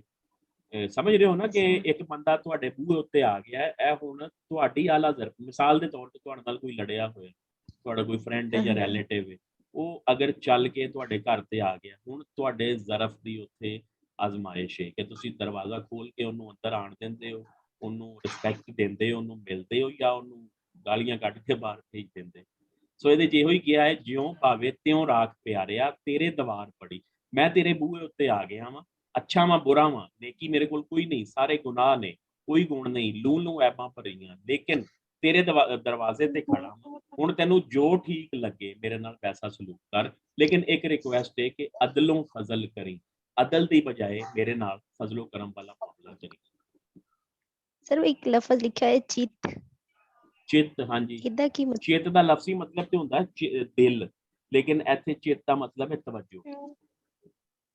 ਅੱਛਾ ਠੀਕ। ਲਾਈਨ ਕੀ ਹੈ, ਲਾਈਨ ਪੜ੍ਹਨਾ, ਮੁਹਾਵਰਤਨ ਨਾ ਲਫ਼ਜ਼ ਦਾ ਮੀਨਿੰਗ ਬਦਲ ਜਾਂਦੇ ਨੇ।